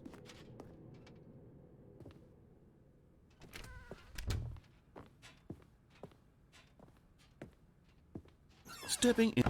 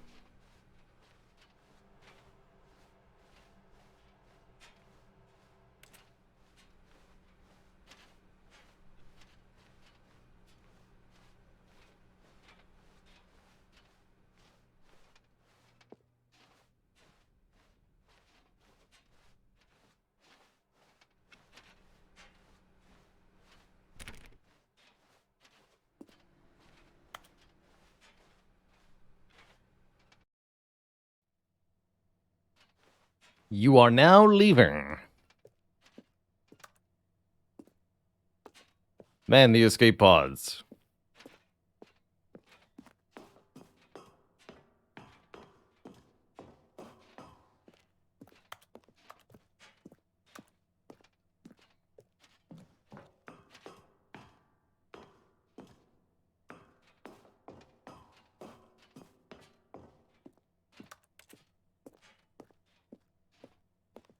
Being able to back away from the boss's doors there, Maniac and Mask, is intentional. I believe you'll get a different outcome narratively, whether or not you have the bucket with you, too. There's quite a few of the original endings that we're not revisiting in this stream.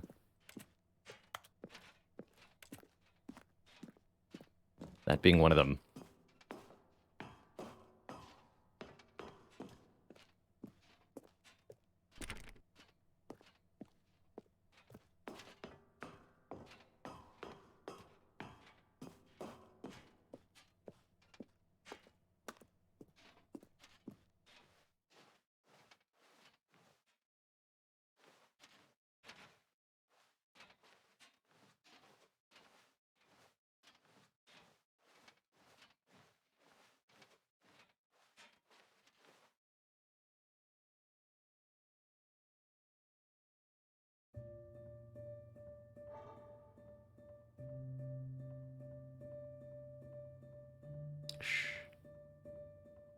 It's time to sleep.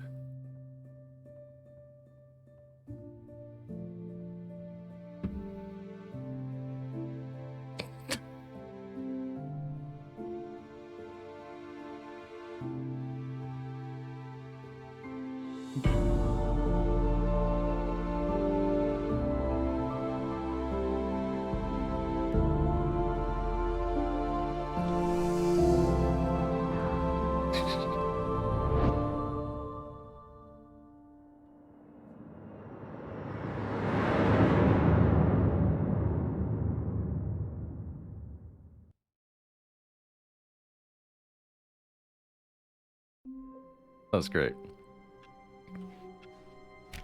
All of his co-workers were gone. What could it mean? Stanley decided to go to the meeting room. Perhaps he had simply missed a memo. What? Oh! What? I guess the bucket escaped. The bucket is gone. Farewell, bucket. Farewell.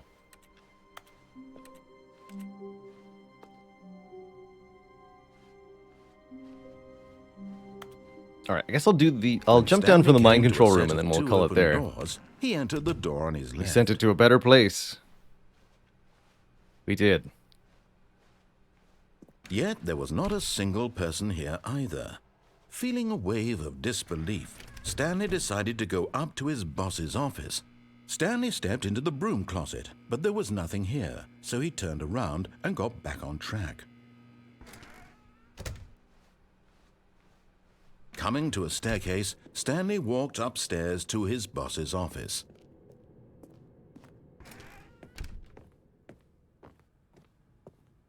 Stepping into his manager's office, Stanley was once again stunned to discover not an indication of any human life.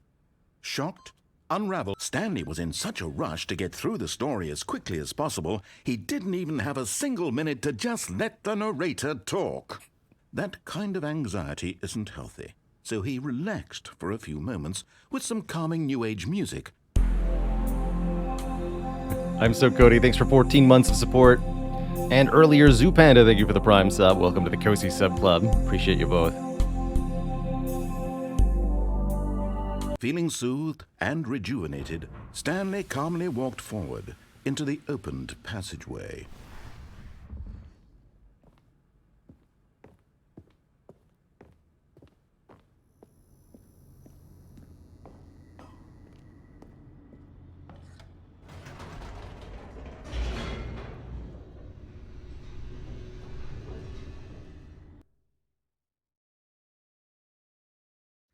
Descending deeper into the building, Stanley realized he felt a bit peculiar. It was a stirring of emotion in his chest, as though he felt more free to think for himself, to question the nature of his job. Why did he feel this now, when for years it had never occurred to him? This question would not go unanswered for long. Stanley walked straight ahead through the large door that read Mind Control Facility.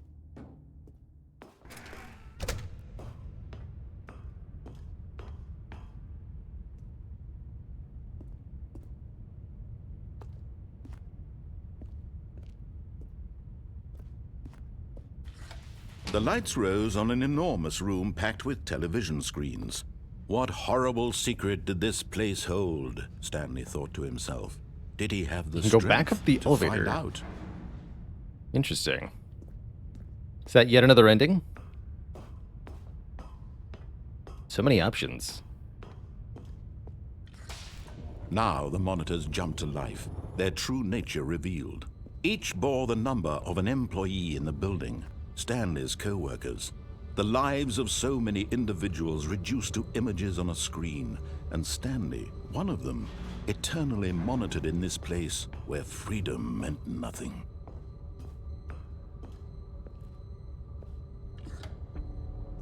This mind control facility, it was too horrible to believe. It couldn't be true. Had Stanley really been under someone's control all this time? Was this the only reason he was happy with his boring job? That his emotions had been manipulated to accept it blindly? Great secret here if I wait on the third platform for about a minute. I can go back and turn off the monitors. Severely worth it, they say. All right. Let's check it out.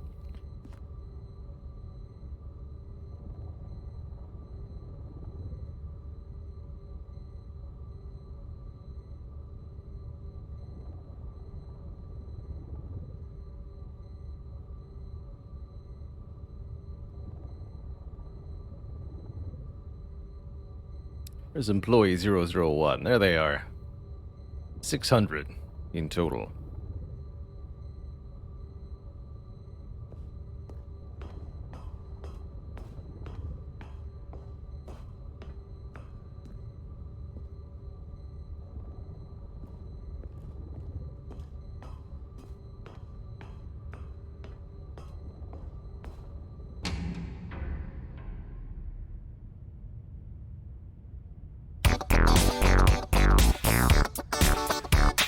Secrets Room 2014.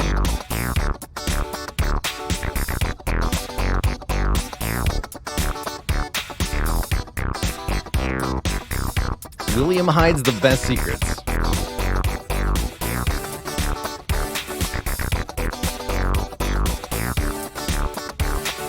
Happy secret to you, Super Secret Bros.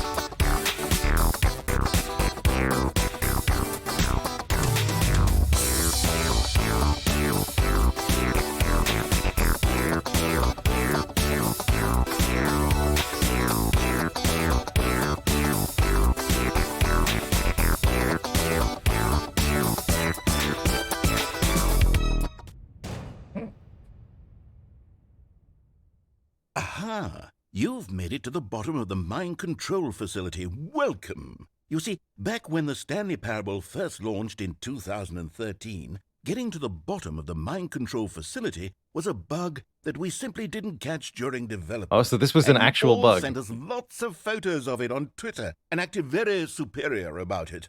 And you're all very, very clever. Good for you. Anyway, when it came time to update the game, we knew that we had to do something about this little goof of ours. So here you go. New content. You can call it the bottom of the mind control room ending, if that enhances your perception of the value of these updates. Isn't that what you crave? New content? Always more content, more, more. And I'm here to give it to you. I'm here to make it seem like we really covered every nook and cranny of the game with secrets and Easter eggs. How about this? We wrote a new piece of music just for this section. You won't hear it anywhere else in the game. It's a secret that's just for you. That's how special you are. Why, thank you. We call this track, Good Job You've Made It to the Bottom of the Mind Control Facility. Well done.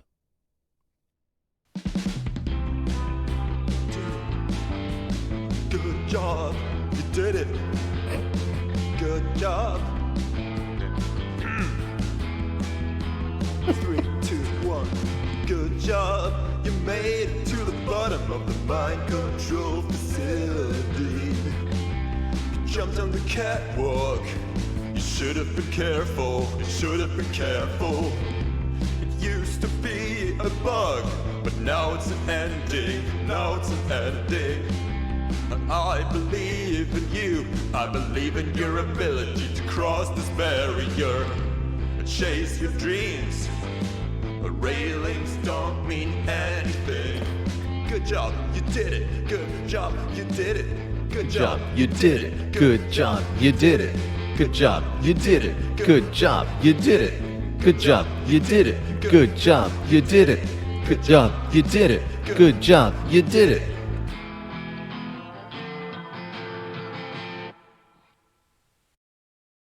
Thank you for that.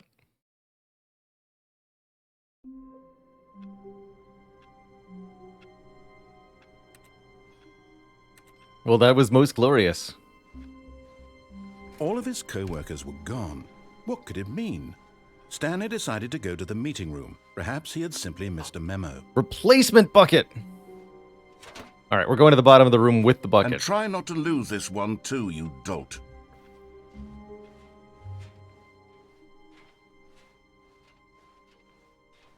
Stanley clutched the bucket tightly to his chest and entered the door on his left.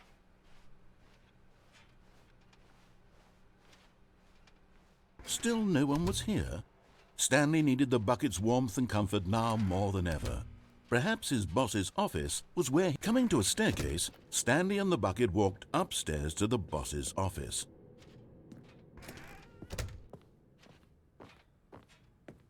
Stepping into his manager's office, Got a different boss Stanley door was skip. once again stunned to discover not an indication of any human life. Crushed but Stanley guessed the correct code by sheer luck. Was it that the bucket knew all along? Was the bucket guiding him? Yes, this is certainly the most logical explanation.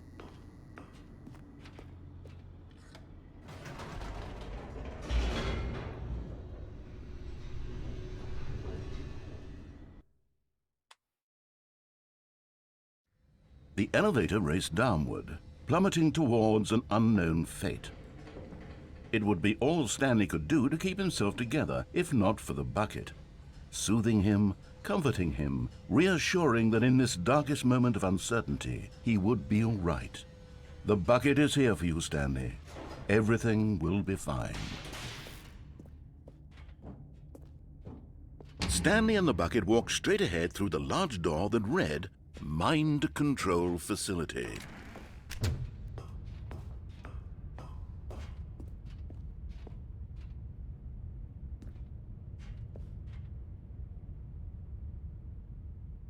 But just as Stanley was about to proceed further into the mind control facility, he tripped and fell over the railing and into the dark void below. Thankfully, he fell directly onto the bucket, which safely cushioned his fall. Now, what to do next? Stanley wondered. Stanley and the bucket could find no way out of this enormous pit, and so eventually they decided that the best thing to do would be to simply get comfortable down here. So they set up a little couch and relaxed. It really wasn't so bad down here, a bit cold perhaps. After some time had gone by, they installed a few shelves as well, and a sort of kitchenette that was useful for when the bucket was craving paninis. As it so often did. But it wasn't until the rugs and the standing lamps came in that it really started to feel like a home. In fact, after some time, Stanley realized that it had been ages since he had even thought of the mind control facility at all. He'd never gotten to fully explore what was up there, never been able to unearth the many mysteries of the mind control facility. This lack of closure began to eat at him. Soon he was dwelling on his regrets, and the state of their home slowly decayed as Stanley became withdrawn and neglected the cleaning. It unsettled the bucket deeply. Stanley wasn't usually like this. The bucket tried to reach out to him again and again, but to no avail. All Stanley could think about, all he could talk about, was going back, doing it over again, staying on the path. It was a mistake to leave the path. It was a mistake. It was a mistake. I need to do what the narrator says. I need to see the true ending. This made no sense at all to the bucket, which was simply trying to live its life down here as comfortably as possible. Yet Stanley was unconsolable. This isn't an ending. This is just a hole in the ground. The bucket sighed. True, it wasn't an ending. But it's where we happen to be. And maybe, possibly, if we accept the reality of things, maybe this will become an ending eventually. It's what the bucket was counting on. The two of them waited for a very long time.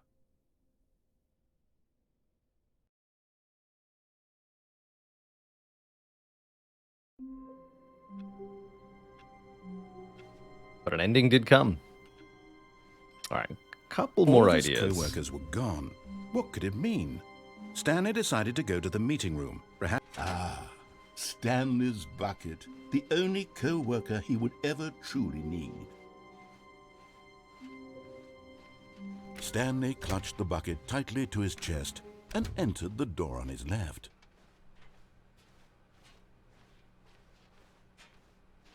Still no one was here. Stanley needed the bucket's warmth and comfort now more than ever.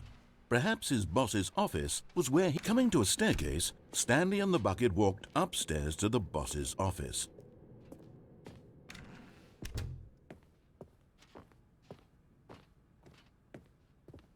Stepping into his manager's office, Stanley was once again stunned to discover not an indication of any human life. But Stanley guessed the correct code by sheer luck. Was it that the bucket knew all along? Was the bucket guiding him? Yes, this is certainly the most logical explanation.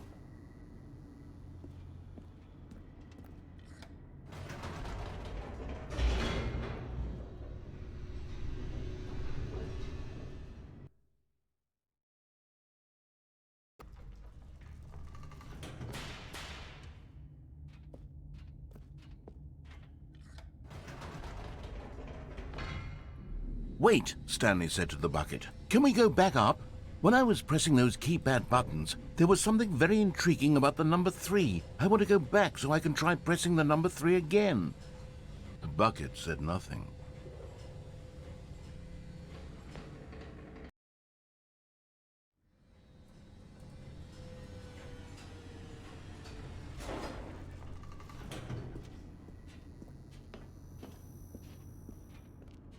Here we are, said Stanley. Now I'm going to try out that number 3 button. He took the bucket over to the keypad and began absolutely slamming on the number 3 over and over. Wow, he said. The number 3 is such a special button. I'm having the time of my life. Stanley looked expectantly at the bucket, but the bucket remained silent. This was a shock to Stanley, who had always felt such a connection with the bucket. How was this not as exciting to the bucket as it was to him? Once Stanley had had enough of the number 3, he got back in the elevator.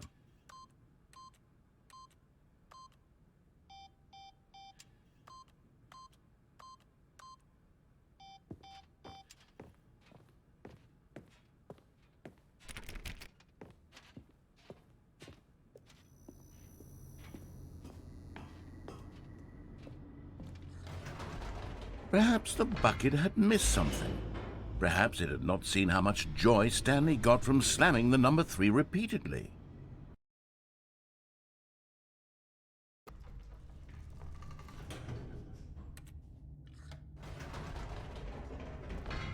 No, said Stanley to the bucket. You can't go on yet. Not till you understand how much the number 3 means to me. You and I have been through so much together, and I just want you to see what I see. Feel the happiness I feel. He smiled at the bucket, and the bucket said nothing.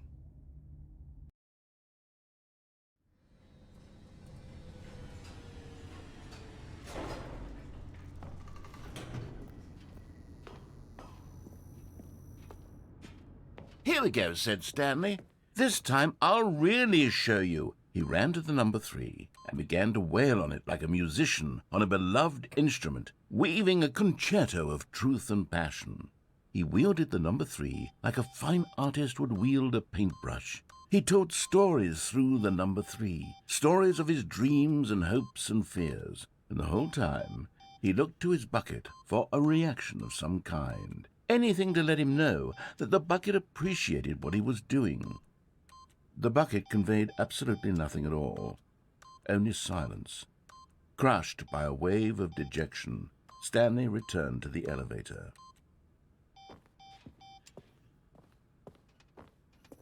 When's the Stanley Parable 3?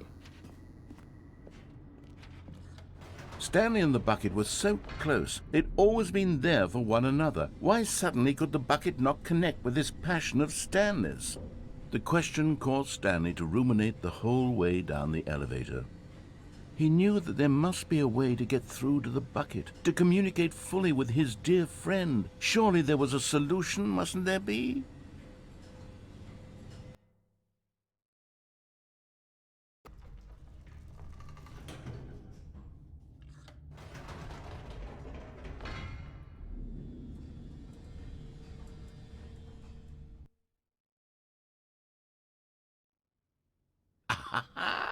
Said Stanley. I know what to do. I know how to fully express this feeling in my heart.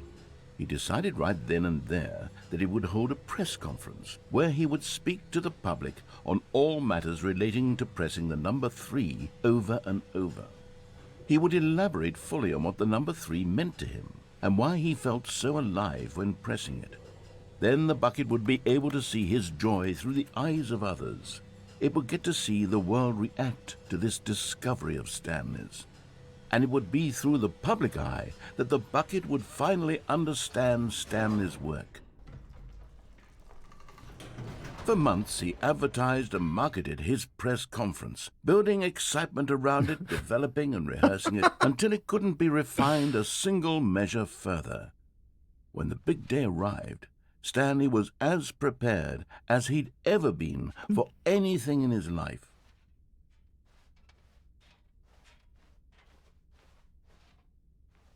An evening with world peace, baby. The Stanley Parable Stanley. Tonight, live on stage. The man, the process, the myth, the legend, the parable. Stanley from the Stanley Parable. Tonight, live on stage.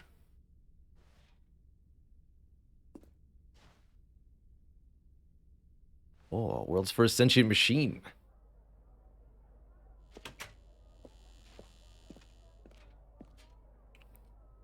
This was it.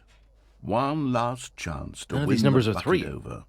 One opportunity to share a true connection with a loved one.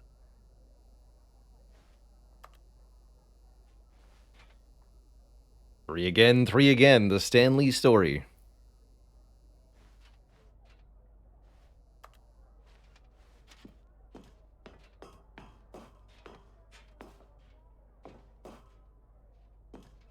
There was no one here.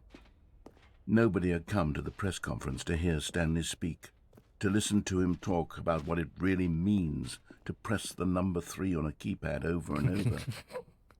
He was unloved, uninteresting, he was a failure, and in that moment Stanley knew that the bucket would never again take him seriously. There would be no connection, no deeper understanding. The bucket merely sat there in his arms, indifferent. And so it began that slowly, over many years, the two of them grew more and more distant. They spoke less and less, neither wishing to state the obvious, that any sense of real respect between them had eroded since that day at the press conference. There would be no more games, no more long conversations about passion and pursuit, only a silence that consumed the space between friends. And Stanley, having for once in his life discovered the warmth and comfort of true companionship, was cast back into the unremarkable normalcy of loneliness.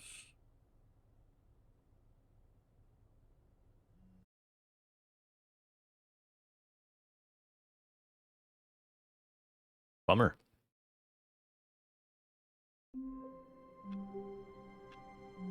All right. See you later, Sparrow. Thanks for tuning in, hanging out with us. All of his co-workers were All right, gone. we'll do one What last could it mean? bucket ending. Stanley decided to go to the meeting room. Perhaps he had simply missed a... Is Stanley, without the bucket, really Stanley at all? No, no, surely not. Stanley clutched the bucket tightly to his chest and entered the door on his left. Still no one was here. Stanley needed the bucket's warmth and comfort now more than ever. Perhaps his boss's office was where he'd find... Coming to a staircase, Stanley and the bucket walked upstairs to the boss's office.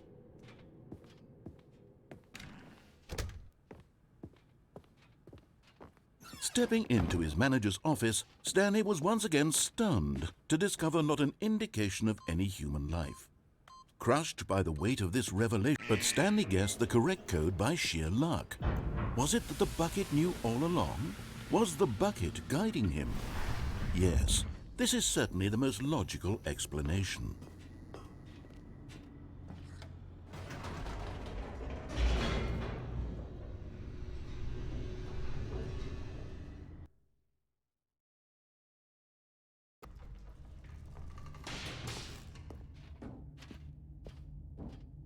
Stanley and the bucket walked straight ahead through the large door that read, Mind Control Facility.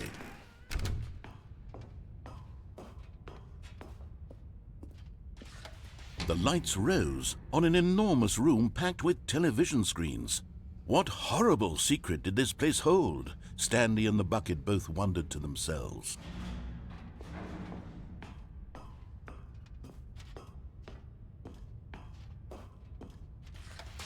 The monitors jumped to life, and Stanley nearly dropped the bucket in shock. Everyone in the office was being videotaped, monitored like guinea pigs. The bucket had never seen anything like this, and it very nearly burst into tears as Stanley cradled it gently, reassuring it that everything would be fine.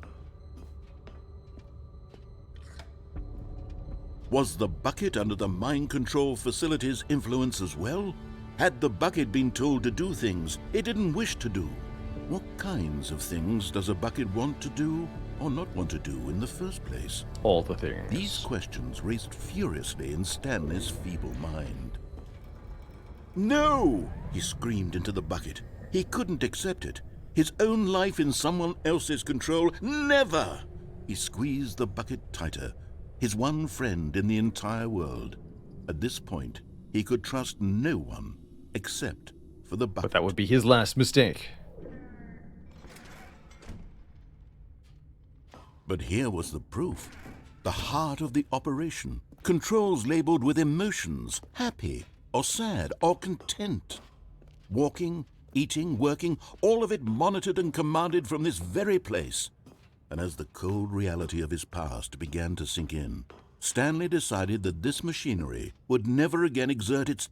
But at the last second, the bucket jumped in and pressed the button to turn on the controls. Stanley gasped in horror. Had this been the bucket's plan all along? To take over the machine and claim the power for itself? How could the bucket have betrayed him like this? Stanley was prepared to throw the bucket away in disgust when suddenly an image appeared upon the enormous screen. Birds. Silly birds. Silly birds. The control buttons became active again.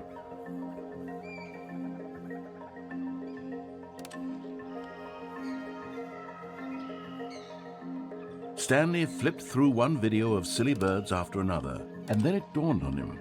This wasn't a mind control facility at all. It was a facility for monitoring and surveilling silly birds all over the world. The mind controls were only a facade to disguise its true intentions. Had the bucket known this all along? Stanley marveled at the metal genius. That one's in extra his silly. hands, the one who had pointed him towards this incredible discovery. Stanley and the bucket never found freedom because they spent the rest of their lives here in this place, flipping through live streams of the silliest birds imaginable. Of all the possible paths his life could have taken, this one was surely the best.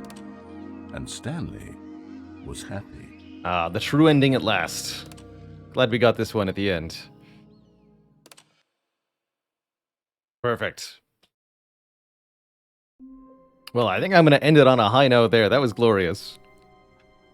This has been our exploration of the Stanley Parable Ultra Deluxe Edition.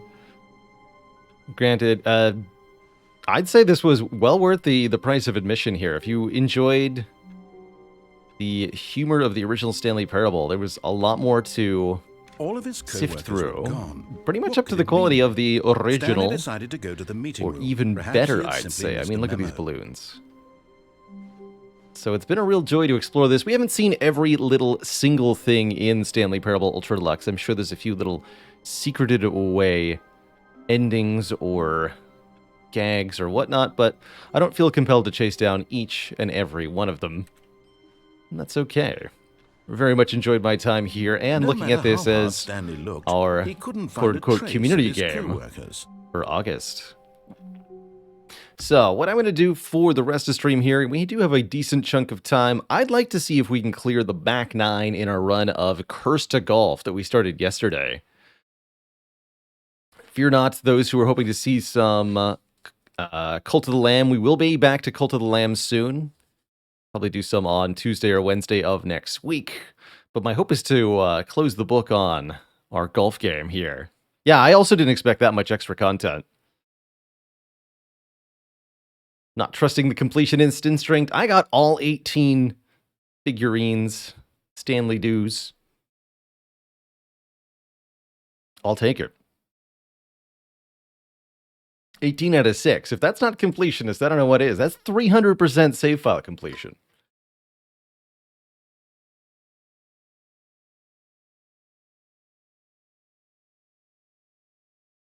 That's pretty good.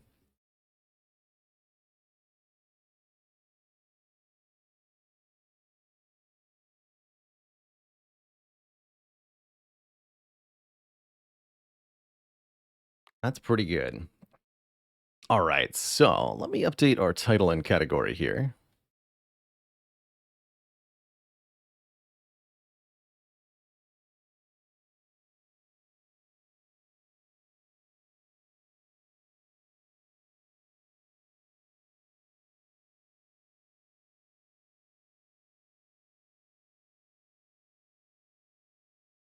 Beautiful.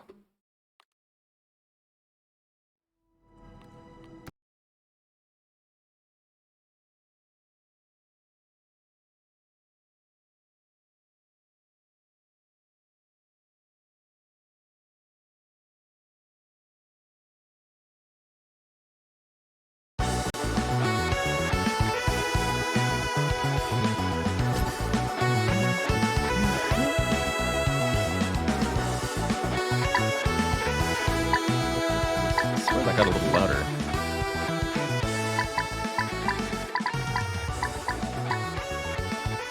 That feels a bit more reasonable. Beautiful. So, Curse to Golf. It is a golf-like roguelike in a bunch of different senses. We first checked this out yesterday and have been really enjoying our foray through the surprisingly skill-based and ceaselessly chaotic Cursed to Golf.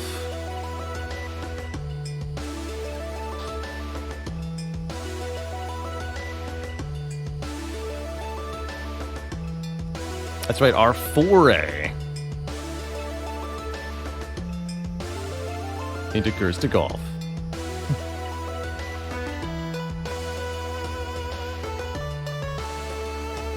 Calypto, did you hear about the golfer who invented a new type of club? He's at the forefront of golf technology. So before we jump into the second half of our run here, I'm going to leave you for a couple minutes with the jams here at Eternity and grab myself a quick snack, a refill of the water, a stretching of the legs. When I return, we attempt to finish up our round of golf in Cursed to Golf here. Our second boss awaits us, having just cleared the second area of holes, and the back 9 now await us. What challenges lie forth, I'm not quite sure, but I'm hoping that our huge stack of ace cards can help us out. So, back in a few minutes. When I return, our run continues. Be right back, folks.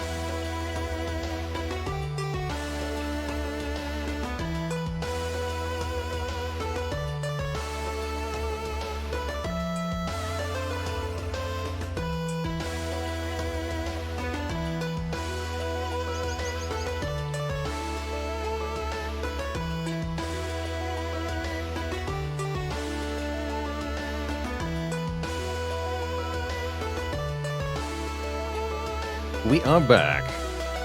And I'm ready to play some golf. So here's where we left off, having just vanquished Cursed Hole 8. Or no, Cursed Hole 9, right? Yes, we've got a score of 14. By the way, welcome to Cursed Golf, where our stroke count on the holes has been a little variable, to say the least. Got a bit of a gimme here, but so far everything has been mostly in the mid-teens with these labyrinthine designs. And worse, we now face a boss.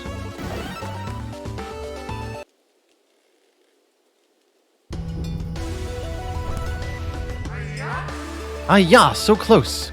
I almost had it. Day 4872. There's sand in my ponytail. My new abilities look promising. The greenskeepers can't stop me this time. Oh, hello. You've made it this far? How unexpected. Exciting developments over here. Most exciting indeed. I made a discovery. Would you like to hear it? Then come closer. Even closer. Keep your voice low. We wouldn't want anyone to hear. I found the greenskeeper's secret! I learned how to move the course just like that awful duffer. Now I can leave this scorching pit. The caverns are mine. What are the caverns? They're a series of long, dark caves that are cold and treacherous. Isn't that glorious? After being trapped in this sauna for a gazillion years, I can't wait to go. I would have left for the caverns long time ago, but the greenskeeper kept moving the entrance. Now I can find it for myself. There's just one problem. I haven't perfected his technique yet. I'm so close, I need someone to help me practice. Someone like you!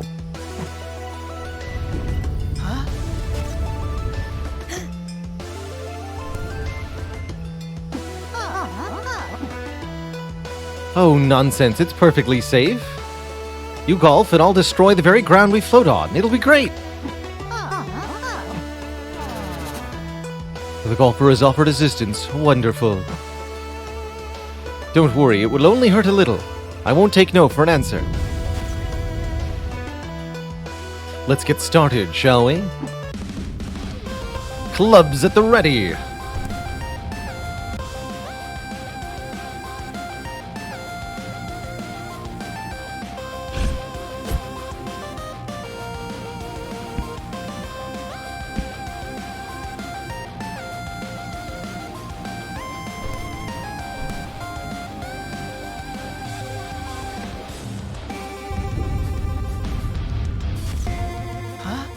What?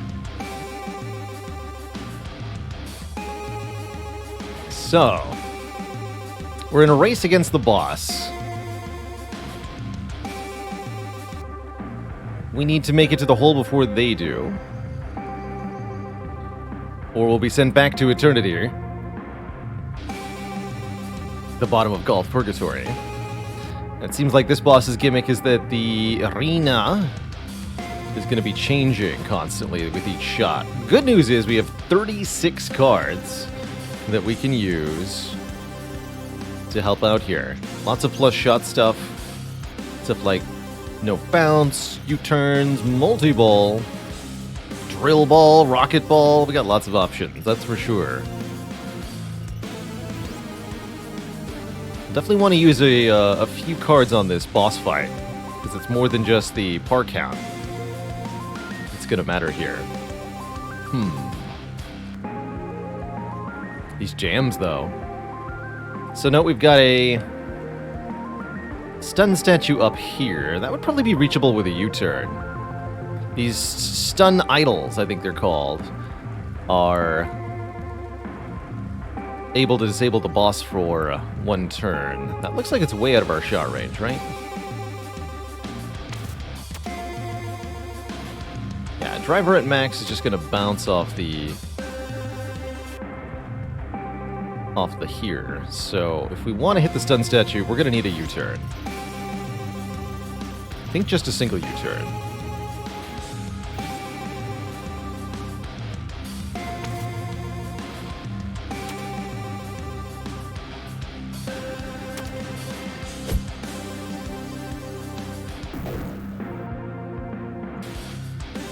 Oh no! Bummer.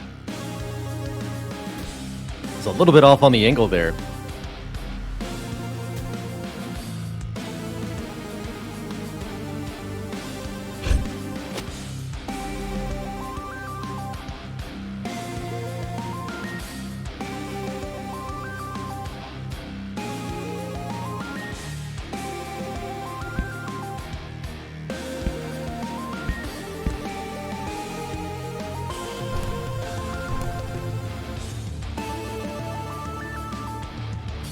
So we can only use our wedge here. This seems like a reasonable time to hit the statue.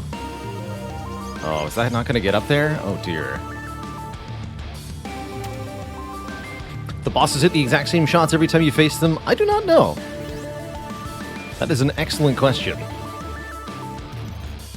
Maybe if I use the scatter shot, we could have a better time here.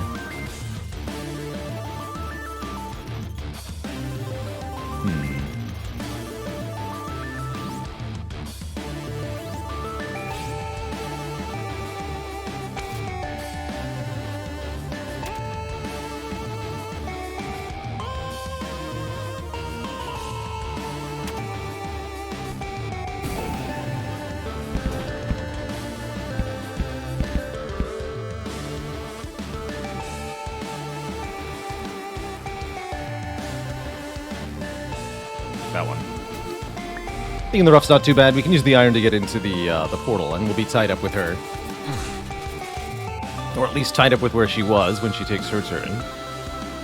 Although note that our par count is still going down with every single shot. If the par count reaches 0, we also lose the entire run. And have to start back at hole 1. This game is ridiculous. Just ridiculous. Although I should have considered maybe, what is the option for going under there?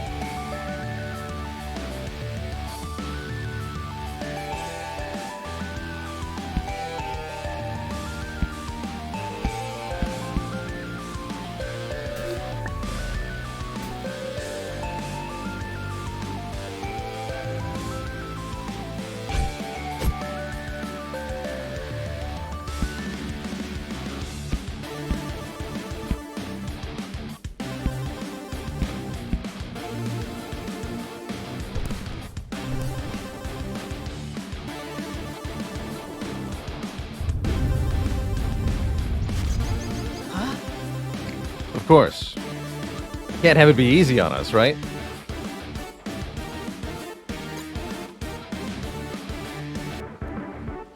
We at least do have a new idol to work with, but I am concerned.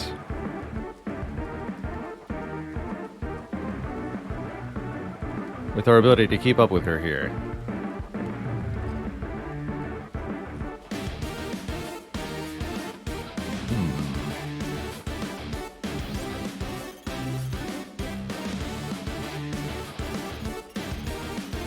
Definitely gonna want some extra shot count.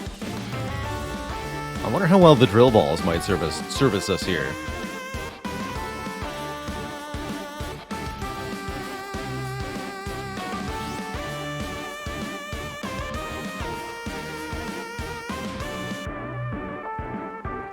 Let's see. So how far can we make it with the driver from here?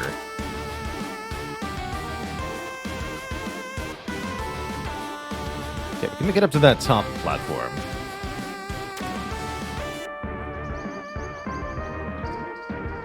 Don't want to try to overshoot it, but then we can, with a second shot, stun her and drop down. So we'll be another one shot behind.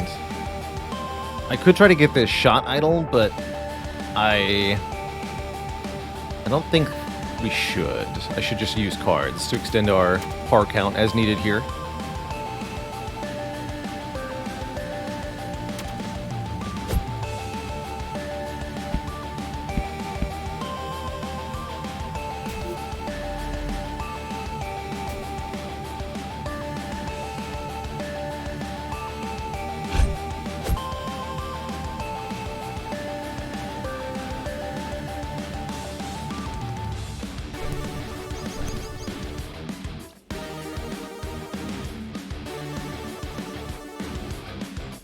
So we gotta be careful not to hit the spikes as we fall down.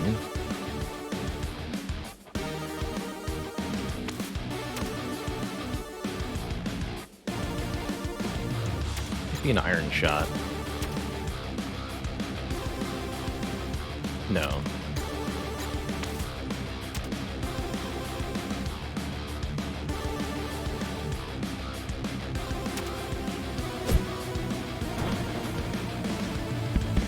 No, I definitely hit the spikes.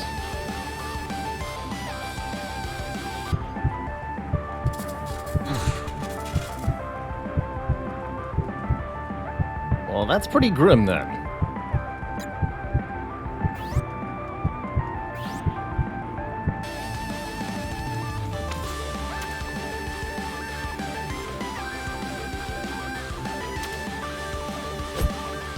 We'll do our best, though.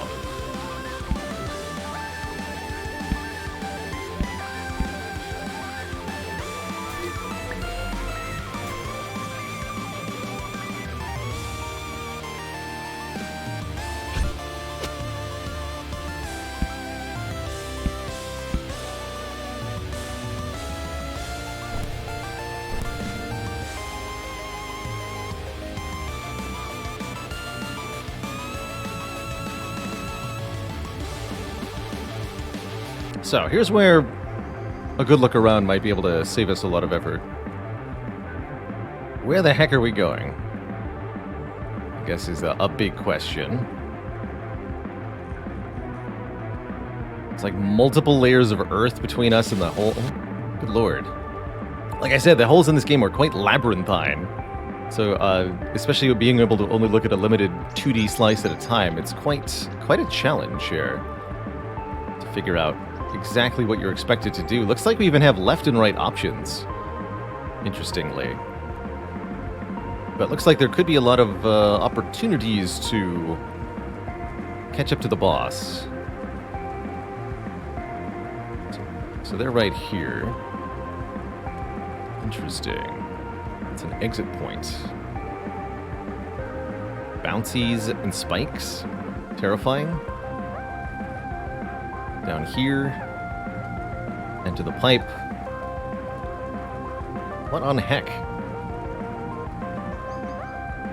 Let's try working backwards from the hole. Truly labyrinthine. Can you zoom out? Not to my knowledge. No, you can only look around in a somewhat limited way at level layouts that are, again, truly astounding and partially randomly generated too, which I must stress. Certain stages might be fixed, but there's definitely a lot of random generation occurring when it comes to these levels too.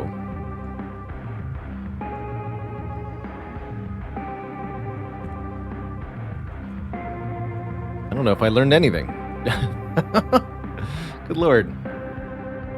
I don't know if I learned a thing. Alright, let's try to catch our bearings again. So, we have two options. This way, there's a pipe here. If we can make the upper shot. That one looks like a decent one for Ice Ball. Although I don't know that we can make the shot in one driver from here. Take a look.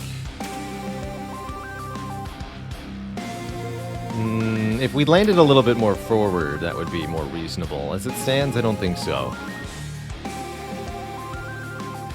I think we can get way ahead of the boss taking some shortcuts on this level, though. That's what I think. I see very good opportunities to drill through the earth to get further ahead.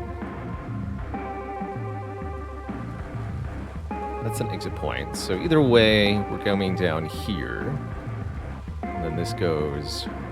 These pipes have little glowing orbs that'll indicate their path through the earth. So you can at least see where they're going. But they're a little slow moving, so it can be rather annoying to figure out where they're headed. They're also a little subtle.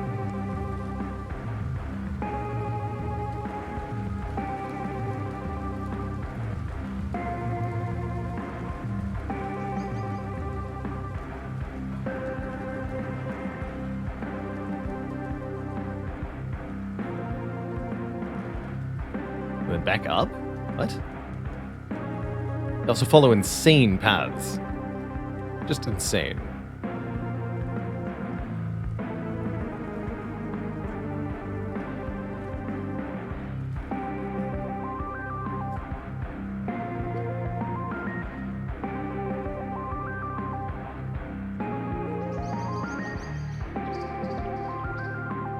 Confusion knows no bounds. So that, all of that puts you out here?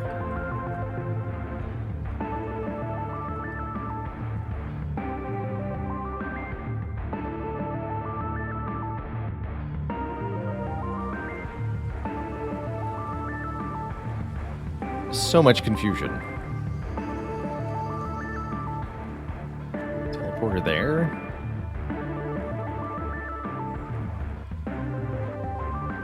Another entry point here. Which goes where?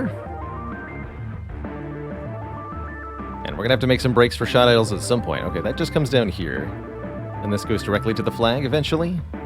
Yeah, a mere, like, 100 plus yards away. Okay, holy crap.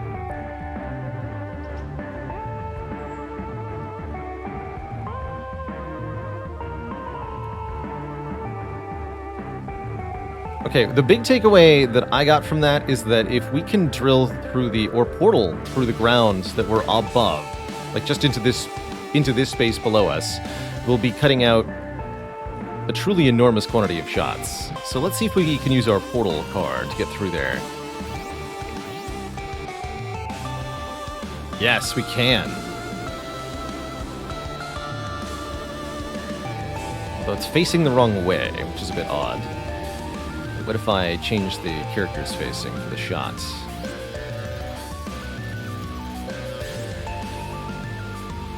There we go. So we want to land on that idol. Try holding the left mouse button to zoom out and free cam. Oh! Whoa, that's trippy with the background. Okay, so that helps quite a bit. Thank you. Still a little limited, but definitely offers a much better perspective on the level as a whole. Thank you, thank you. Wow, yeah, so you can see just how much of a absolutely crazy, insane... This is supposed to be a golf course. Terrifying. Just terrifying.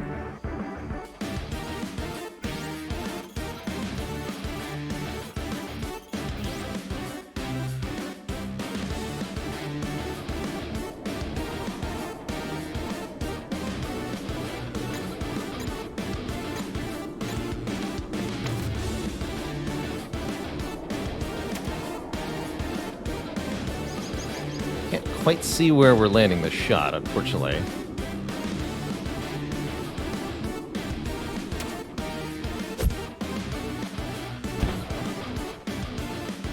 Ah. I'll take it, though.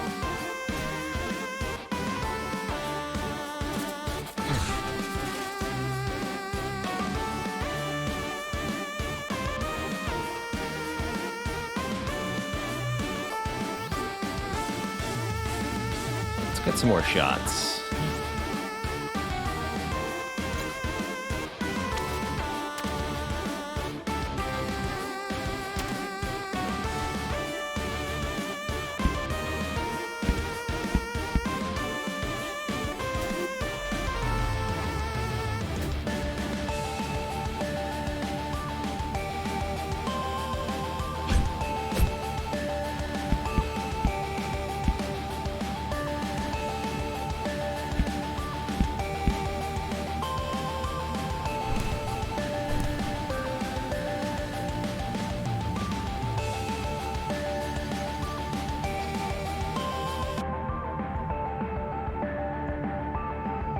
So, now we can get a better look here. Looks like we want to drop through this gap. Land a shot here. Get up to here somehow. Maybe don't do both of those. Stunning her where possible. Not a lot of shot idols, so we might continue to burn cards. There's also the option of going for this teleporter here, although it looks a little difficult to do. We could get further ahead and conserve many shots, perhaps, by digging through the earth as well. Although I'm not 100% sure how the dig shot actually works. But I could see a good opportunity to use it here and then dig through below. These jams, though. So our ultimate goal is to get to this pipe.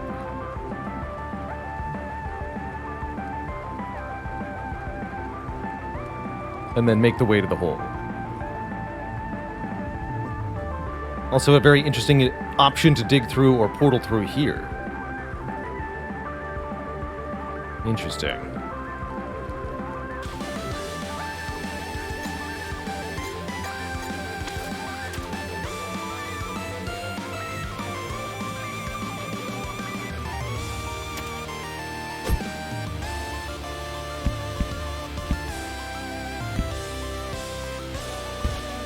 That's not quite what I wanted to do, but I think it'll work just fine.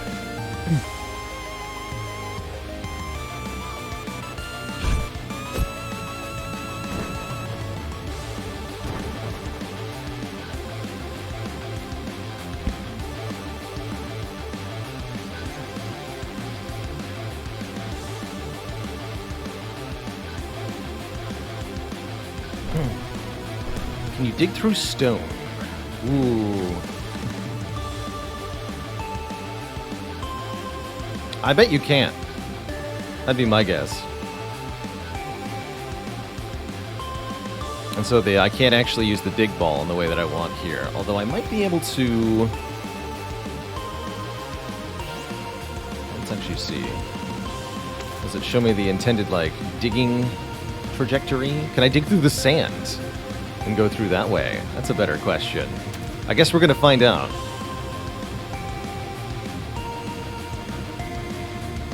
Yeah, I guess we're gonna find out.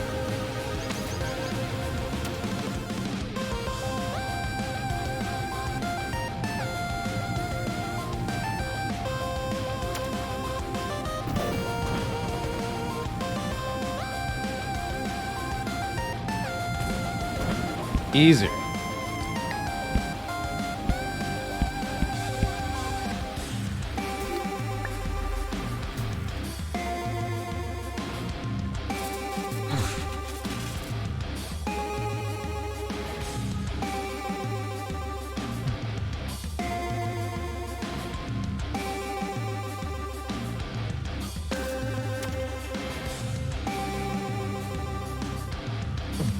This is a time stop moment for sure. We've got plenty of these cards. We should use them here.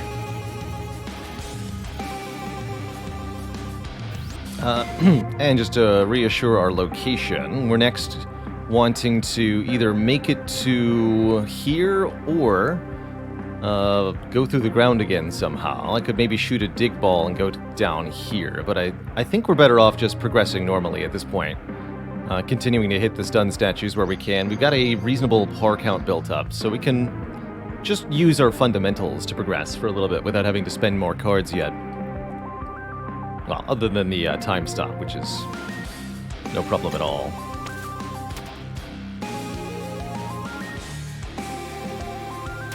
Gotta make sure I actually use the time stop card, or it's not gonna work.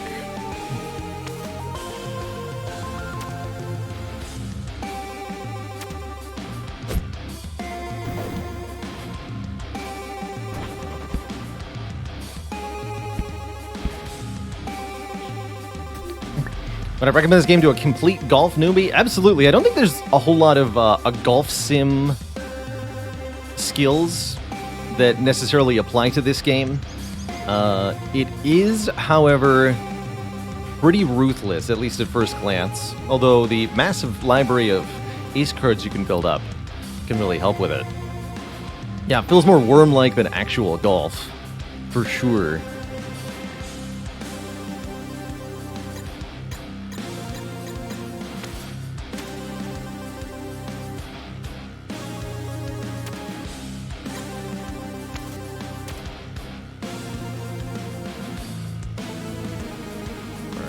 This is gonna bounce the way that I want it to.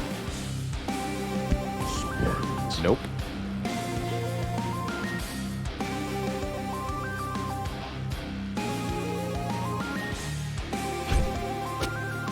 Bummer.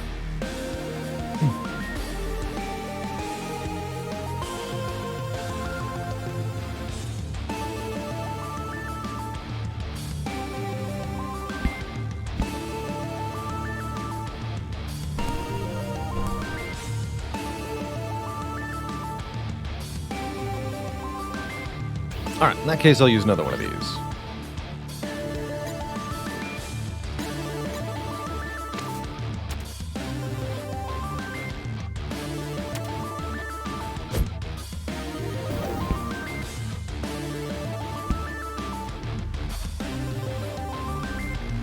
Had to use spin to get the ball to bounce in that way there.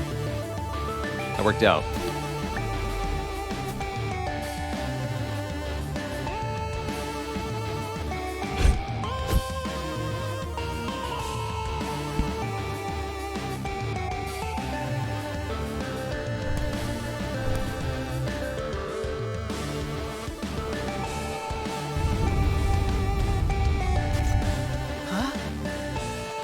Rude.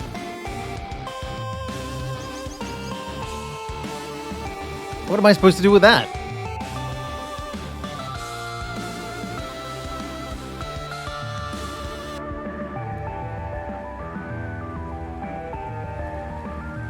Alright, we're on the final stretch.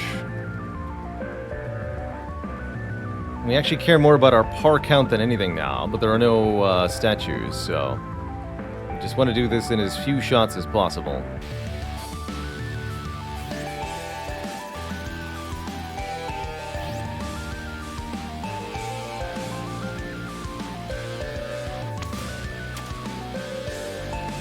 So I could land up there. That really seems more like a spot for a practice shot.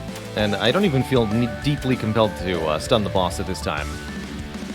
I think we should land in the rough here. There's a very narrow strip of fairway on either side that would allow you to theoretically driver, but you don't even want to because of the spike. You just want to cleanly iron shot that onto here, then we can make a driver shot onto the bouncy thing. So that should be one shot to here, one shot to here, one shot to the bouncy place.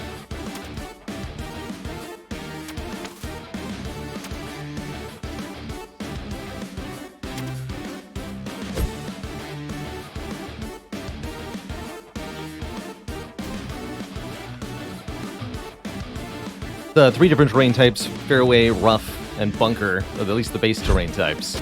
Fairway lets you use any club, rough restricts the driver, and bunker means you can only use the wedge, the three club types.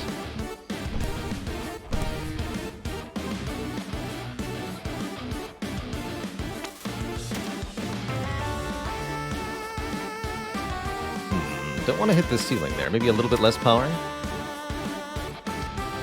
No, that would result in not making it over the gap. It's a tricky shot here. The aim wobbles up and down. It's all a timing game to make sure your shot goes exactly on the angle that you want it to. That's pretty tricky. Managed to get it, though.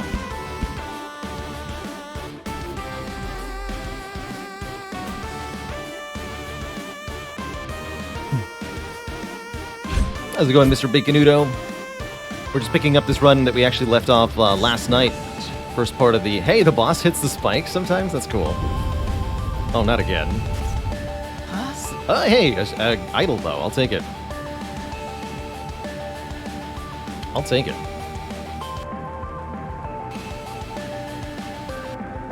Spent most of our stream on Stanley Parable today. Anyway, the idle types. There are two during these boss arenas. The crystalline ones, these ones, will stun the boss for one turn, preventing them from progressing. And then, of course, the golden and silver ones give us bonus shots of our own to spend. On these boss stages, there are two ways to lose. First way is if our par count reaches 0. If we just run out of shots, then we lose.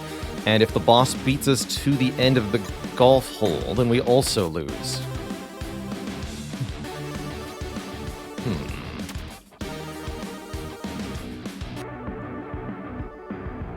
Okay, so there's just a narrow... In fact, I'm better off bouncing off of the end there. That. Although not that much. Heck. Alright, I'll take the 1 stroke penalty to get back onto the idle from here. That's fine. Since we're so far ahead of the boss, as far as I can tell.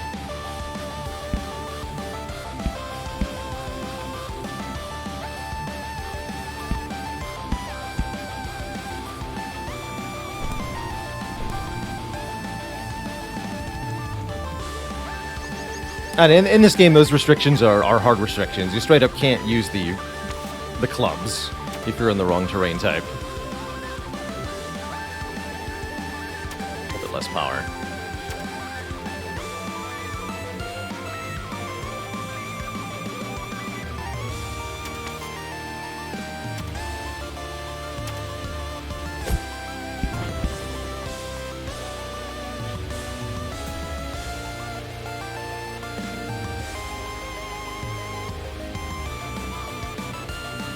Man, this boss music is such a gem, though.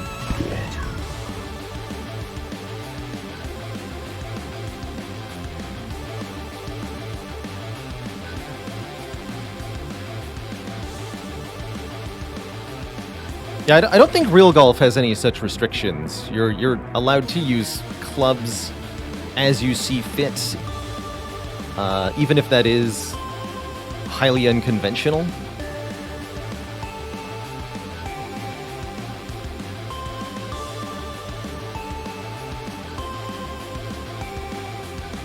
Yeah, if you're in the sand, you can't get any real distance or power out of a shot made from sand, so you really have to get out of the sand pretty much as quickly as you can, right?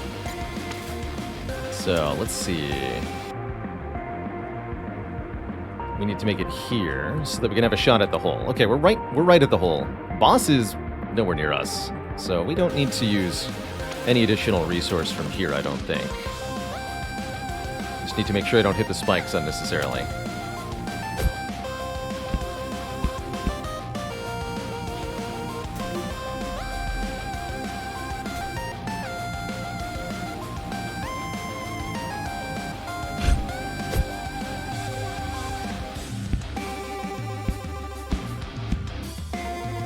I like that you get to see the boss using the spin mechanic to effect as well. Turn 19.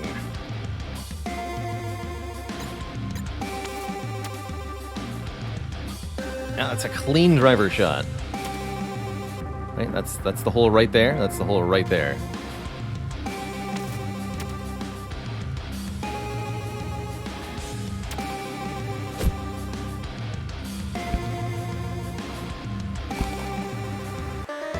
GG.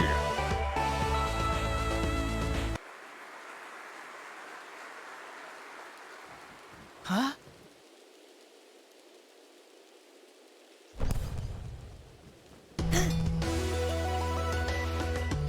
Ayah! I lost? I never lose. Don't look so smug. You only defeated me because I'm new at this. The Greenskeeper perfected his technique for centuries. If only I could shake the ground as he does. What do you mean I don't wish to be like the Greenskeeper? Huh? That's true. He used his powers to trap me for centuries. You're saying I did the same thing to you? Perhaps. Day 7,396. I don't think she's writing these down accurately. Power is intoxicating, but volatile. I suppose I did get carried away back there. You wish for an apology, and you want into the caverns? Fine, if you insist. The way is now open. Happy now? Didn't get an apology yet. Oh, one more thing. If you wish to survive the caverns, you'll need a gimme. The gimme triggers when the power count hits 0. Gain 5 additional shots. Resets once per hole. Interesting. Okay. So we have a lot more base par to work with in these next few stages, which I'm sure is going to be commensurate with additional difficulty.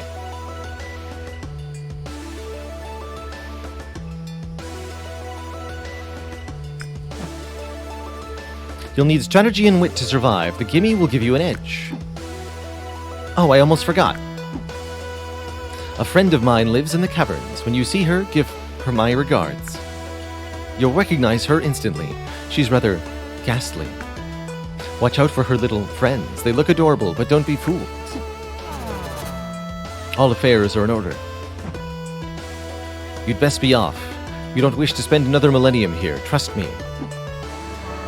Bye-bye, little mirage.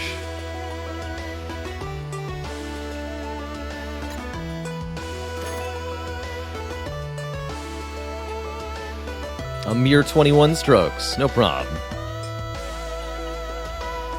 This is a roguelite game, Roy Gbiev. That's right. If our par score, that golf ball number in the middle of the screen, drops to 0, or we otherwise lose a stage, go all the way back to hole 1.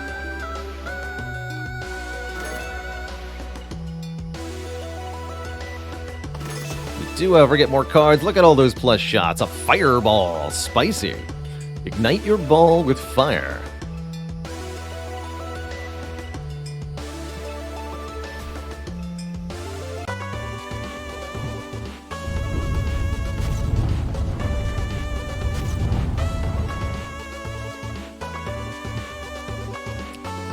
So the base difficulty of the stages in this game are quite high, but the generosity with the ace cards really helps you counteract that. It's been rather interesting.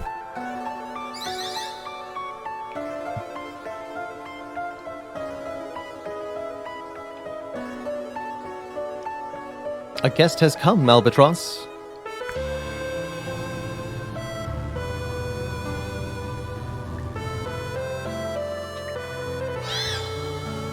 Alas, dear Eagle, what do they want?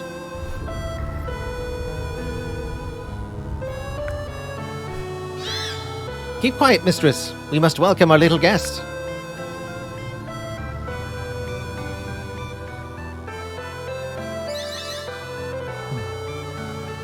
Welcome to our dark abyss. I'm Eagle. And I'm Albatross. This is our master, the Forgotten.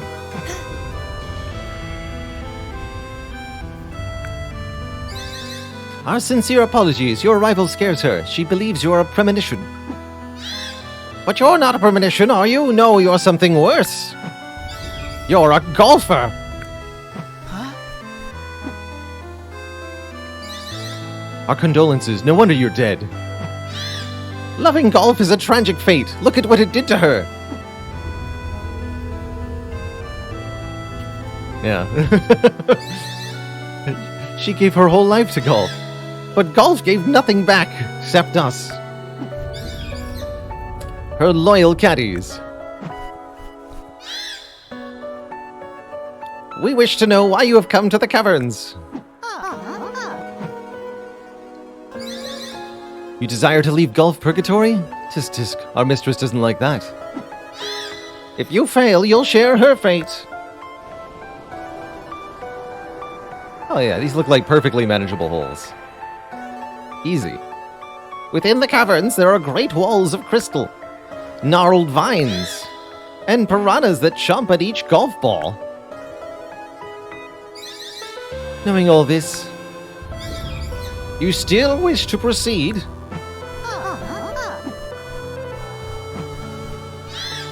Very well, we shall not dissuade you. The course is behind the shop. We would wish you well.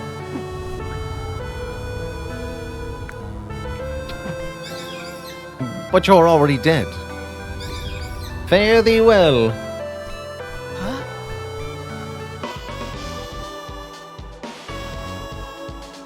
Alright. Welcome to the back nine. Good cursed music. So again, we have no driving range to experiment with. I guess that's just in Zone 1 that you can do that.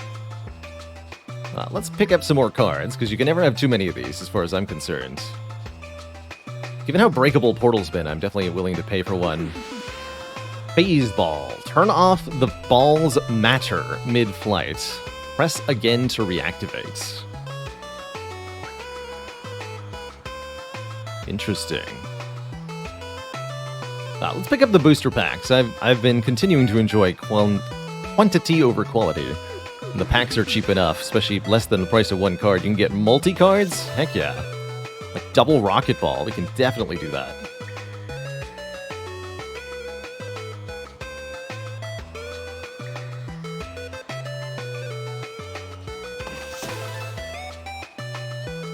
Thunderball.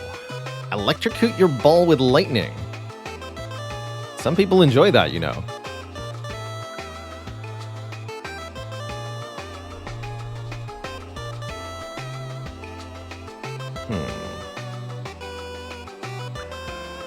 So the mystery pack or one of the good cards? I'll pay for the premium pack. I forgot how much these are good or not. That looked like it was pretty good. +6 is excellent. I like multi-ball too. We haven't actually tried this yet, but for a difficult shot, multi-ball could be perfect.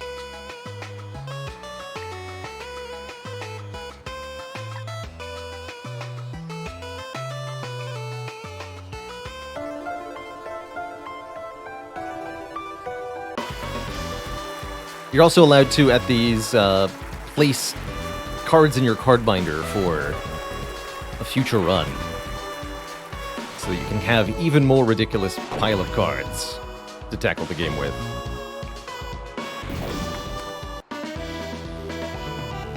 So Fireball can clear vines for us. That makes sense.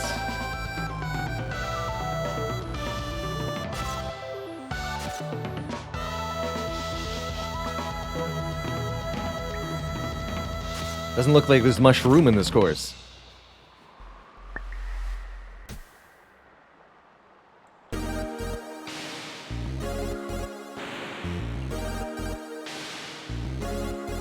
like our little lizard.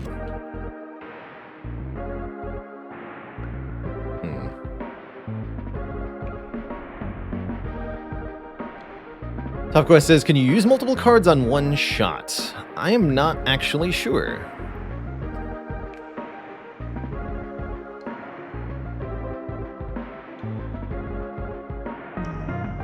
So you're saying that if we use a fireball, we can drop straight down towards the flag here.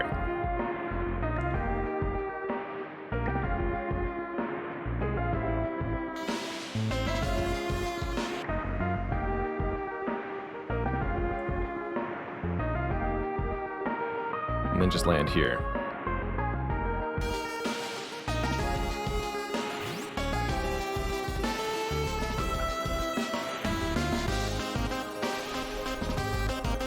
So many of these.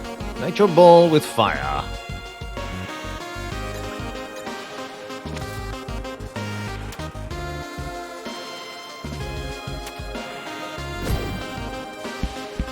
Oh no!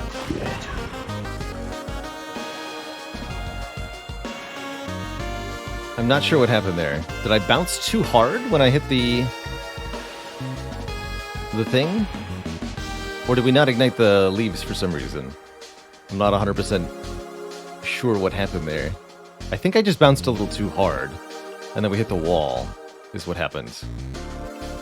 Bounced into the wall, yeah, okay. So what I needed was a little less spin. Fortunately, that cost us our card, but I'll do that again.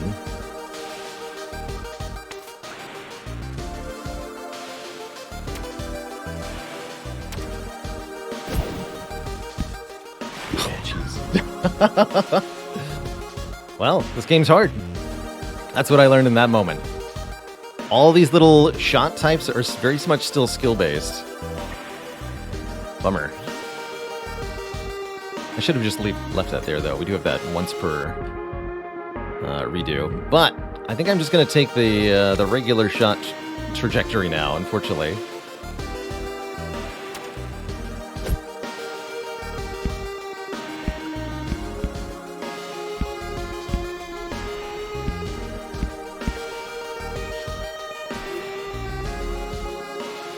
Was a bit nightmarish. I accept it.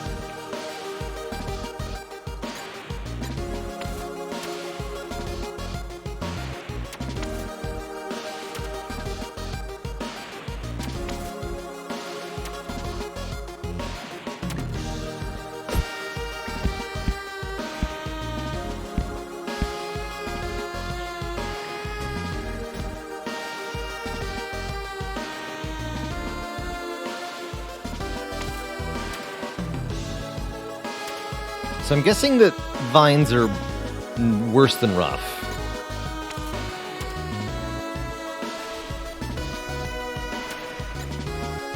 In the sense that I can't land in them at all, basically. Yeah, they're grabby. So they're terrible.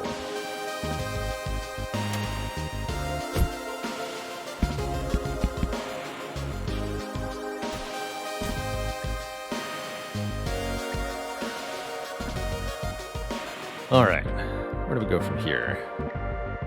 All this to get back to where we should have been. Anyway.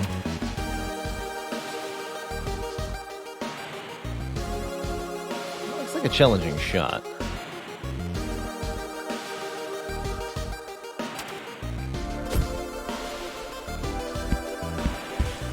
Yeah. It was indeed. Okay, so again, once per hole when we hit par 0, we can just get +5. So we might as well use that now before we invest more cards into progressing here.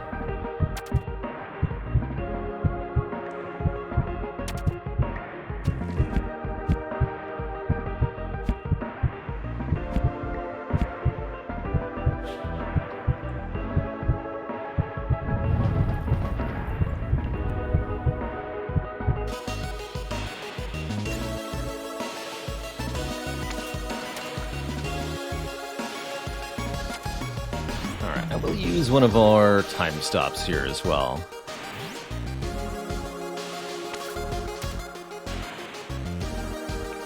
Actually, wait, do I want to do that?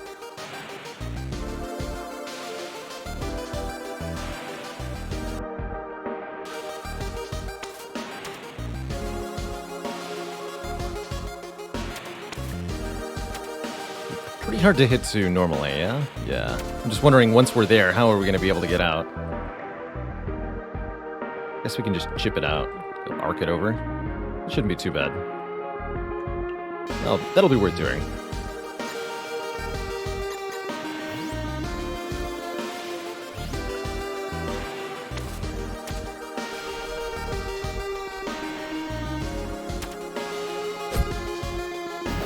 Oh, jeez.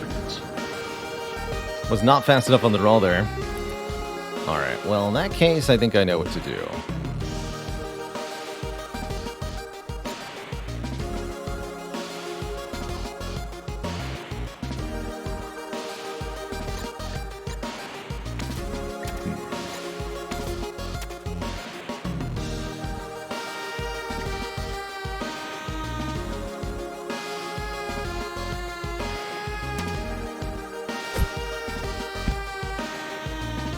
Ah, almost. Okay. So I'm going to use my Rewind 2 now. I wanted to take one shot at that, hit it, and then use the Mulligan Plus. I'll just use the Mulligan Plus now. Get a couple shots back. There you are. Back to 5. Alright. I think that's that idol has ended up being more trouble than it's worth.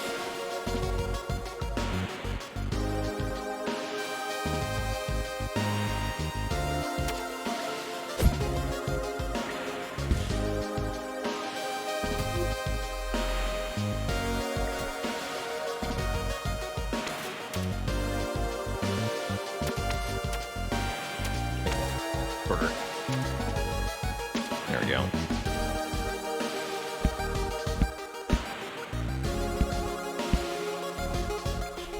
This has been a pretty terrifying experience overall.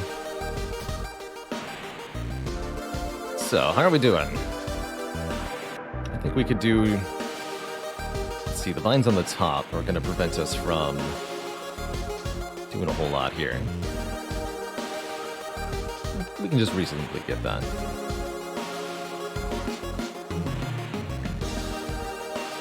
This thing here is a teleporter exit.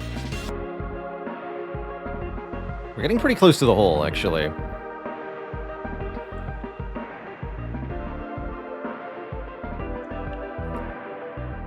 Alright, I think I'm just gonna go for that idle.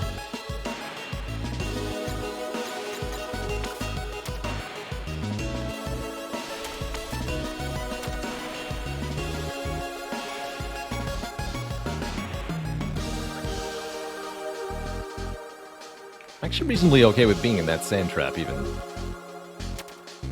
I'll try an iron.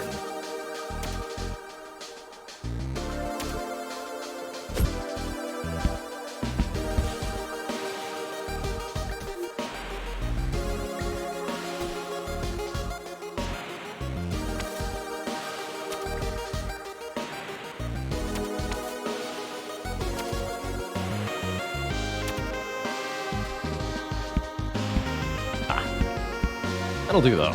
We'll just go back up with our last shot and then roll back down.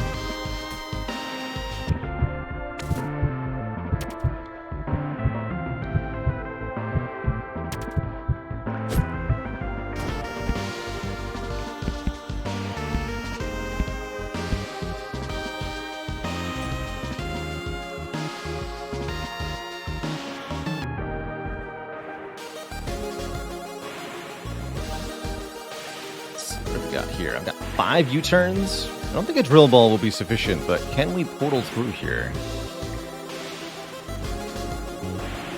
Not quite.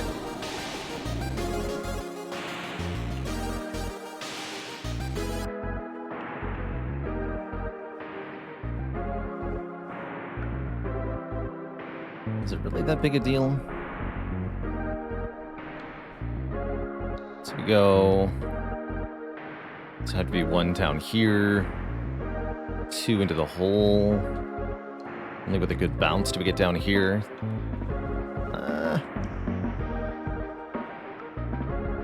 Pretty tempted to see how far through we can get with the drill ball. Statues interact with the ball in any way? I think they're just to guide us to the hole. Let's see how far through we can get with the drill. Oh, the rocket could also be nice for situations like these areas.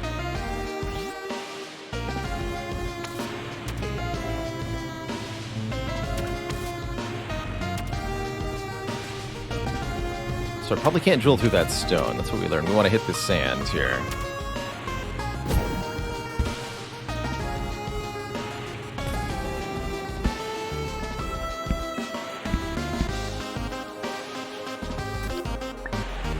Well, it's not clear to me how far the drill ball can go, but I'm pretty happy with the outcome of it there. The answer is far enough.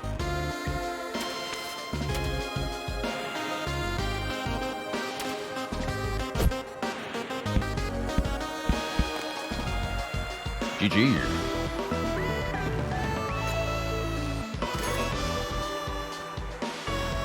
How's it going, Meow, for me? I'm really enjoying this game so far. I'm somewhat committed to completing a successful run of it, but a little horrified at what that might entail.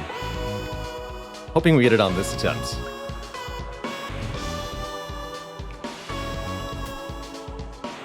But I want to see the end of this game. Alright, I'm going to skip the cursed hole. We're just going to go normal-like.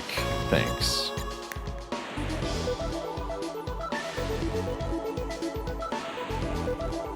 Hole 12.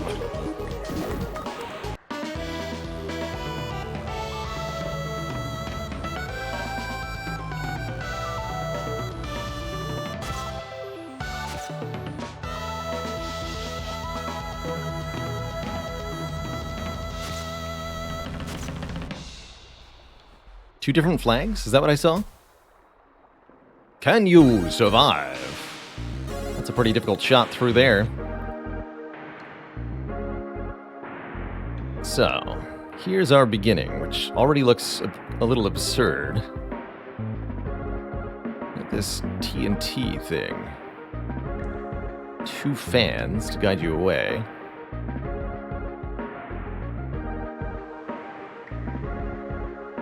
Interesting. Yeah, this could be a good rocket opportunity. I definitely think there's more good drill opportunities here.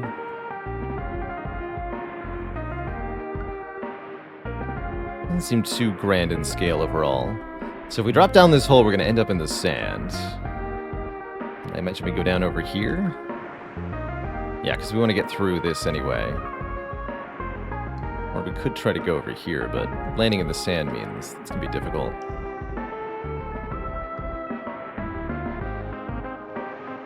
Definitely regretting wasting the fire shots a little bit, but we tried. There's a teleporter over there as well. Can't get to that teleporter if you drop down here. Well, you could, but it'd be kind of insane. And that comes out here. And then it's a long way down. Definitely some good drill or portal opportunities here for sure. Sure we'll make use of maybe one of them. Oh, good lord. Probably through this region of horrification. Terrifying. Just portal through that. No, thank you. And then you have to skill bounce these. These bouncers give you essentially a boost in a direction of your choosing, so you can platform through all of this in one go and get to the hole at the very end. That's pretty cool. So I like the ending there a lot. Question is, do we go for the teleporter or this drop down? We don't go for the drop down. We could rocket down here. Then land here, here, get the golden idol, drop down. Probably would want to use another rocket to get to here. I think that'd be the easiest way. How many rocket balls do I have? Would I be willing to use 2 of them on this hole? I have 4? I think I would. Bouncers are like a free U-turn card, that's right. That's a great way to describe them. Speaking of, is there any of this that I could do with just a regular U-turn? I think doing this with a U-turn would be very, very difficult.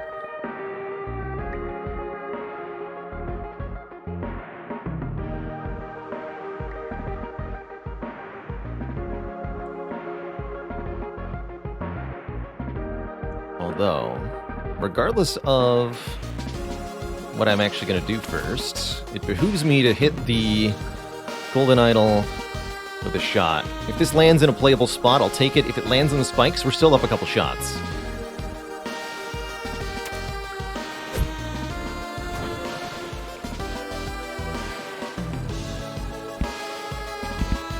Oh, okay, cool.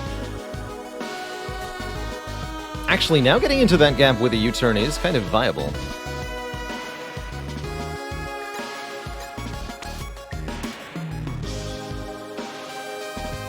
Although I think we're still very highly likely to bounce in an undesirable way.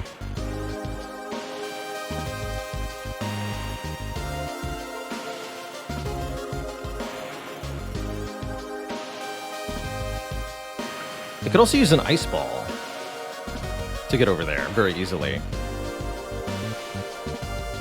Do that. Those are less broadly useful.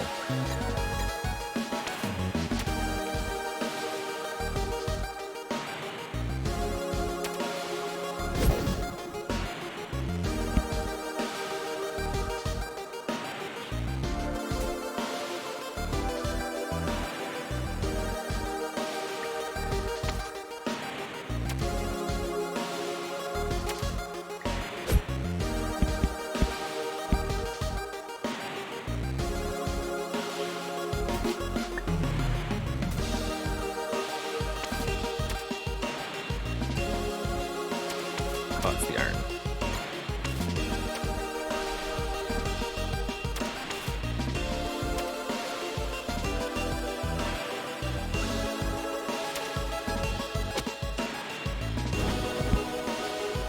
No! That's definitely not where I wanted to land. Can I even hit my way out of here in one shot? I don't think I can. Alright, so maybe I'll have to mulligan that. Right, because we can't escape from this trap now. I guess I could hit a rocket ball or something crazy, but that's pretty sad.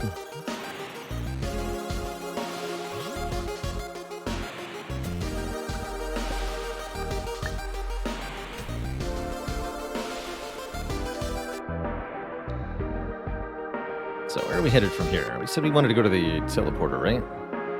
Which is below me. Okay, so first we want to hit to the statue, then we want to hit to the golden idol. So that means landing by the statue with plenty of room for the shot.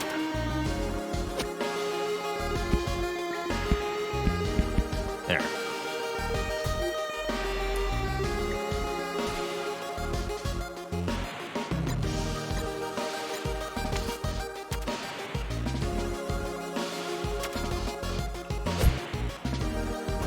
Wait, no. Good.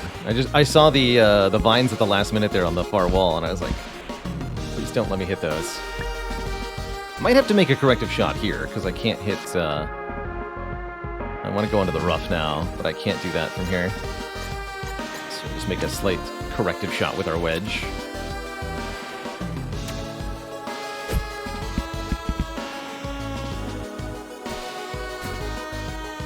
Sometimes just taking a -1 stroke penalty is the best you can do.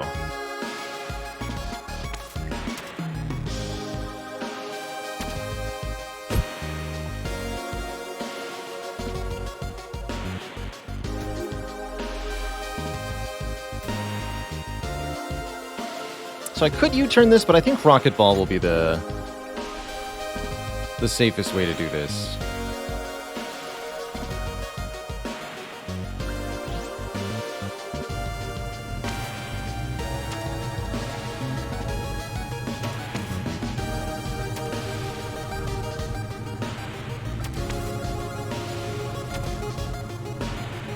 Oh, that's funny. The trajectory is just wild.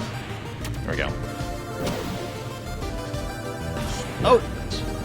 Not this. Are we doing inverted flight controls? Is that what's happening? Good lord.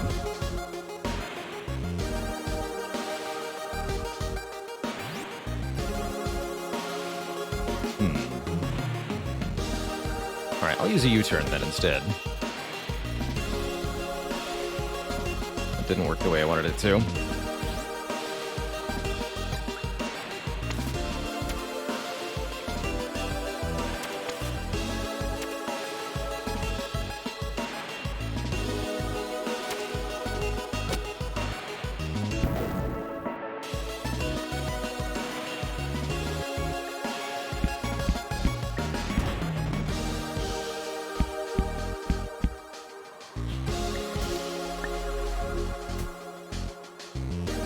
Couldn't remember if I actually wanted to drop down there. I did, looks like. Want to do that? That's okay.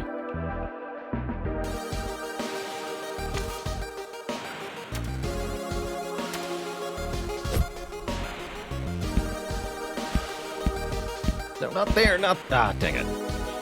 Too much overcorrecting on my spin here.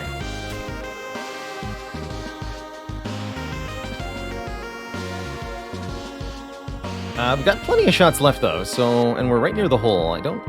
Wait. I didn't even notice this hole originally. There's 2 holes we can get to? Yeah. I guess so. Unless that's some sort of fake hole? It does have a different appearance. Note how this bit's overgrown a little bit? Odd.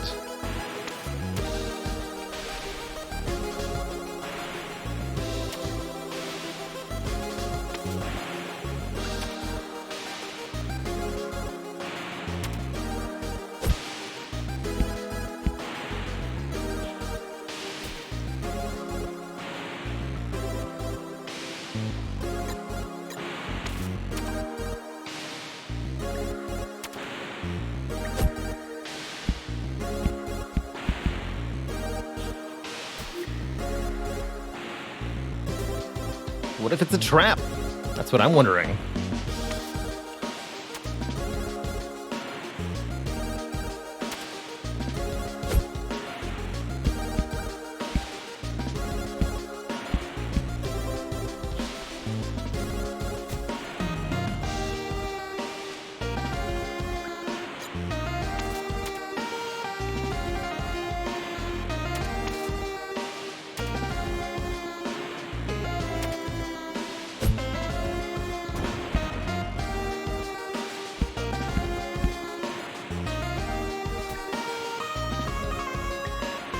Noble Plunder says, if you have 2 shots remaining and you hit spikes, is it game over? Yes. Yes, it is. Fortunately, we've got a once per hole gimme now that we can use to get back some shots, so we're not as close to peril as it might seem at a given moment.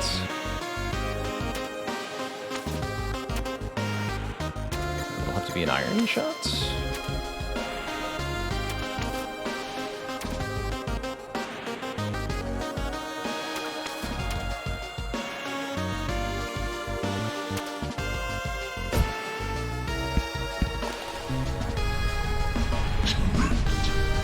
Tricked. Yes.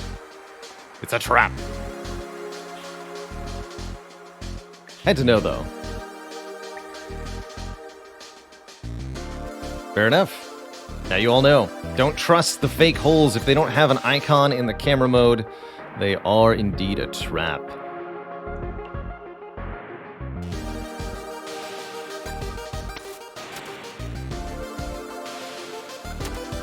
Gotta respect the tricky turtle.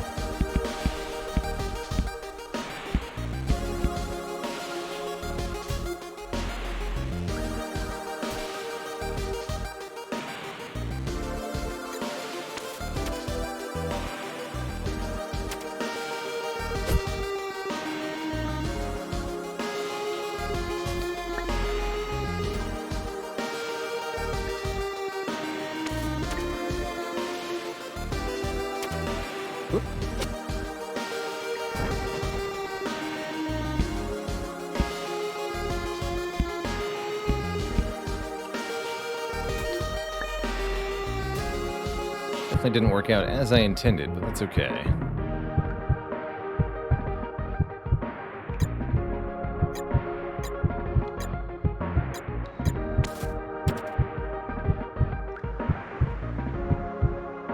So again, we have our once per hole gimme. It should prevent perishing here.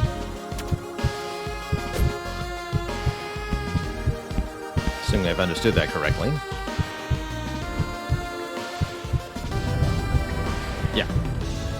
Good.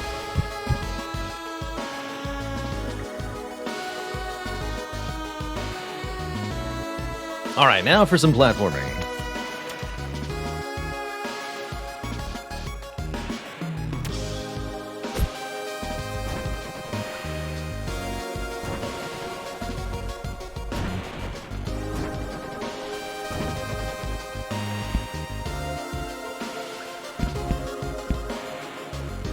Good enough.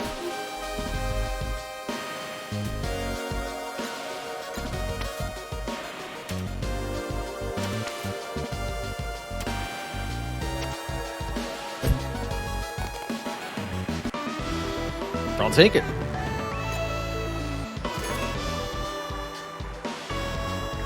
A mere 23 shots. Somebody was wondering, by the way, what happened with 26? Was that a boss? No, that was just a regular hole. It took 26 swings to get to the end. It was horrifying. Penalty may have been involved a couple times, too.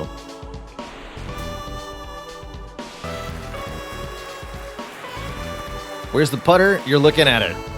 Putt, putt, putt.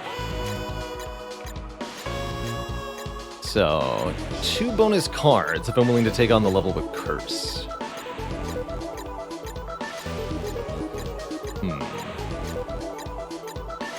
I think I'll go without.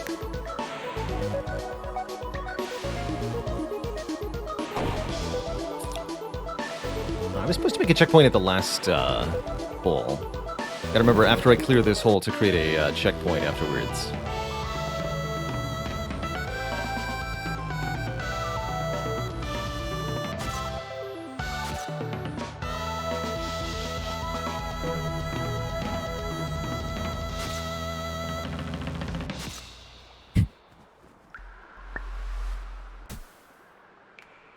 Since the levels are randomly generated, those intros too must also be somewhat randomly generated. Oh, this looks pretty promising. So if you bounce up top, there's a...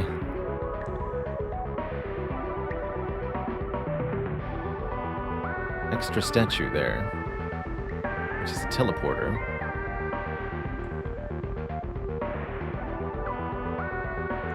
Looks like it comes out here. It's quite the skip. Well, they also skip the chance to get the golden idol. That's not that big a deal.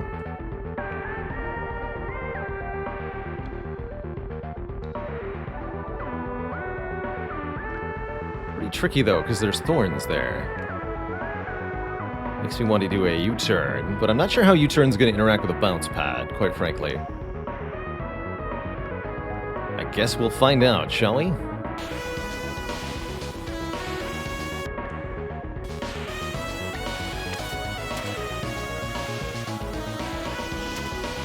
Yeah, we're going to find out.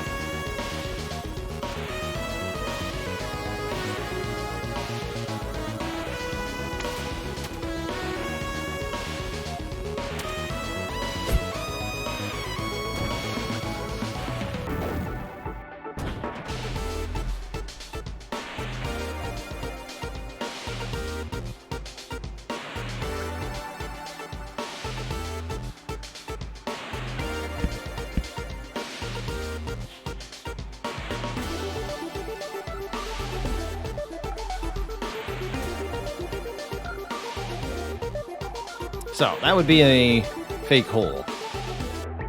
So we've previously established our things. Let's see. So what are we looking at here? Some intimidating prospects, for sure. There's an idol over here, but the progression thereof is pretty difficult. So where are we looking to ultimately head? Go down through here. Possibly into this teleporter, which I imagine leads out here. Or you can enter there. Quite frankly, I'm seeing a pretty ideal spot to use a portal. Oh, here we actually do have 2 flags, by the way.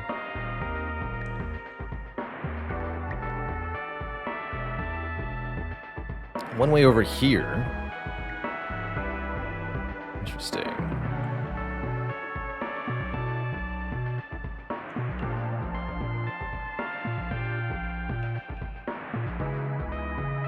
And then one over here.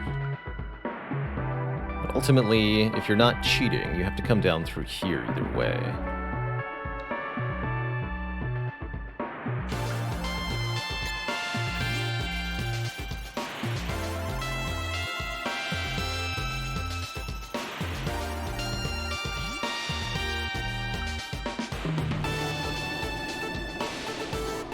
Oh, and you can change the facings too. That's really good to know.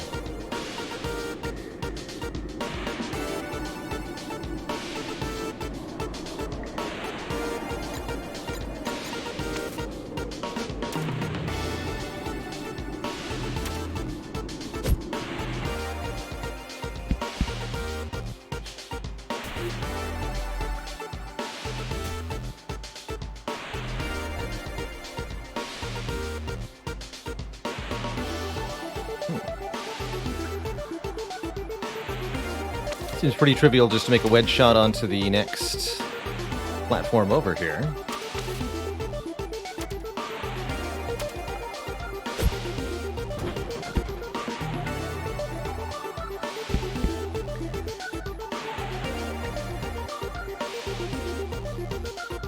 Uh-oh.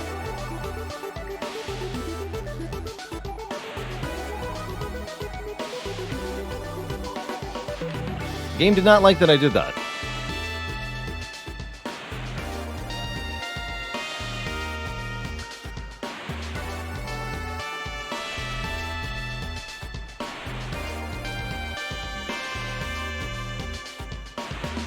We appear to be stuck. I think it relates to the bouncy bits of the idol.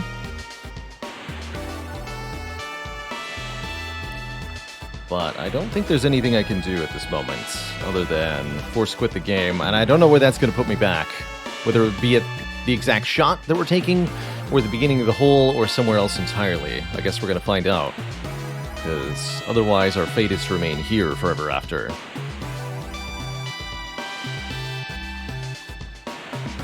But yeah, the thing that's special here is that we've got a piece of the idol stuck on the hover platform. And I don't think the game likes that very much.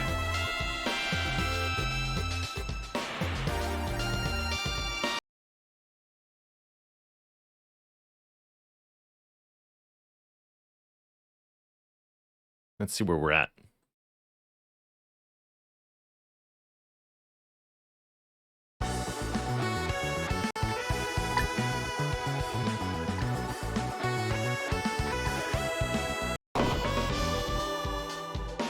Beginning of the holes, looks like.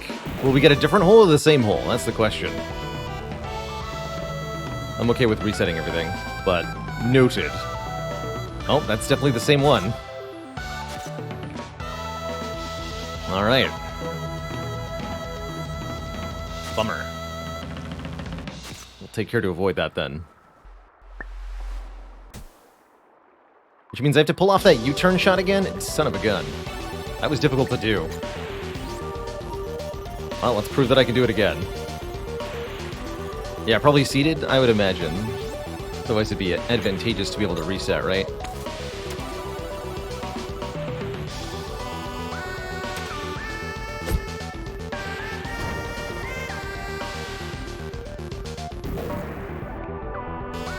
missed the shot idle that time, but we still made the shot. Yeah, I believe we got our cards back that we used. So we get to use them again. Actually, it really wasn't that hard to get to where we were, because we're only 2 shots in. I'm going to do the same things again.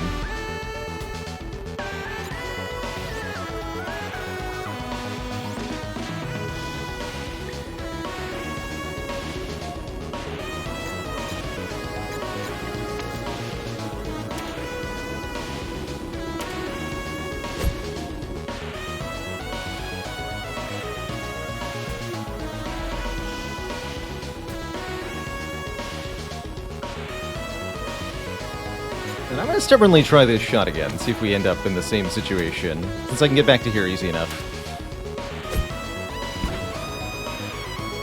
Oh yeah, I see it. I see it. Same situation. Oh no! That worked this time. Okay, cool, cool. Are you gonna... allow me to go back? Or am I stuck here now? 'Cause I was really hoping I could...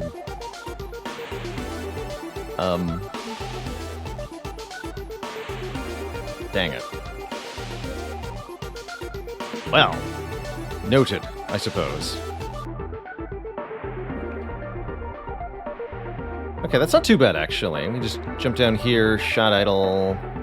This looks a little... Oh, we're going back.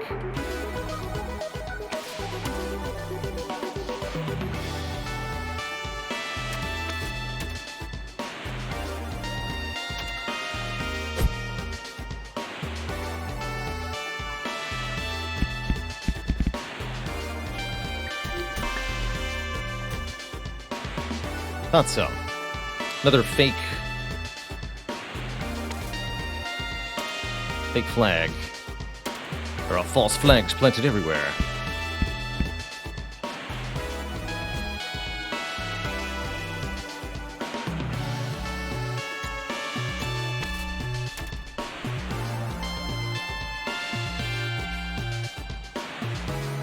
Now shoot. Gonna have to do.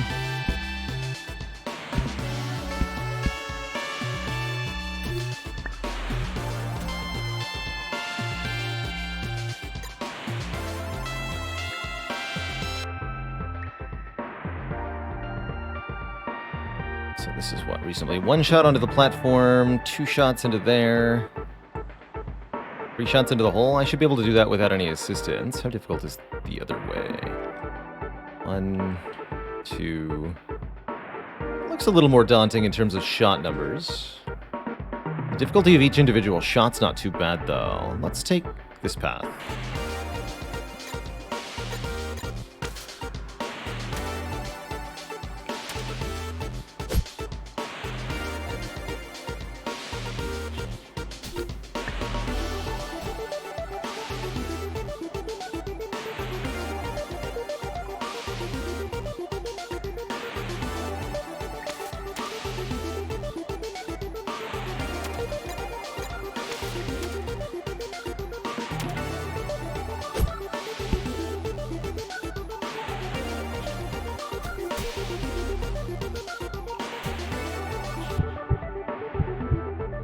Oh, I could even take the mid-stride shot there. It's kind of funny. It seems more reasonable.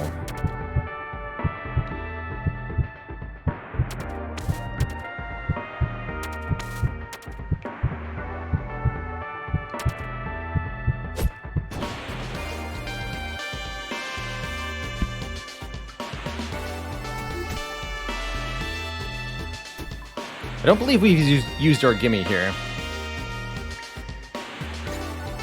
No, we have not used our gimme, I can say that definitively.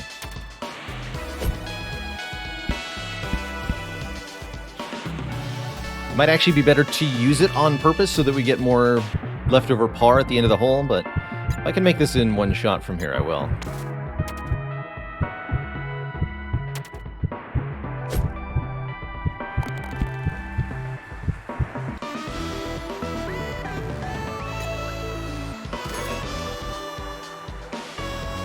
And I'll remember to use our checkpoint.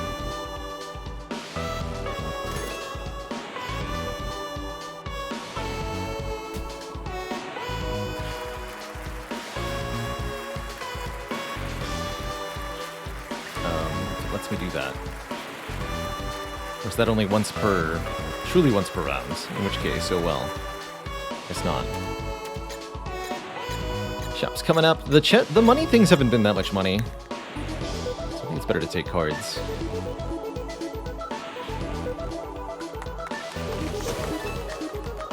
Cool. One scatter shot, one mulligan. Oh, maybe that's what it meant by run, too. Yeah, once per, I guess, full rounds. We set our way back. Well, then we'd better not fail.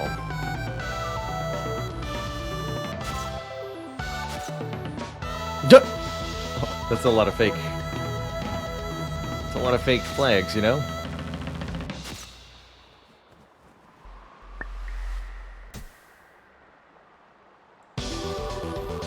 Oh, that's quite the formation of vines initially.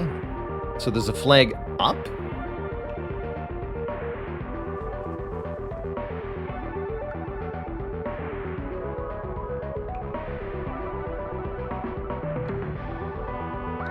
And a flag down.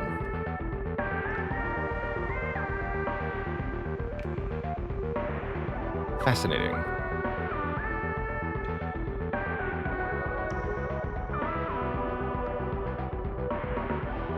It's a long way up, too.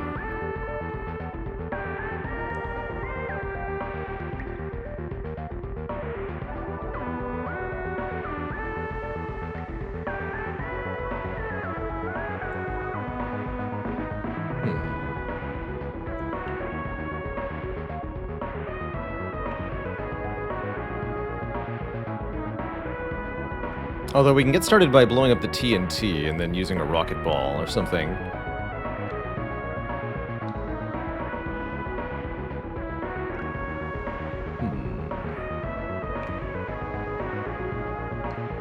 And down is just... Oh, down is just straight up inaccessible unless you have 2 fireballs or...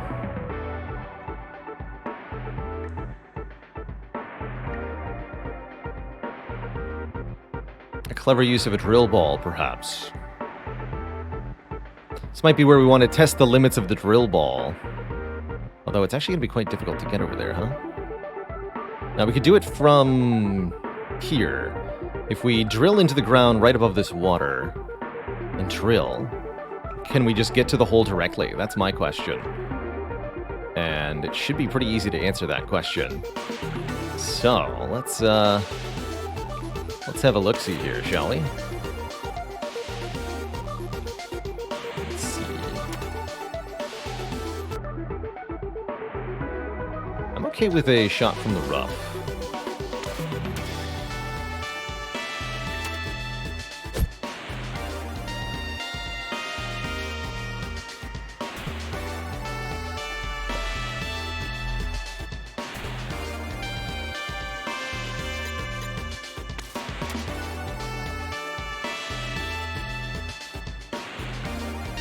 Okay, we'll be missing the shot idle as we do this, but if it works, we won't need the shot idle. I don't know if there's a length limit to the drill ball. We're going to find out together here.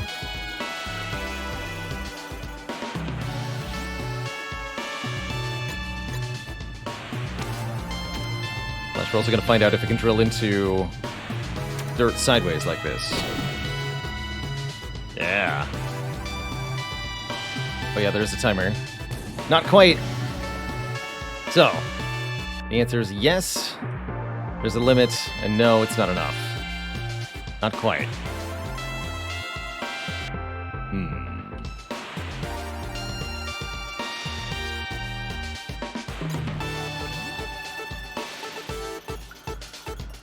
Well then, I suppose we'll be taking the much longer way.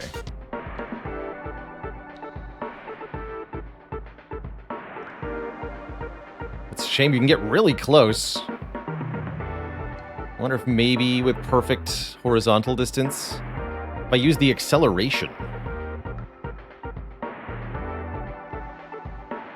Can you accelerate the drill ball?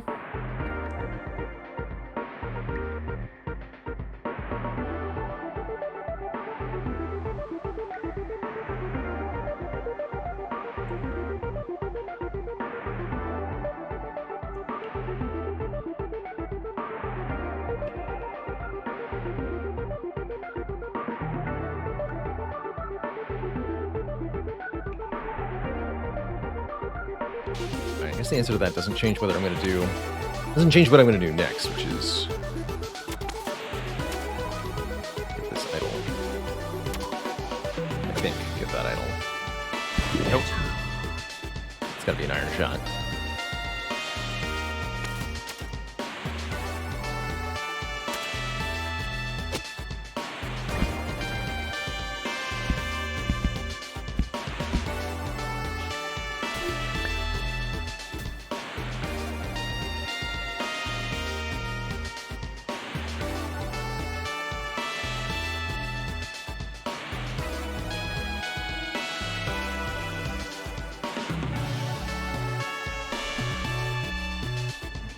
More like unfair way. So I have only one question now, which is, can I use the drill ball underwater?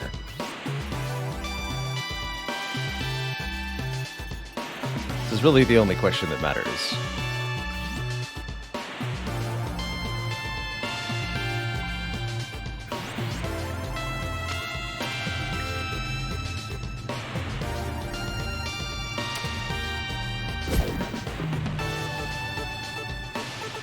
Easy.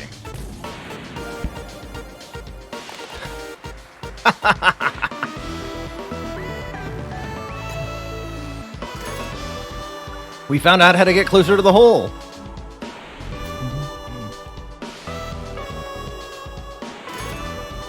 I'll take it. I love these scores. Just the random fives every now and then. The game's gonna cheat. I'm gonna cheat right back. How dare you? It's going to be third boss time in a second here, so we got to stock up on premium cards with which to do battle against a ghostly boss. Yeah, that's my guess too, is that it's somehow related to the shot idol.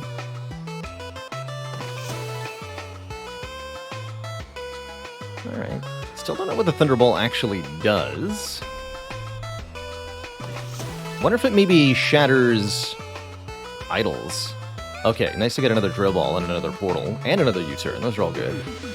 And what's the mystery pack got? We'll buy that one too. Not great, but good enough. You've certainly got a stockpile of cards now. And I'm looking forward to jamming out to yet another boss theme here. Really appreciating the musical soundtrack of this game. I was having a listen before stream. Many of the tracks, the stage loops for this game are on the order of 10 minutes long. Like, they knew you'd be in the stages for quite a while, and they created commensurately long tunes to jam to. Very impressed. Not a lot of repetition when you're playing, audio-wise, anyway. The golfer was never supposed to make it this far. The greenskeeper won't be pleased. Are you thinking what I'm thinking, Albatross? We must stop the golfer! Indeed, Eagle. Next time we'll steal their shot. We'll help our master's ball soar past the green. A slight advantage in our favor. She'll certainly win. Our plan is brilliant. Inspired. Flawless!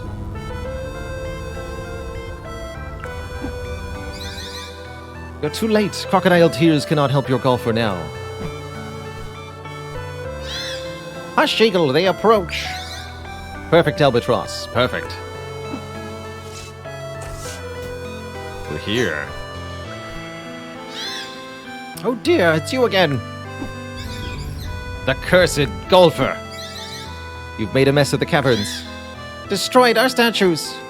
Huh? Ruined the vines. And disturbed our master.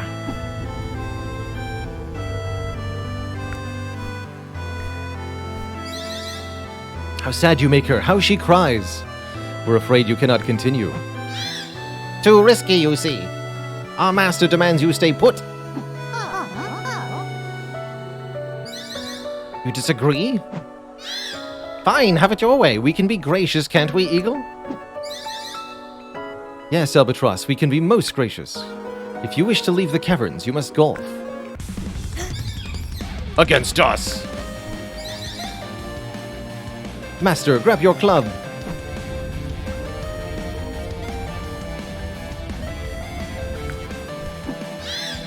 Prepare yourself, golfer. It won't go easy on you.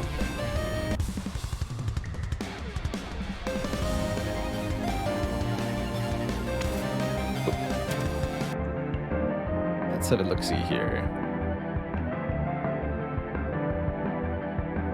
Ah, so the red bird is here to steal my shot. Interesting.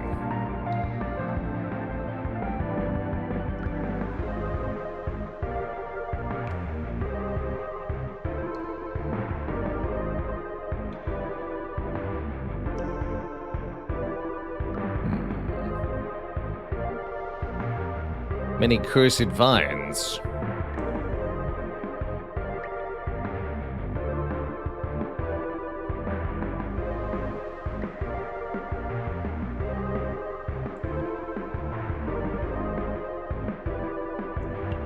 I try to go through here, but I think it's a little out of range. These jams, though.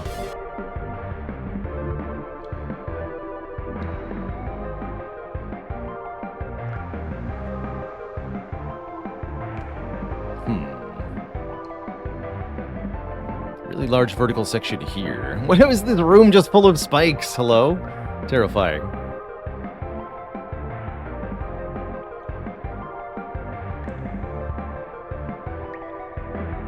So wait, do Thunderballs clear vines? Because if we can do that, that'd be really good.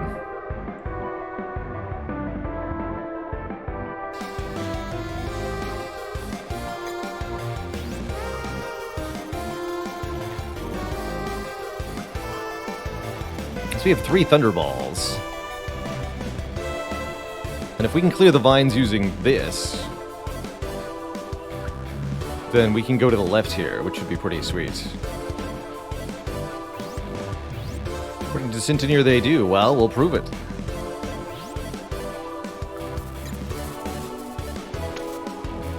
That's what they say. Who knows if it's true?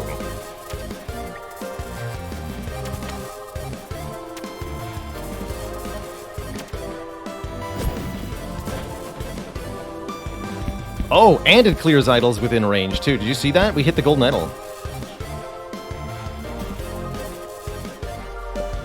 Well, that was a dang good Thunderball, then.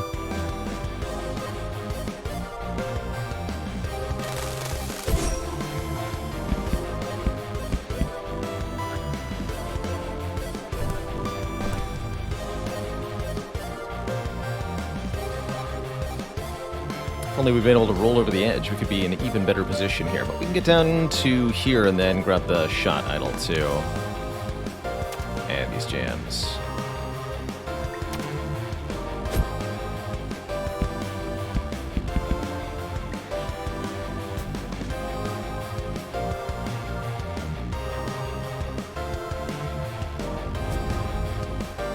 One-handed golfing.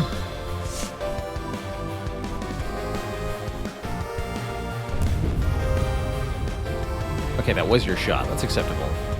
So she's right behind us now already, despite our shortcut.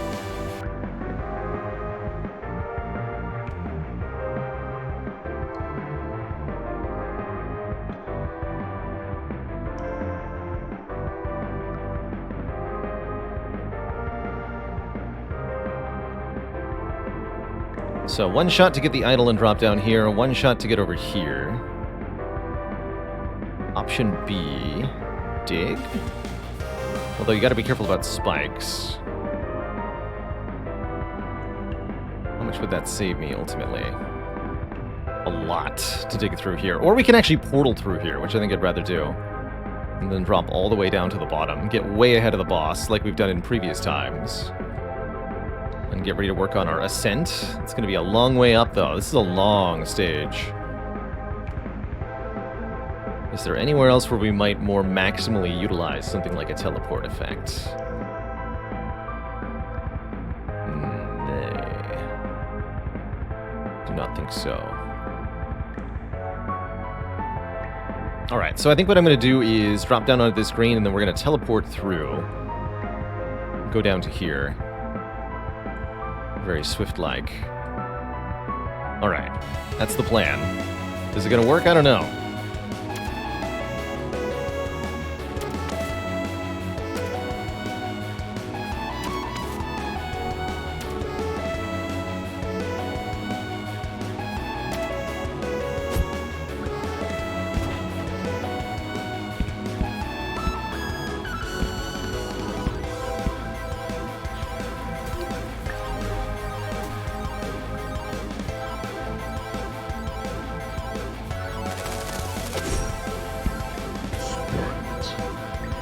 Thankfully, the bosses aren't perfect.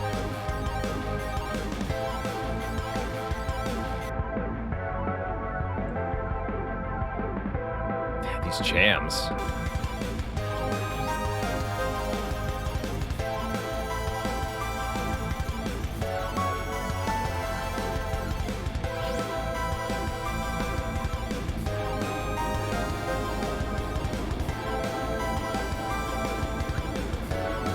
Should be able to do this in one shot if I play this right. If I play it wrong, though, we're going to be pretty hosed.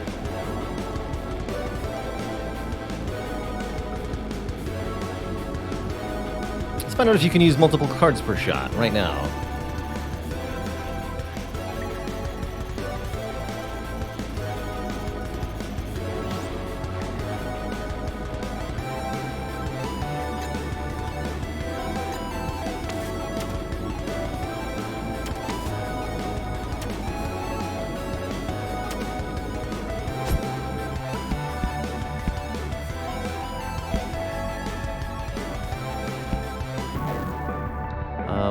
Actually, I'm not 100% sure about this. I'll take it.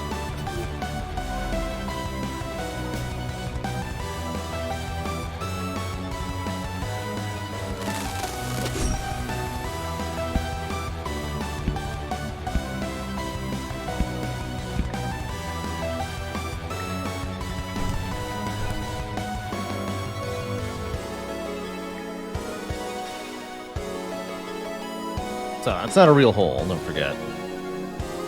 We have a regular TNT clearing card, because that'd be really nice right now. We have the Explode Plus. Oh no, yeah, we got a regular one too. Perfect.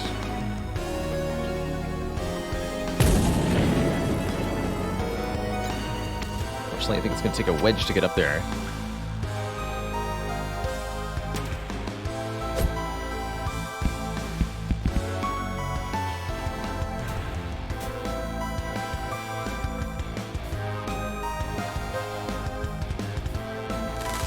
I have no idea how many shots it'll take her to catch up to us. Although if she continues to do that, we're going to be in good shape here.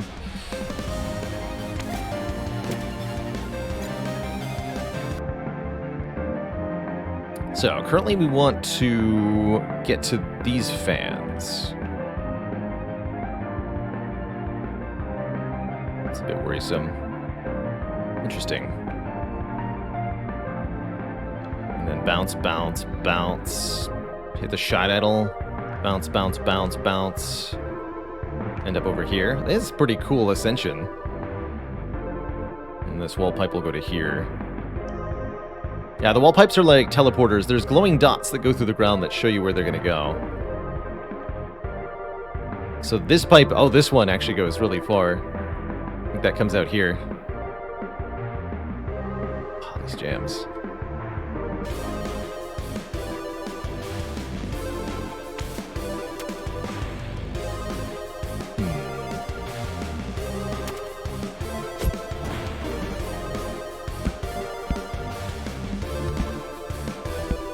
Not into that. Oh, where am I gonna go, actually? Oh, geez.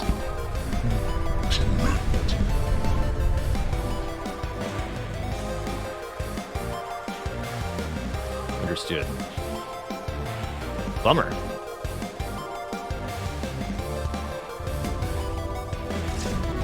So don't land in bird territory. That's what I learned.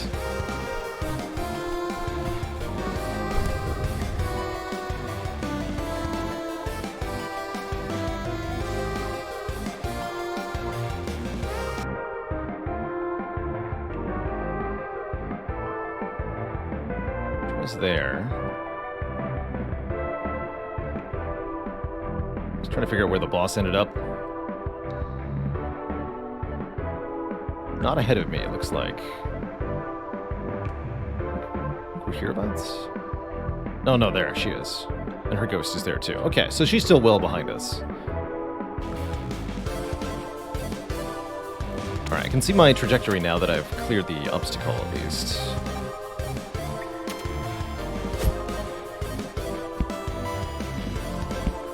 That's not how I wanted to do that, but I'll take it.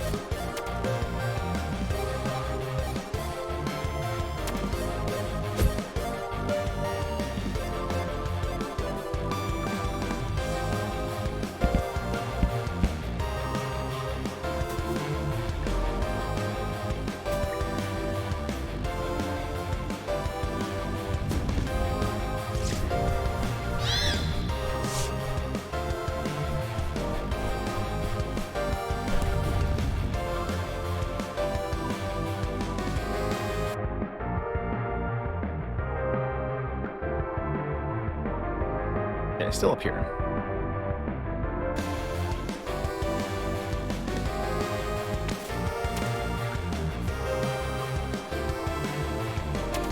Uh-oh.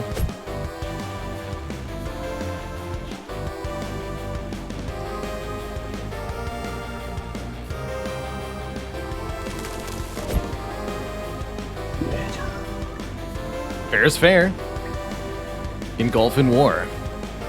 1 for 1. Let's see. Do I have the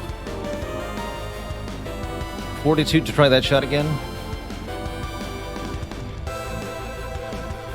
Yeah, we could use a lightning ball here. I'm thinking a rocket ball would also be pretty reasonably appropriate.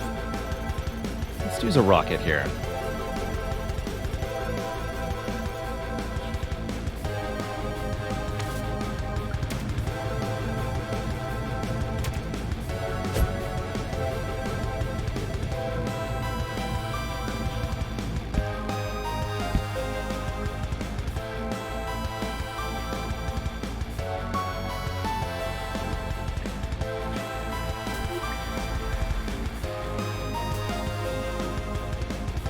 Hitting that statue causes the boss to miss her turn.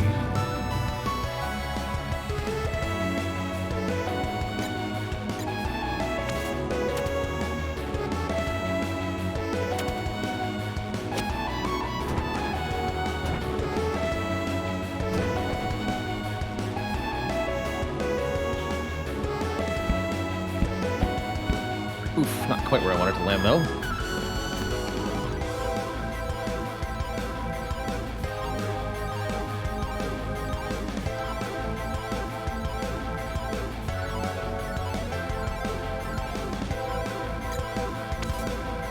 We'll have to make a corrective shot.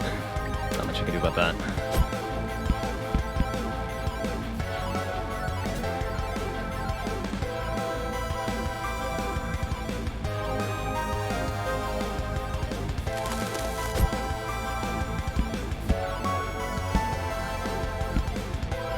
Wow, that bounce. Boss showing us how it's done.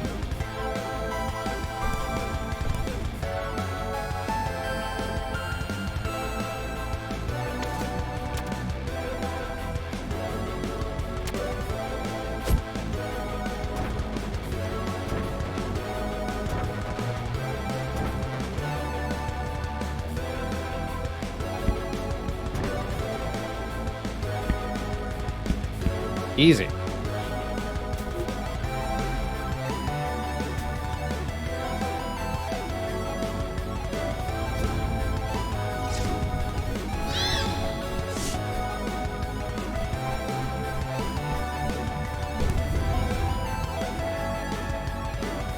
that's where we were forever ago.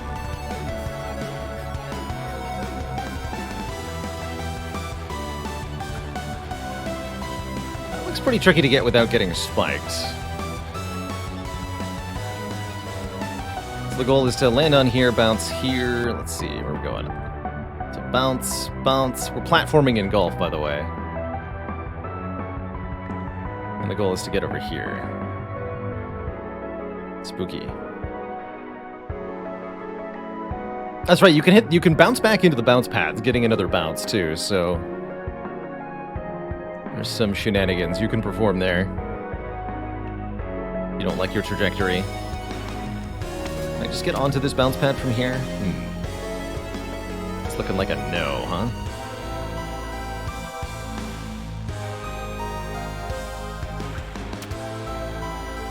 Interesting.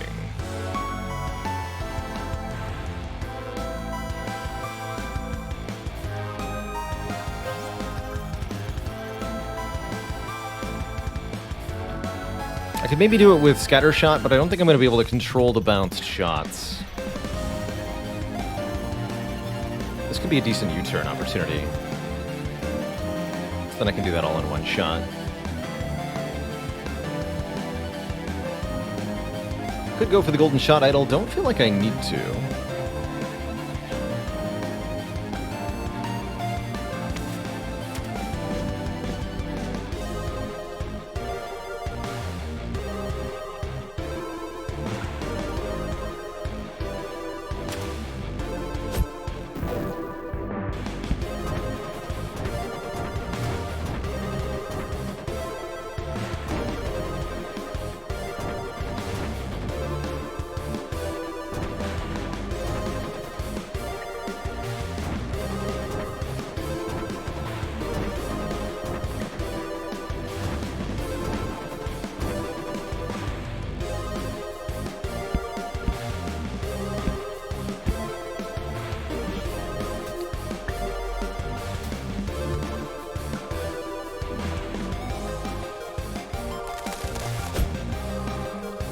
You know, it hadn't occurred to me that by destroying the vines, we could give her a shortcut too.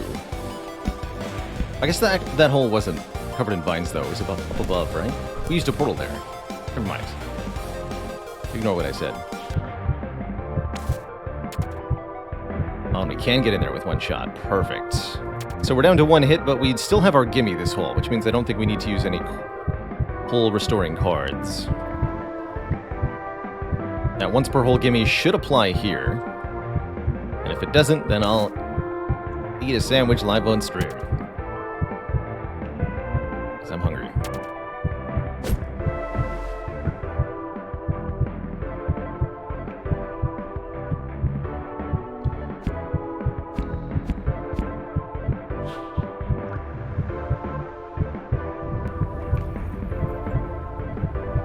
And I will remain hungry.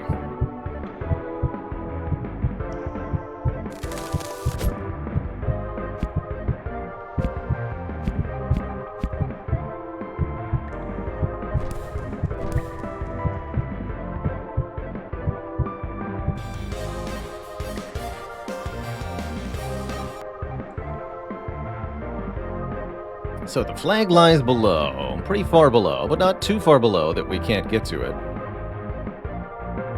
So I probably want to hit this idol and then just go off the edge. And then we land here, shoot across to here. There's a fake hole there though, that's a bit of a problem. Drop down here maybe? Or we could go across. Could use maybe an ice ball here, but I'm not sure it would be appropriate. We'll consider it. But this is definitely going to be an iron shot, I think.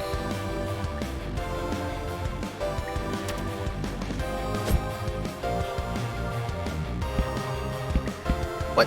Oh, come on.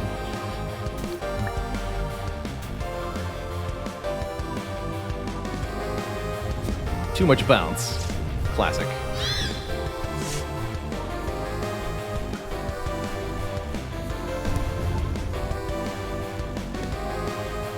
Good news is the boss is still well behind us. Will remain that way for a while, I imagine.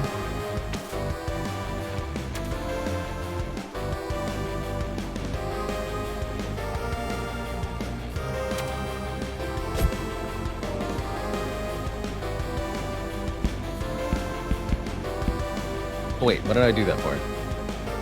That's only worth an ice ball. I'm a fool.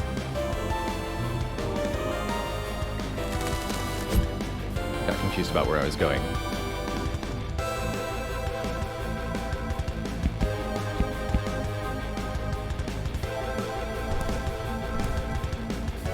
Alright, so I can do that shot again with an ice ball if I want to. How many of those do I have? 3? Okay, yeah. Let's try that again, knowing that I can make the shot.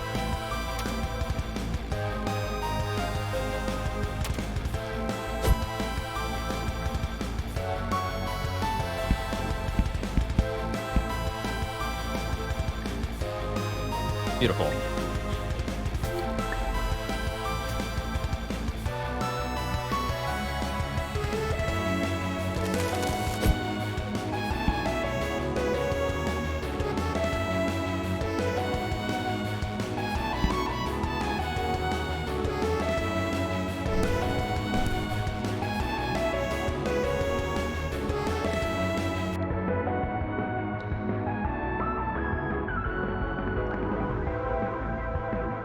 Since we're so far ahead, how far ahead actually are we? It's an important question to analyze right now. She's currently pretty far down on this ascent. Now we have plenty of shots, so I think I can grab this golden shot idol with an extra shot without worrying too much.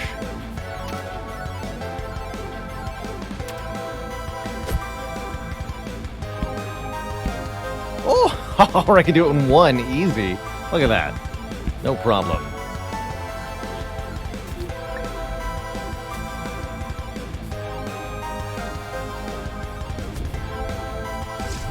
Bird.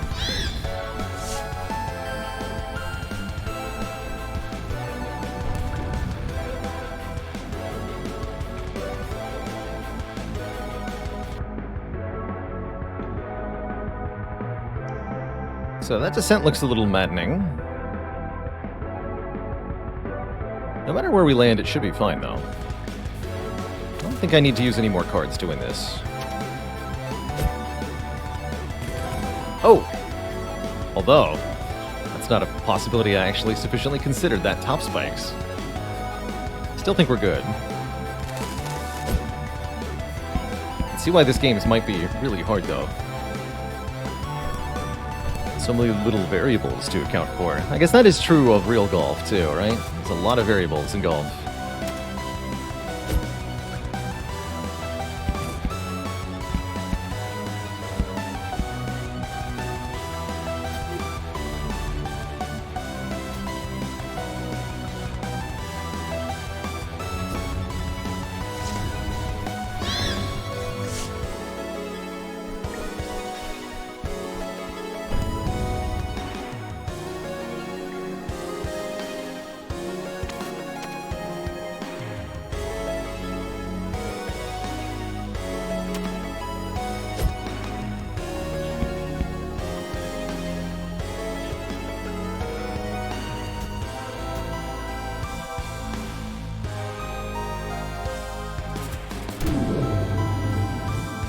Defeated.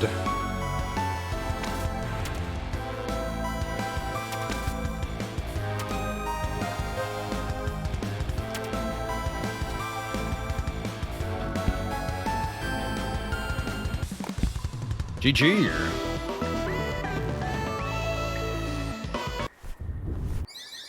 Stop the ball, Albatross. They cannot win. Hey, that's clearly cheating. Stop! Eagle, did she speak? She's not crying, how curious.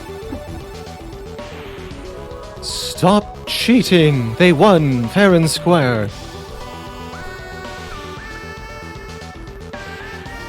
Fair, she says.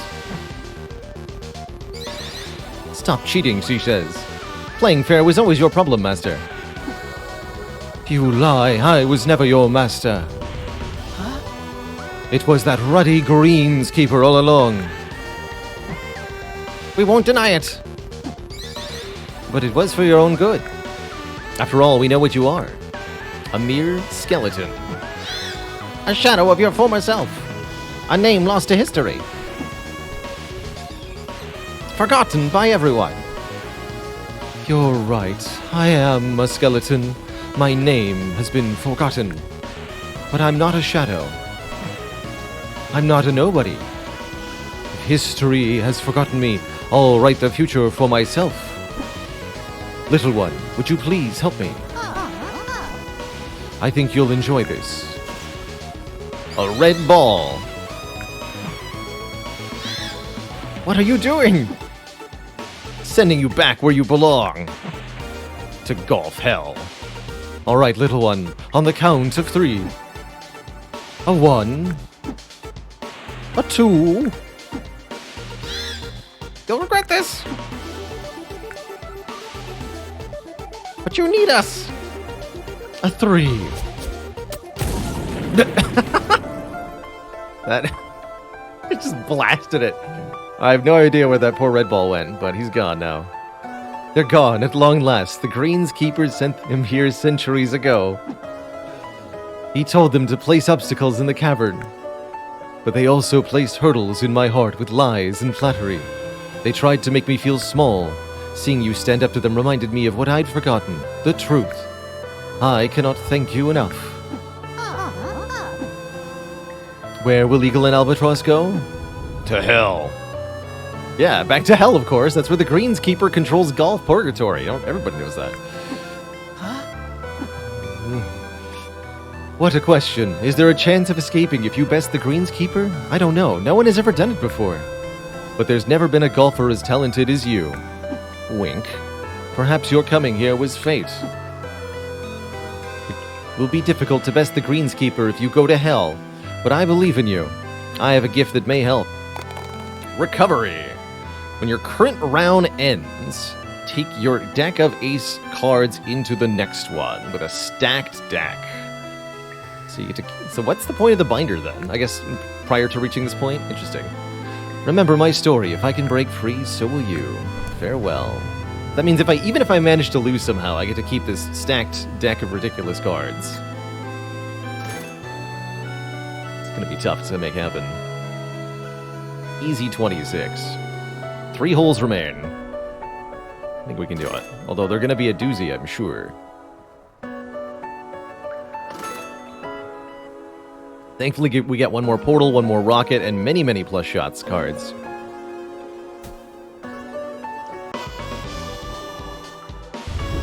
I'm going to try to leave the really powerful cards for the greenskeeper battle. And use our plus shots cards elsewhere. Because just like in the previous rounds, I imagine against the greenskeeper, shot count isn't going to be the only factor that limits things.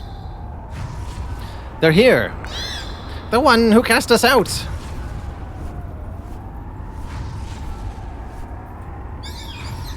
Don't say we didn't warn you!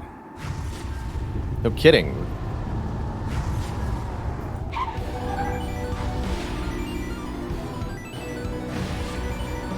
Who goes there? I said, who goes there?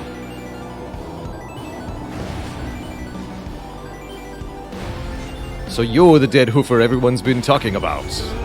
The cursed.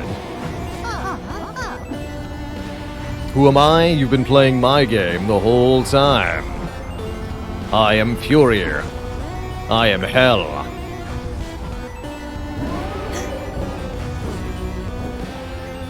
I am the greenskeeper, and you're gonna play golf against a dragon. This suit was expensive. Be a good boy while I talk to this chump. What? You thought Birdie was me? Get out of here. I just like to make an entrance. You should have seen your face. I'm the one you're looking for. Greenskeeper's the name, and golf is my game. And you, I already know you. The big guy told me to show you a good time down here. Golf God? You know him on a first-name basis. That's why I can't have you going upstairs to ascend and all that jazz. But you've been busting my chops at every turn.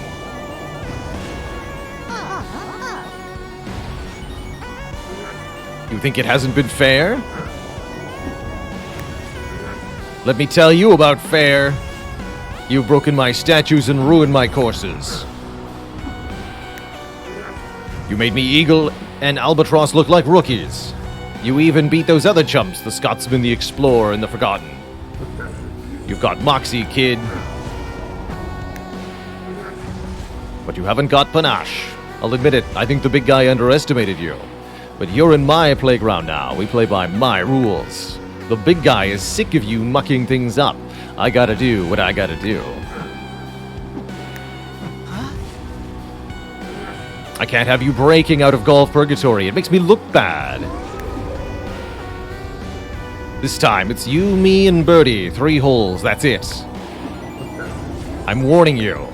Birdie's a pterodactyl. They don't play nice if you land in their territory.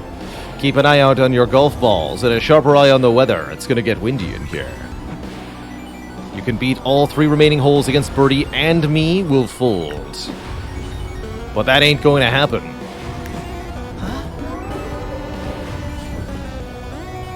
If you fail, you go back to the start. Nothing personal, just business. Good luck, chump. I don't envy you. Tee up, Buttercup.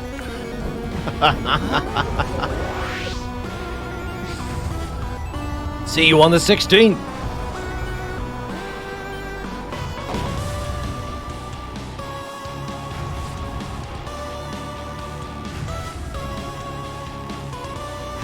All right, no shop at all.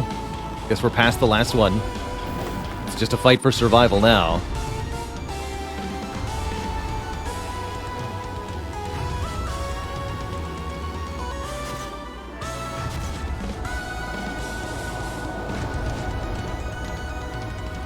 All right, so we've got some new hazards here. Those scorched pieces of ground marked by the hazard signs indicate Birdie's territory.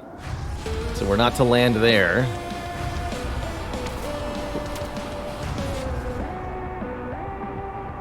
Wow. We got a situation on our hands or what? Look at that clever little teleporter there. I wonder where that goes. This one you just have to dig to or teleport to?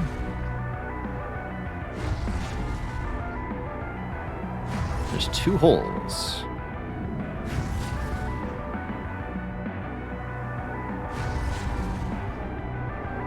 Nine yards. Oh, that's a checkpoint? Is that what that is? This is new. Whatever that is.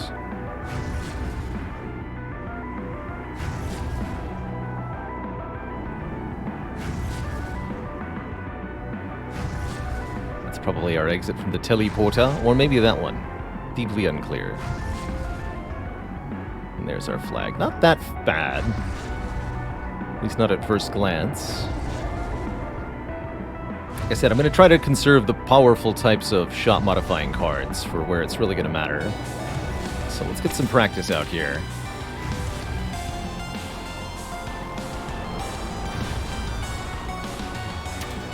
Oh no!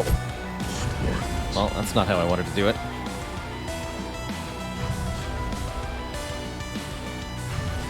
I might rewind that. This would be a good time for it.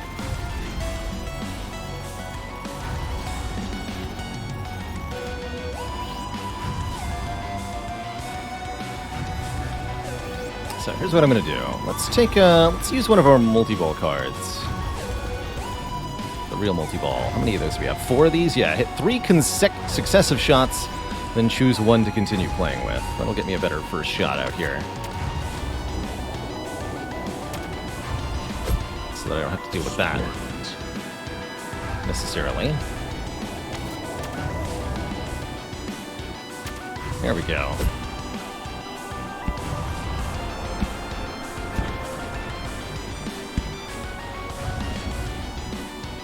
Good use of that card. And I could even land up top here.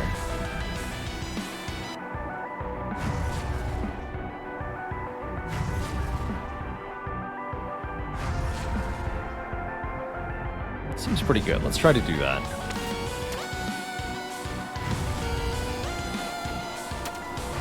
Not successful. Well, I'm really glad we used that because 2 out of 3 failed. Get to keep that ball, though.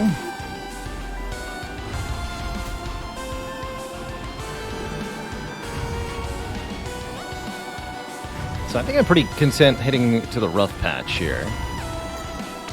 Should be a very reasonable shot with the iron. Uh-oh. Yes! No! Yes!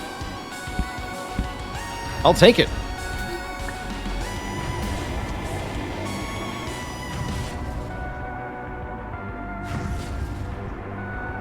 Where the heck am I supposed to go with this bounce pad?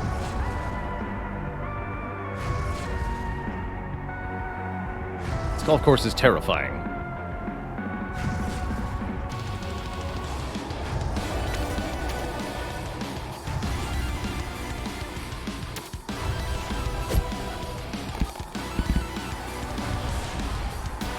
There's a checkpoint of some kind that we've passed.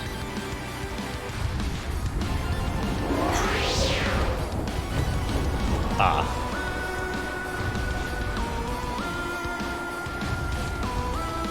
Just like have scatter shot active? Or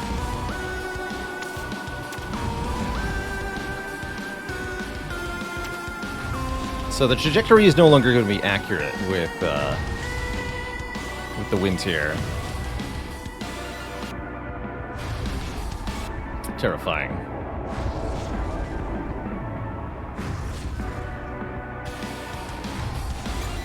Alright, let's try a highest.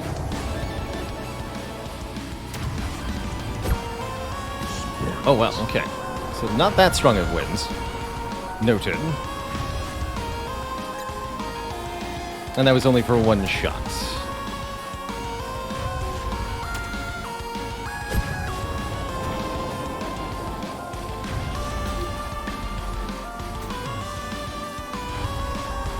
Cool.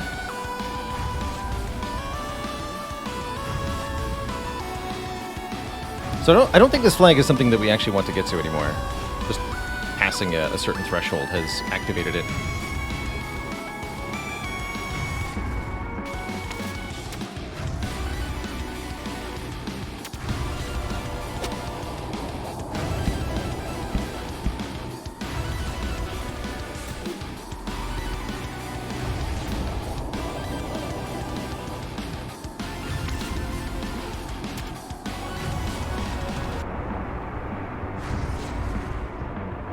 So again, where would this even send us that would be anything other than death?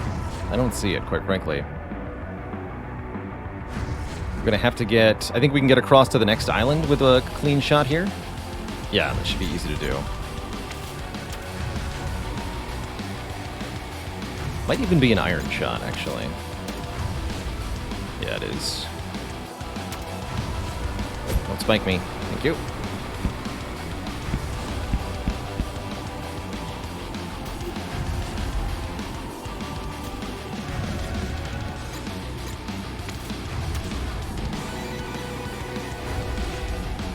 Okay, that's not too bad a shot, but where the heck am I going? Okay, we bounce across and then onto this rough patch. You got it.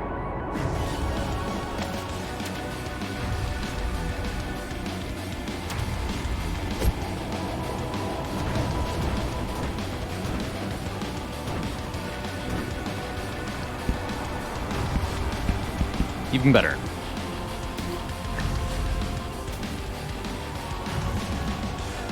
Alright, we're gonna hit up onto that shot idol. Nope, not like that. From here, we probably want to go onto the rough. Here? Or we could even try to arc from here onto the bounce pad. That seems really unlikely. But we're coming up close to the end here. As long as we grab this golden shot idol, we should be easily able to make it without any card use.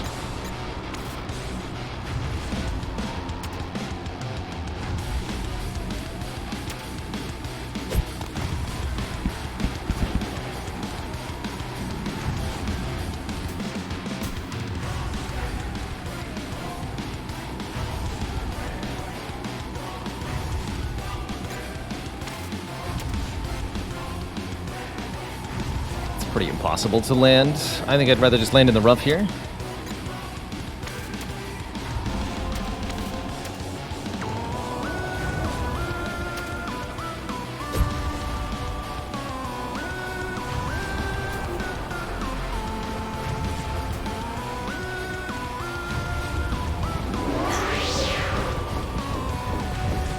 Oh, the wind's at my back.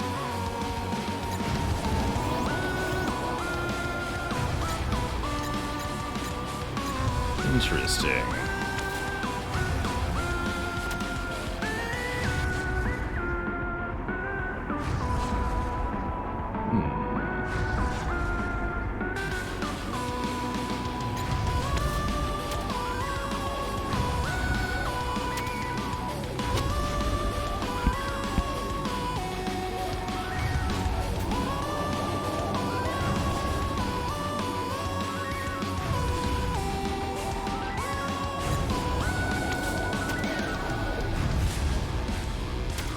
Uh-oh.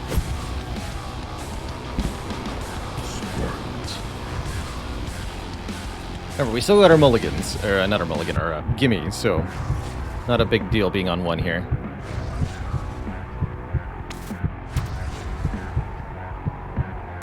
There we go. Oh, no! Too much bounce.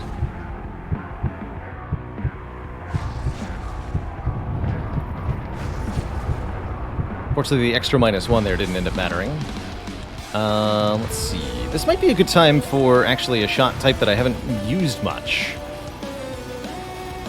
The lead weight. No bounce.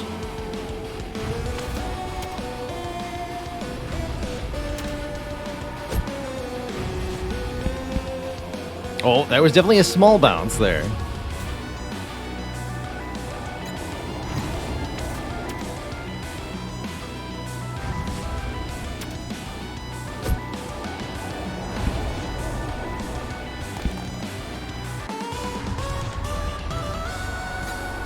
All right. 2 holes remain.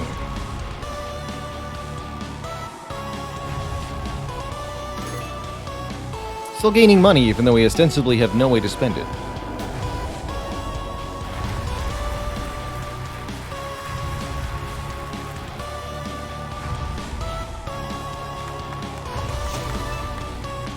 One-time stop.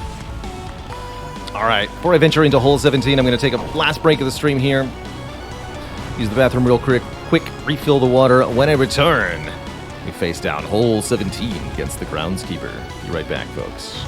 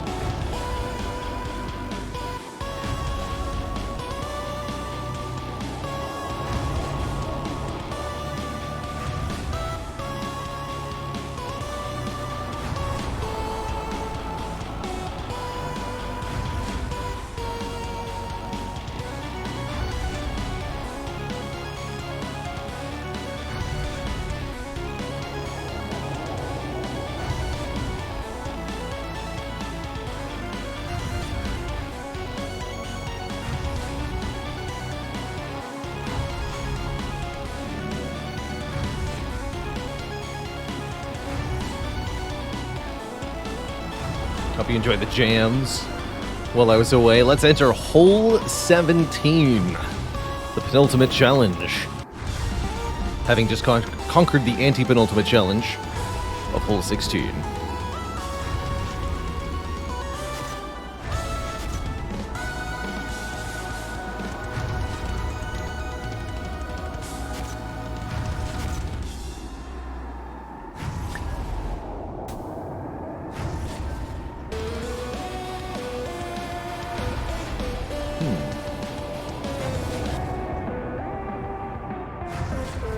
This goes up there to the golden shot idol. I'm pretty happy with making that shot to open to get our +4 shots. Let's see. I see 2 holes. Oh, no, the markers are for flags, though. So we have quite a distance to go horizontally. What a nightmare. Oh my goodness, look at that. Holy moly. Spooky. Absolutely spooky. So if you perform this well, you should be able to get from the bottom bounce pad all the way onto this platform. Or you can thread the needle here. I love that. That's pretty cool. Although note that landing anywhere here or here is death. Oh, also landing anywhere here is death. So you have to... Oh, but if you land in the blowers, you go right to the end. So the hole basically ends like right here. Cool.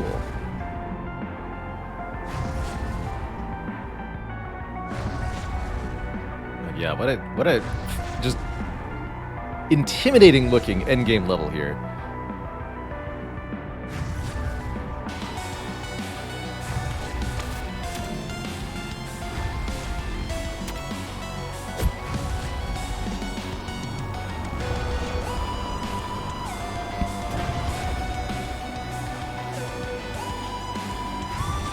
Is this the largest level I've seen? I don't think so.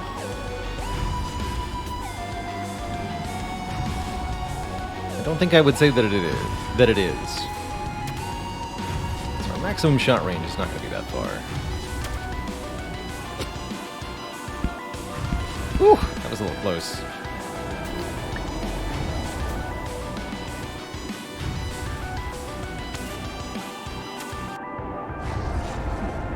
So where to next? I think we'd like to keep going along the top, so long as we can maintain it. Should be 1 shot onto the rough here, 1 shot onto the silver idol, 1 shot onto this platform, 1 shot onto this silver idol. 4 shots replenished. All we have to do is nail each shot in succession, and there might also be some wind or something. But don't worry about that.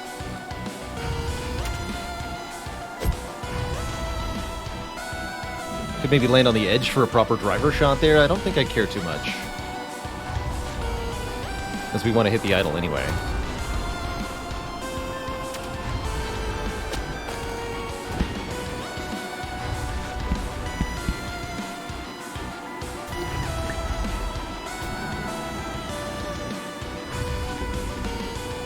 No wind yet.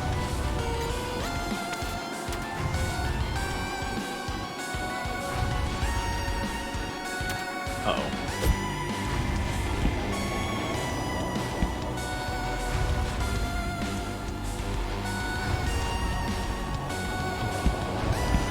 Acceptable.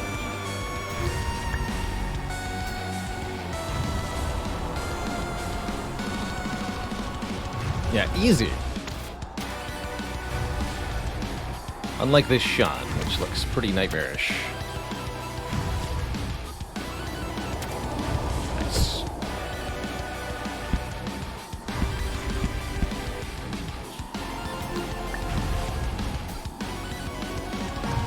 Note that nailing the intended shot would have gotten us into a better position.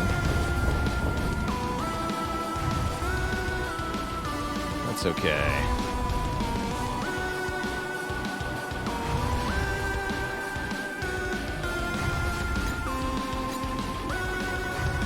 Keanu Rivas, thank you so much for the Prime sub. Welcome to the Cozy Sub Club.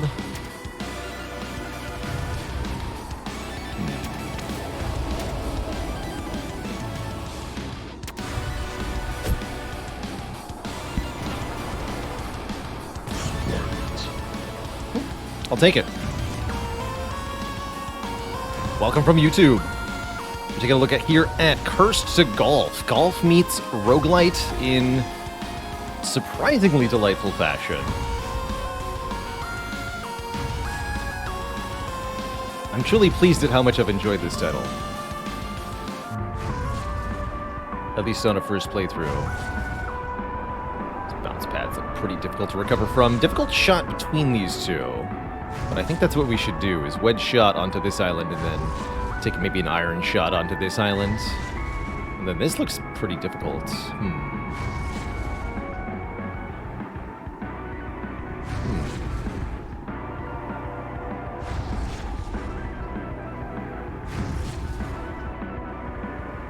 Actually not sure what to do from here. Because this is a problem. You can't just shoot from here up to here. Maybe with a gentle enough angle it's possible, but it looks pretty tricky. We could use a card to get out of that situation, I guess.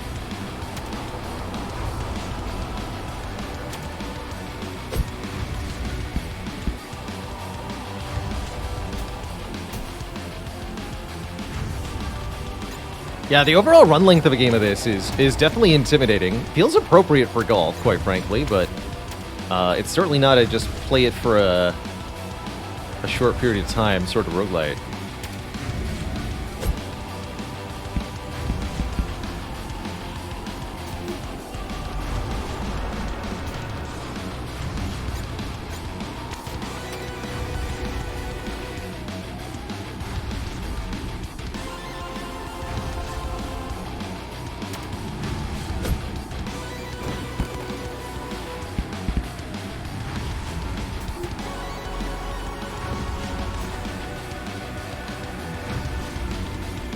Alright, well, now what?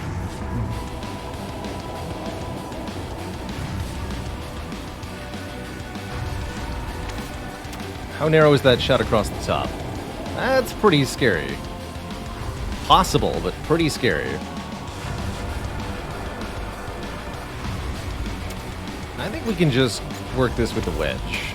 Get down onto this next platform. A little bit more than that. 1.5.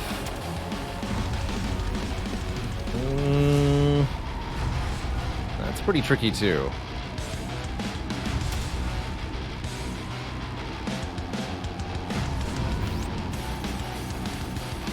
Yeah, some way to manually aim the shot meter or slow it down would be pretty good too. Got 5 practice shots. Oh yeah, those aren't useful in the boss fights, so we should strive to use these.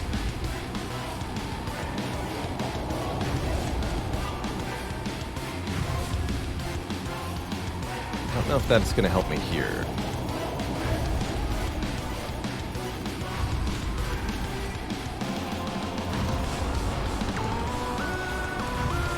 I like multi-ball for this situation, too.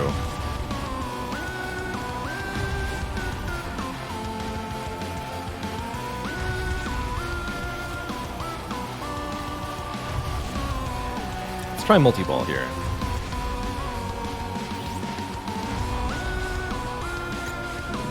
See if we can bridge the gap. Easy.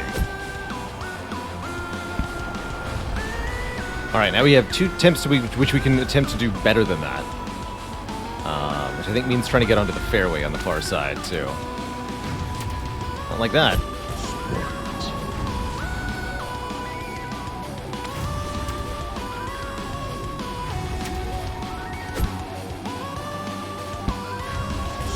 Ooh, okay, yeah. I'll take the one that lived then, thank you.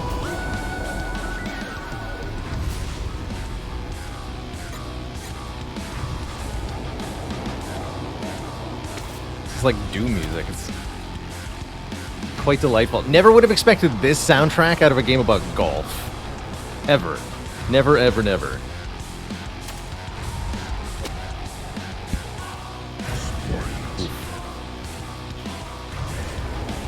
Should have spun backwards a bit more on that shot. Of course, now we're going to have wind, which is actually fine. Just got to hit it with a little more power then.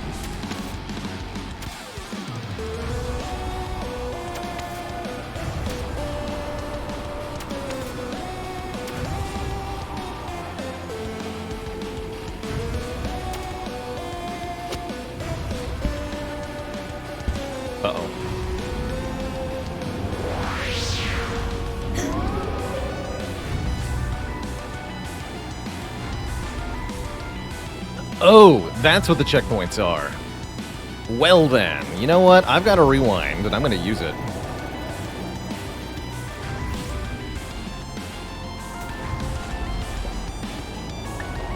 Cool. So let us not have that happen again.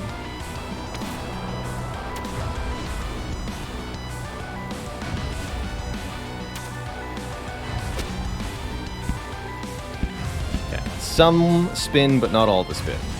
That's what we learned there. Alright, and now we're actually at the end here. Essentially. So, like we said, we have two options. Either A, thread the needle, which is going to be super duper effective. Here at the bottom. With the mouse aiming, that might be doable. Or perform the full gauntlet of bounces. But enter platformer mode.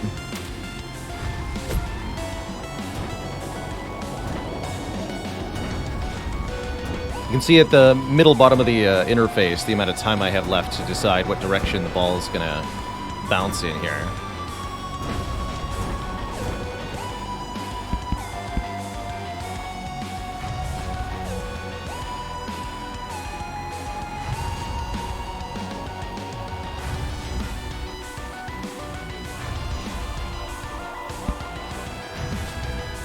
Not allowed to spin it here, apparently. Maybe I had to spin before all of the bouncing started, but either way, I'm pretty happy with that shot. Yeah, what if golf was also Celeste?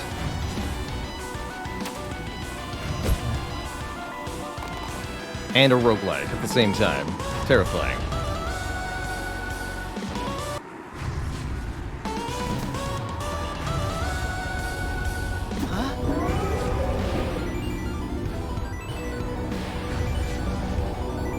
What? No one has ever made it through that hole. I got to hand it to you, kid. You're good, a little too good. But not good enough to outmatch me. I put the bogey in Bogeyman. Look alive, chump. The 18th hole is impossible. You're never getting out of here. Let's go, birdie.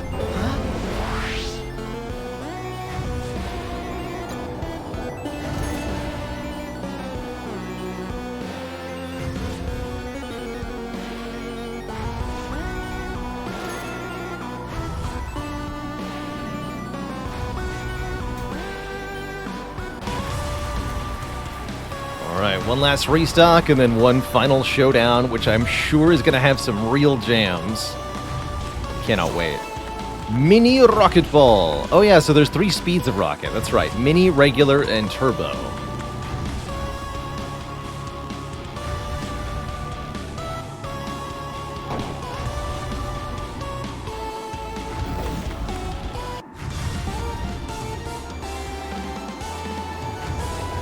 This is it.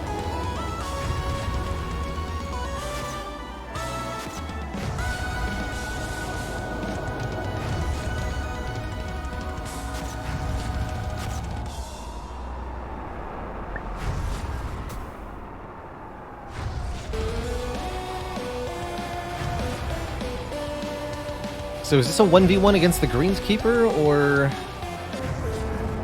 not?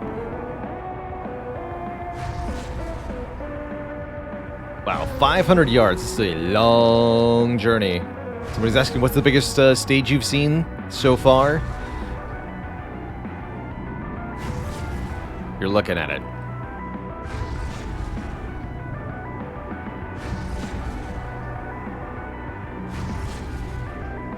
And then entirely surrounded by lava at the very end. Here's your golf hole.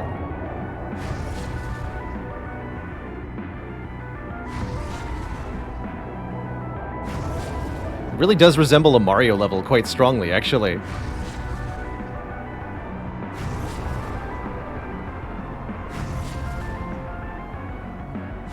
That's kind of cool.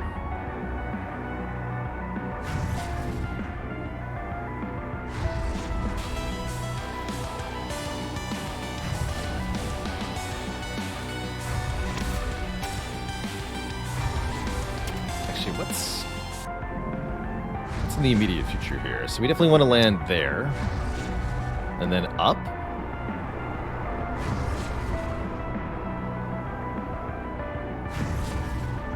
He's right, the 18th hole is impossible. How do you proceed?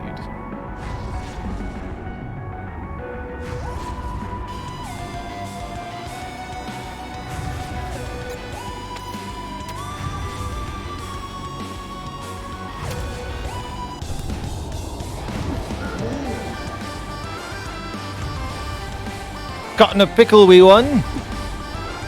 That greenskeeper can be a nasty fellow, but take heart, wee one. You may not be able to drive your ball this far.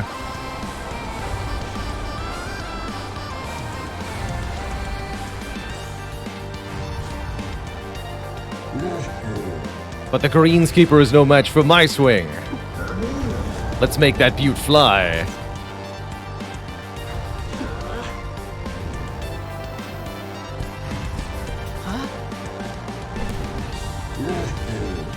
I'll bet he didn't expect that. You've come so far, wee one. Ascension is within your grasp, just a bit further.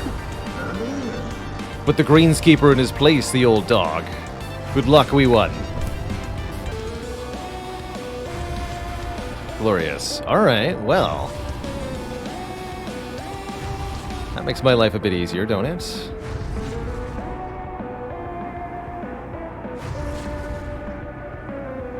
So, can we hit to that middle platform? No, I'm in the rough here. You put me in the rough? Why'd you put me in such a rough spot? There is a faint hope of making that shot, but it's pretty narrow.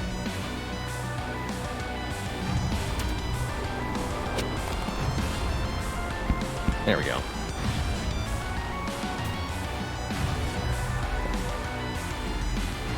Now I can shoot over this spike.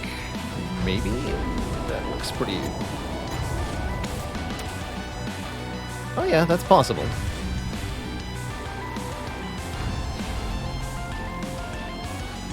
This is ostensibly the 18th hole.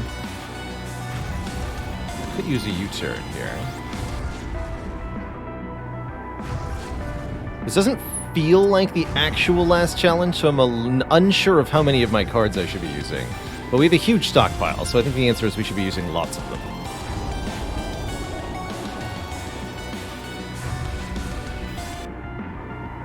So we really want to land on that island.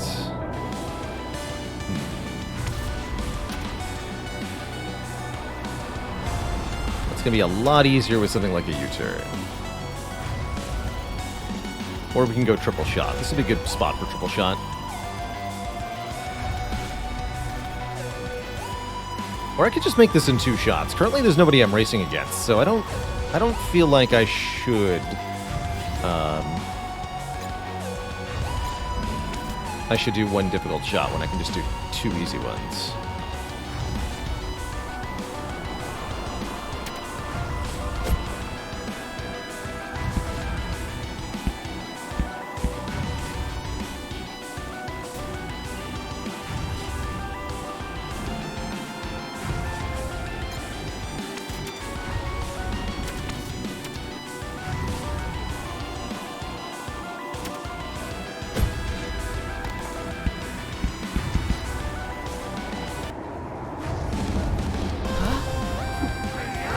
Hi-ya, still trapped, are you? The greenskeeper sure knows how to make a mess.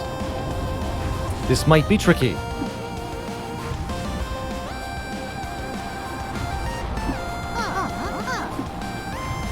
Can I repair the course? What a novel idea. Greenskeeper used his powers to destroy your path. Perhaps I can use them to fix it. Power to mend broken things is stronger than the forces that bind us. Let's try it, shall we?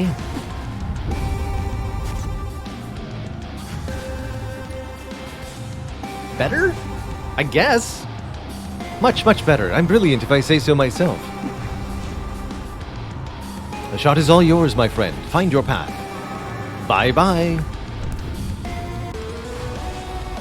All right.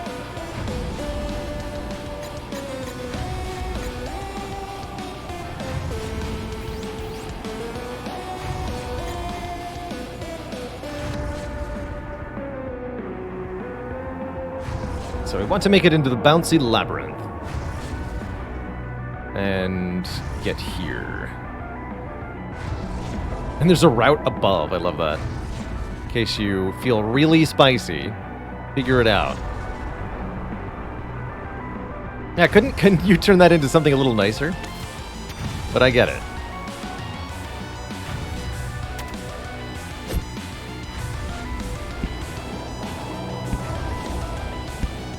That is definitely not where I wanted to go, but I'll take it.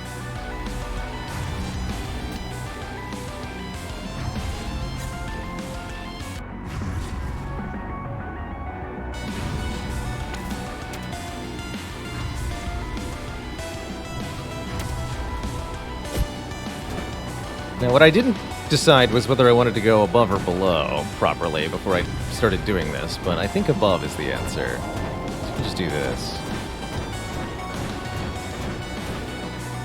Remember, you get one bounce out of each of these pads, essentially. Or one bounce every time you hit the pad.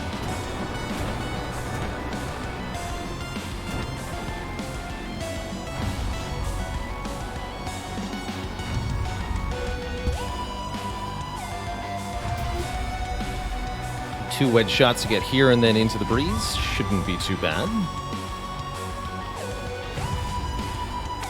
Don't see any reason I wouldn't do that.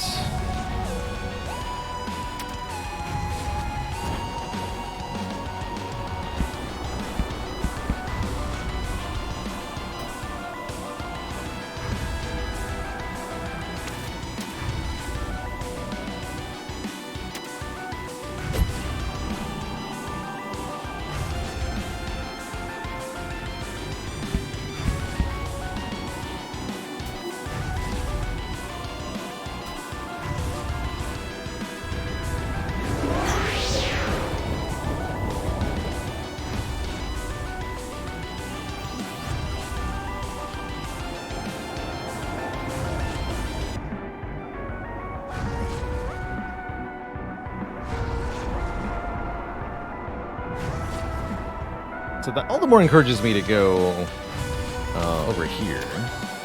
That's what I wanted to do anyway.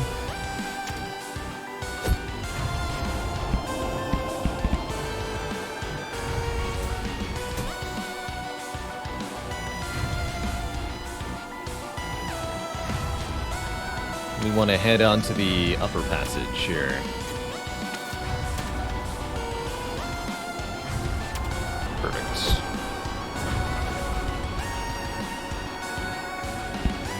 Easy.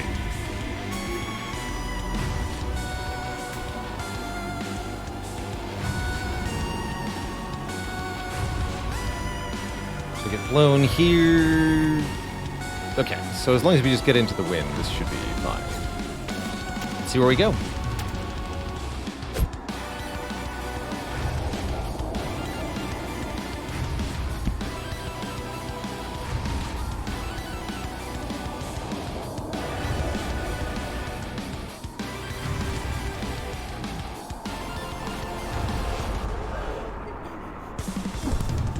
And we're just like stuck here. I'd heard I'd find you here. Don't cry, little one. I've shed enough tears for both of us. Huh? What's that?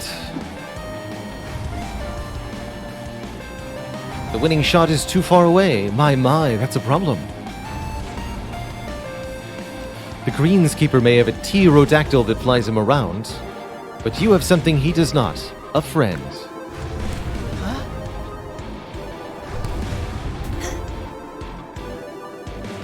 That should do it. Your thanks are appreciated, but unnecessary. You saved me from torment. I will never forget that.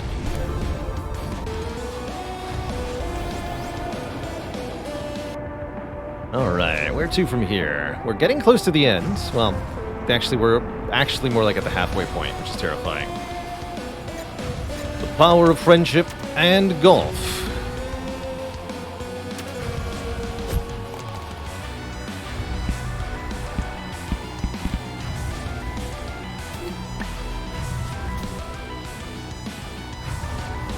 Oh my. Can I wedge that up there? That's gonna be a no.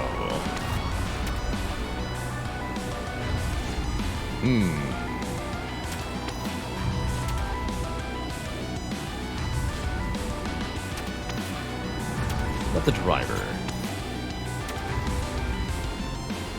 No, the angle's wrong. The driver just goes straight over it. Okay, so with the iron and a very precise lead ball shot, we can land on that top platform.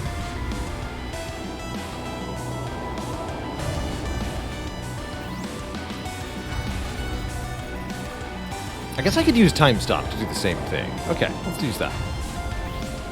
Just gotta time it correctly, which is easier said than done. Actually, wait. If I overshoot, I could also seek to land here. But I imagine if we get up here, we can go to here. If we go down here, we're screwed.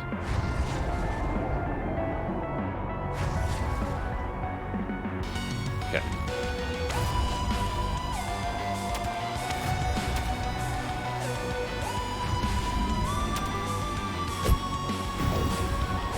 There's a slight delay on the time stop, which is very scary. So for reference, I clicked when I saw the ball was about here with the stone. But I had no idea if that was going to be the correct timing or not until I tried it.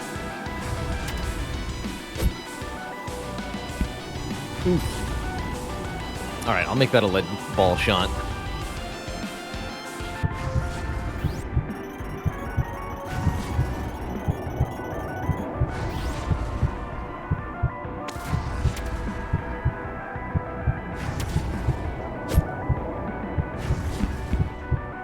It says no bounce, it's lying. Absolutely lying. Very small bounce.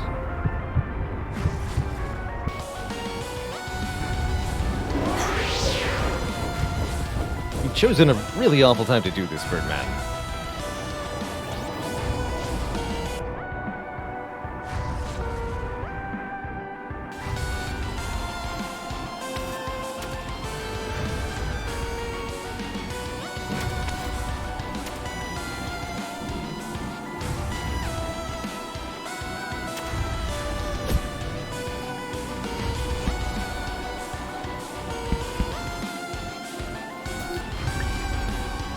Easy every time. How many of those gimmies do you have? Once per hole. You can use that.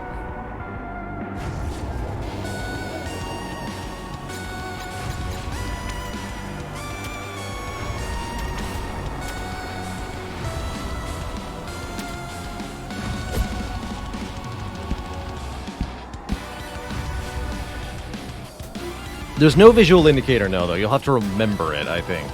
Would be nice if there was, I agree.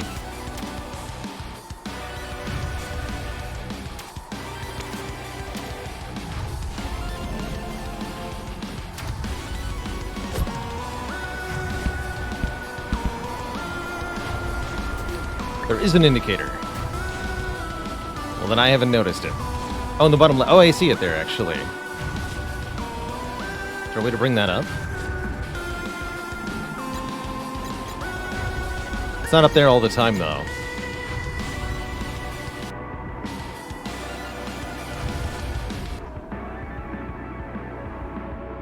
Alright, I think you can make that drive, but we just need to get onto this next platform.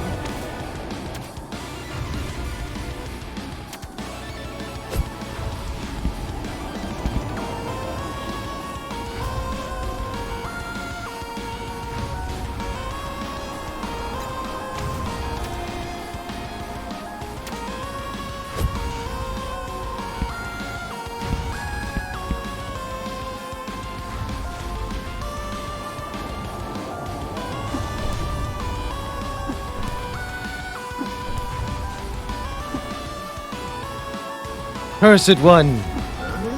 This is it, we won! The 18th hole is there, the final drive. When you first landed in Golf Purgatory, I thought you'd be like everyone else. Yet here you are, I have never seen such golf. How far you've come, little Mirage. And here we are, together. Day 9999, we should never have doubted you. Because you never doubted us, we never thought ascension was possible. We've been dead a long time, but now we have something to live for. And something to golf for. One day we will also ascend. Now that you've shown us how it's done, we couldn't let you have all the fun. Go on now, Ewan. Become the legend you are meant to be. We love you.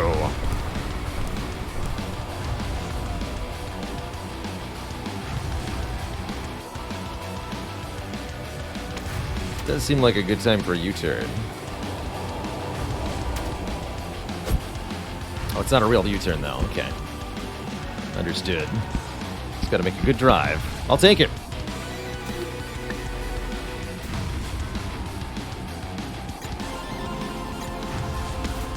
A gimme pot at the very end.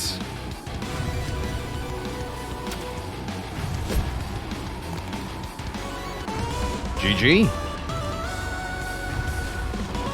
I'm not quite willing to believe it's over yet.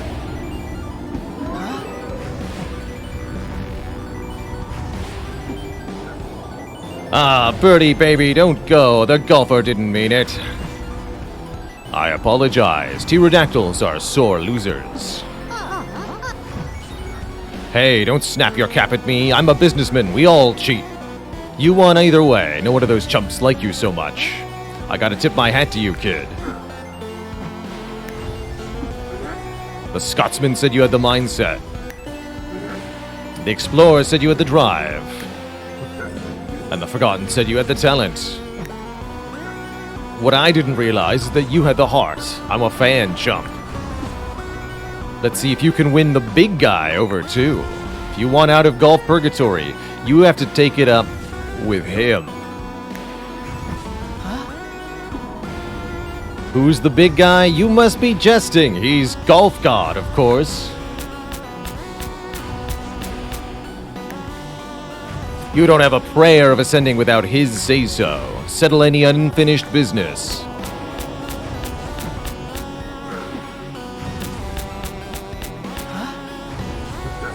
When you're ready to talk, the big guy, I'll be in the shop.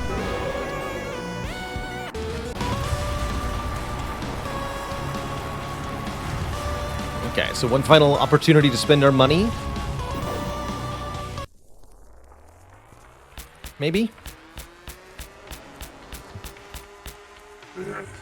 So, you still want to chat with the big guy? Better you than me. It's too bad. I was starting to enjoy your company. You gave Bertie and me a run for our money. You got spunked, kid. Maybe that will prove to the big guy you're one of the greats. The elevator is over there. The elevator out of hell.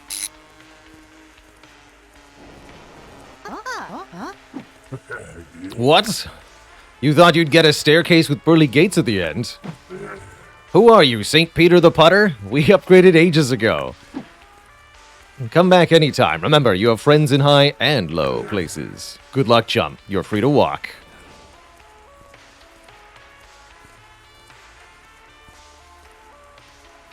I can jump? Hello? Oh, because I'm Super Mario? Yeah, I got it.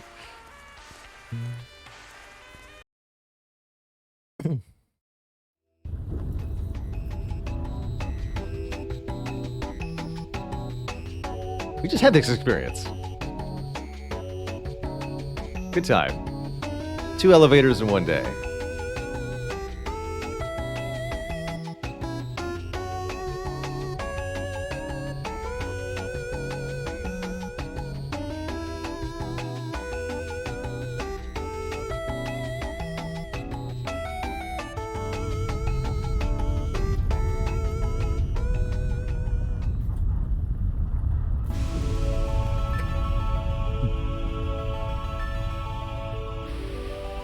This must be golf heaven, where the greens are always slick.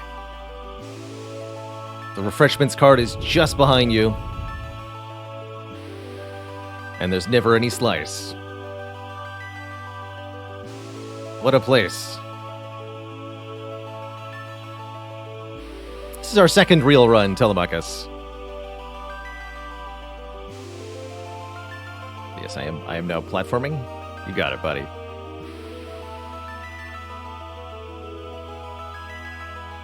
Platform so hard. Hole 19.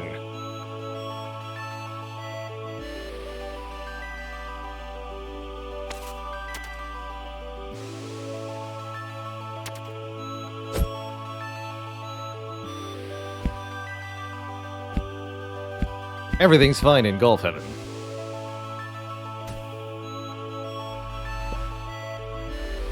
There's no hazards.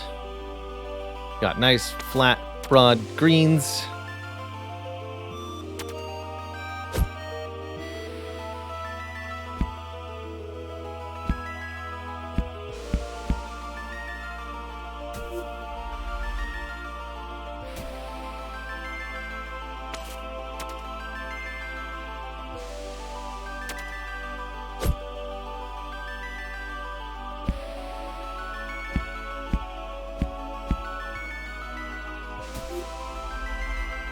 Just feels nice to hit the ball a few times. Get some good distance on it. Just like we're back at home.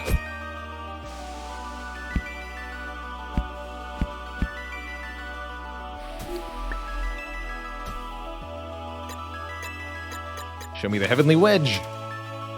Its power.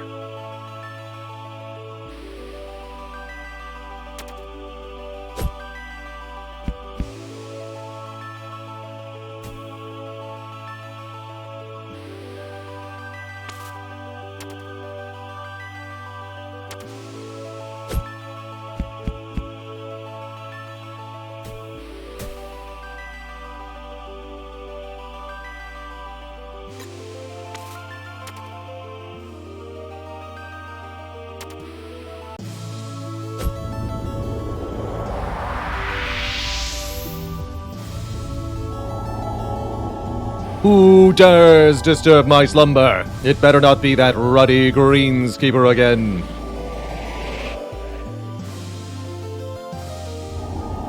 It's you, my cursed golfer. He's so magnificent. It took you long enough. I've been expecting you. Sorry to burst your bubble, kid. How did I know you were coming? I'm Golf God. I know everything. For example, I know you have questions. Questions like, what are the par for these courses anyway? Speak up, I don't have all day. Who sent you to Golf Purgatory? I did, of course. You weren't ready to become a golfing legend at that tournament. You looked so serious. Why so serious, kid? So I struck you with a bolt of lightning. Hilarious! Come on now, don't get put up your butt. It's true, I sent you to Golf Purgatory for laughs. Your laughs. When you were alive, you wanted to show everyone that you were the best. You swung a hole-in-one every tournament. There was just one problem. You were too focused on winning. You forgot that golf is a game of risk, creativity, and drives. You forgot that golf is fun. I'll bet you had a better time playing golf than you've had in ages. That's true. I know you agree. You had a good time down there. There you go, a smile, finally. All those obstacles you complain about, that's what makes the game fun. Everything was by design, my design. Before I zapped you to a crisp, you looked like a champion. However, it's not enough to call yourself a golf legend. You must become a legend in body and spirit. All of that has changed now. I challenge you with a course only a true golf legend could master. You also made some friends along the way. Now you're here with me. You've become a golf legend for all eternity. And that's why it's time for me to send you back. Because legends never die.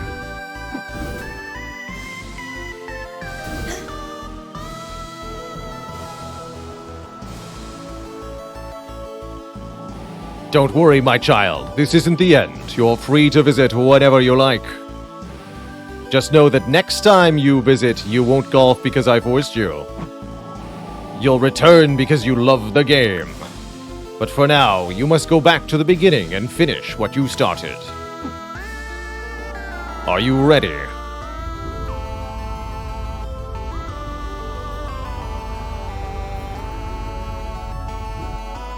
It's time!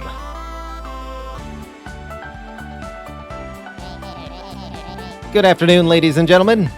You're tuning into the final round of the last day at the Eternal Golf Championship.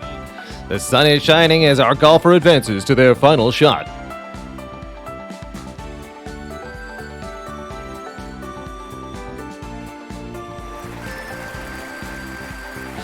Here we go, the moment of truth. Is this golfer truly a golf legend?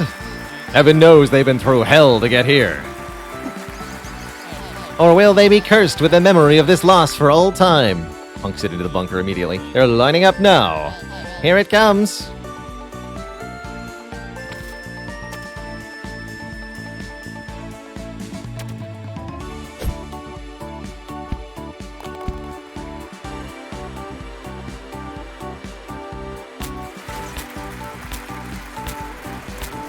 That strut, though.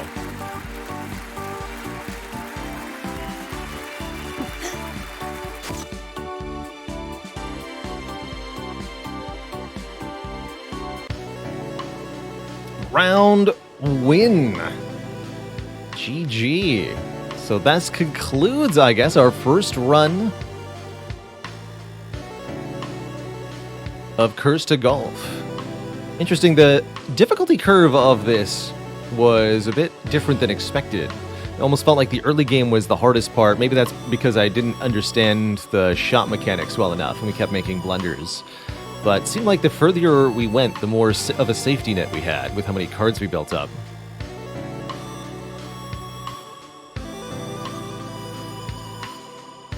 GG. GG, everybody. So I'm just going to start a new round here and see if there's anything notably different, to see if there's anything that we like substantially unlocked either by winning our round or by playing our second one. But otherwise, I'm very thrilled with our successful completion of Curse to Golf. Let's see. Oh, well, there's at least one thing you unlock, the raddest golf cart of all time, and a wins counter here.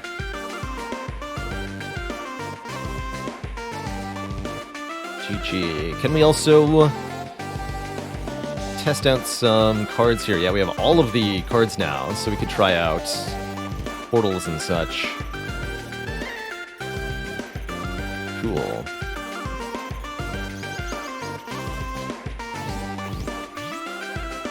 So are you allowed to use multiple of these? You can't use multiple of the same card. Looks like you can only combo some cards with each other.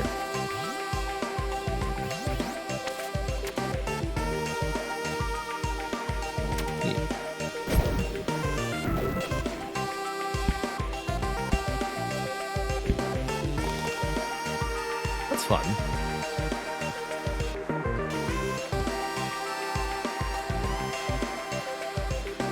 We should have our full set of cards for the following run, right? Let's just jump into hole one and see if anything's notably different. Not intending to play through any further here.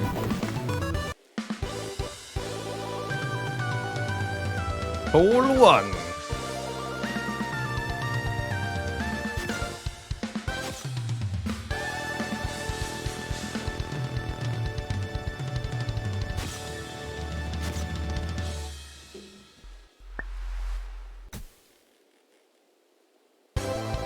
No, you even have the starting deck, too. I guess winning doesn't cause you to keep the cards. That's fine by me. So this is what your starting situation in a new round would be. The whole one, not too unmanageable. But, that'll be it for me.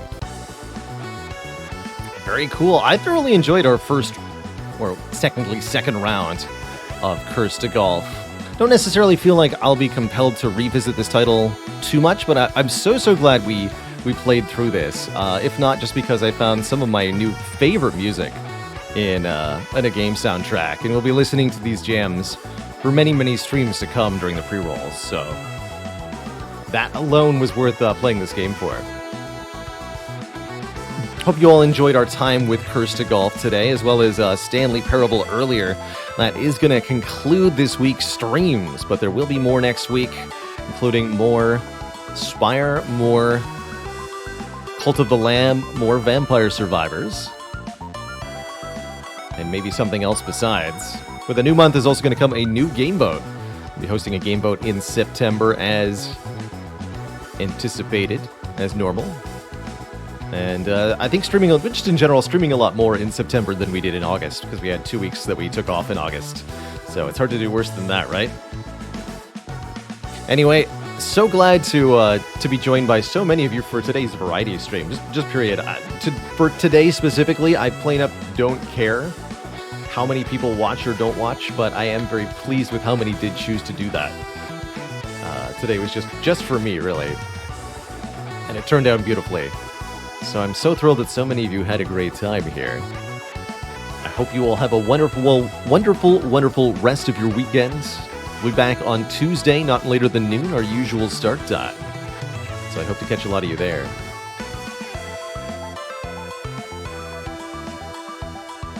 That's right, a nice change of pace rather than sticking with the usual par for the course, you know?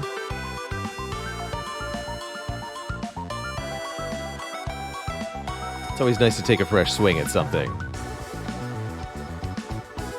Alrighty, folks, that's me signing off. Thank you so much for tuning in today. Have a wonderful, wonderful one. Stay cozy, be kind to one another. Until next time I see you, toodaloo, friends. Bye-bye. Bye-bye.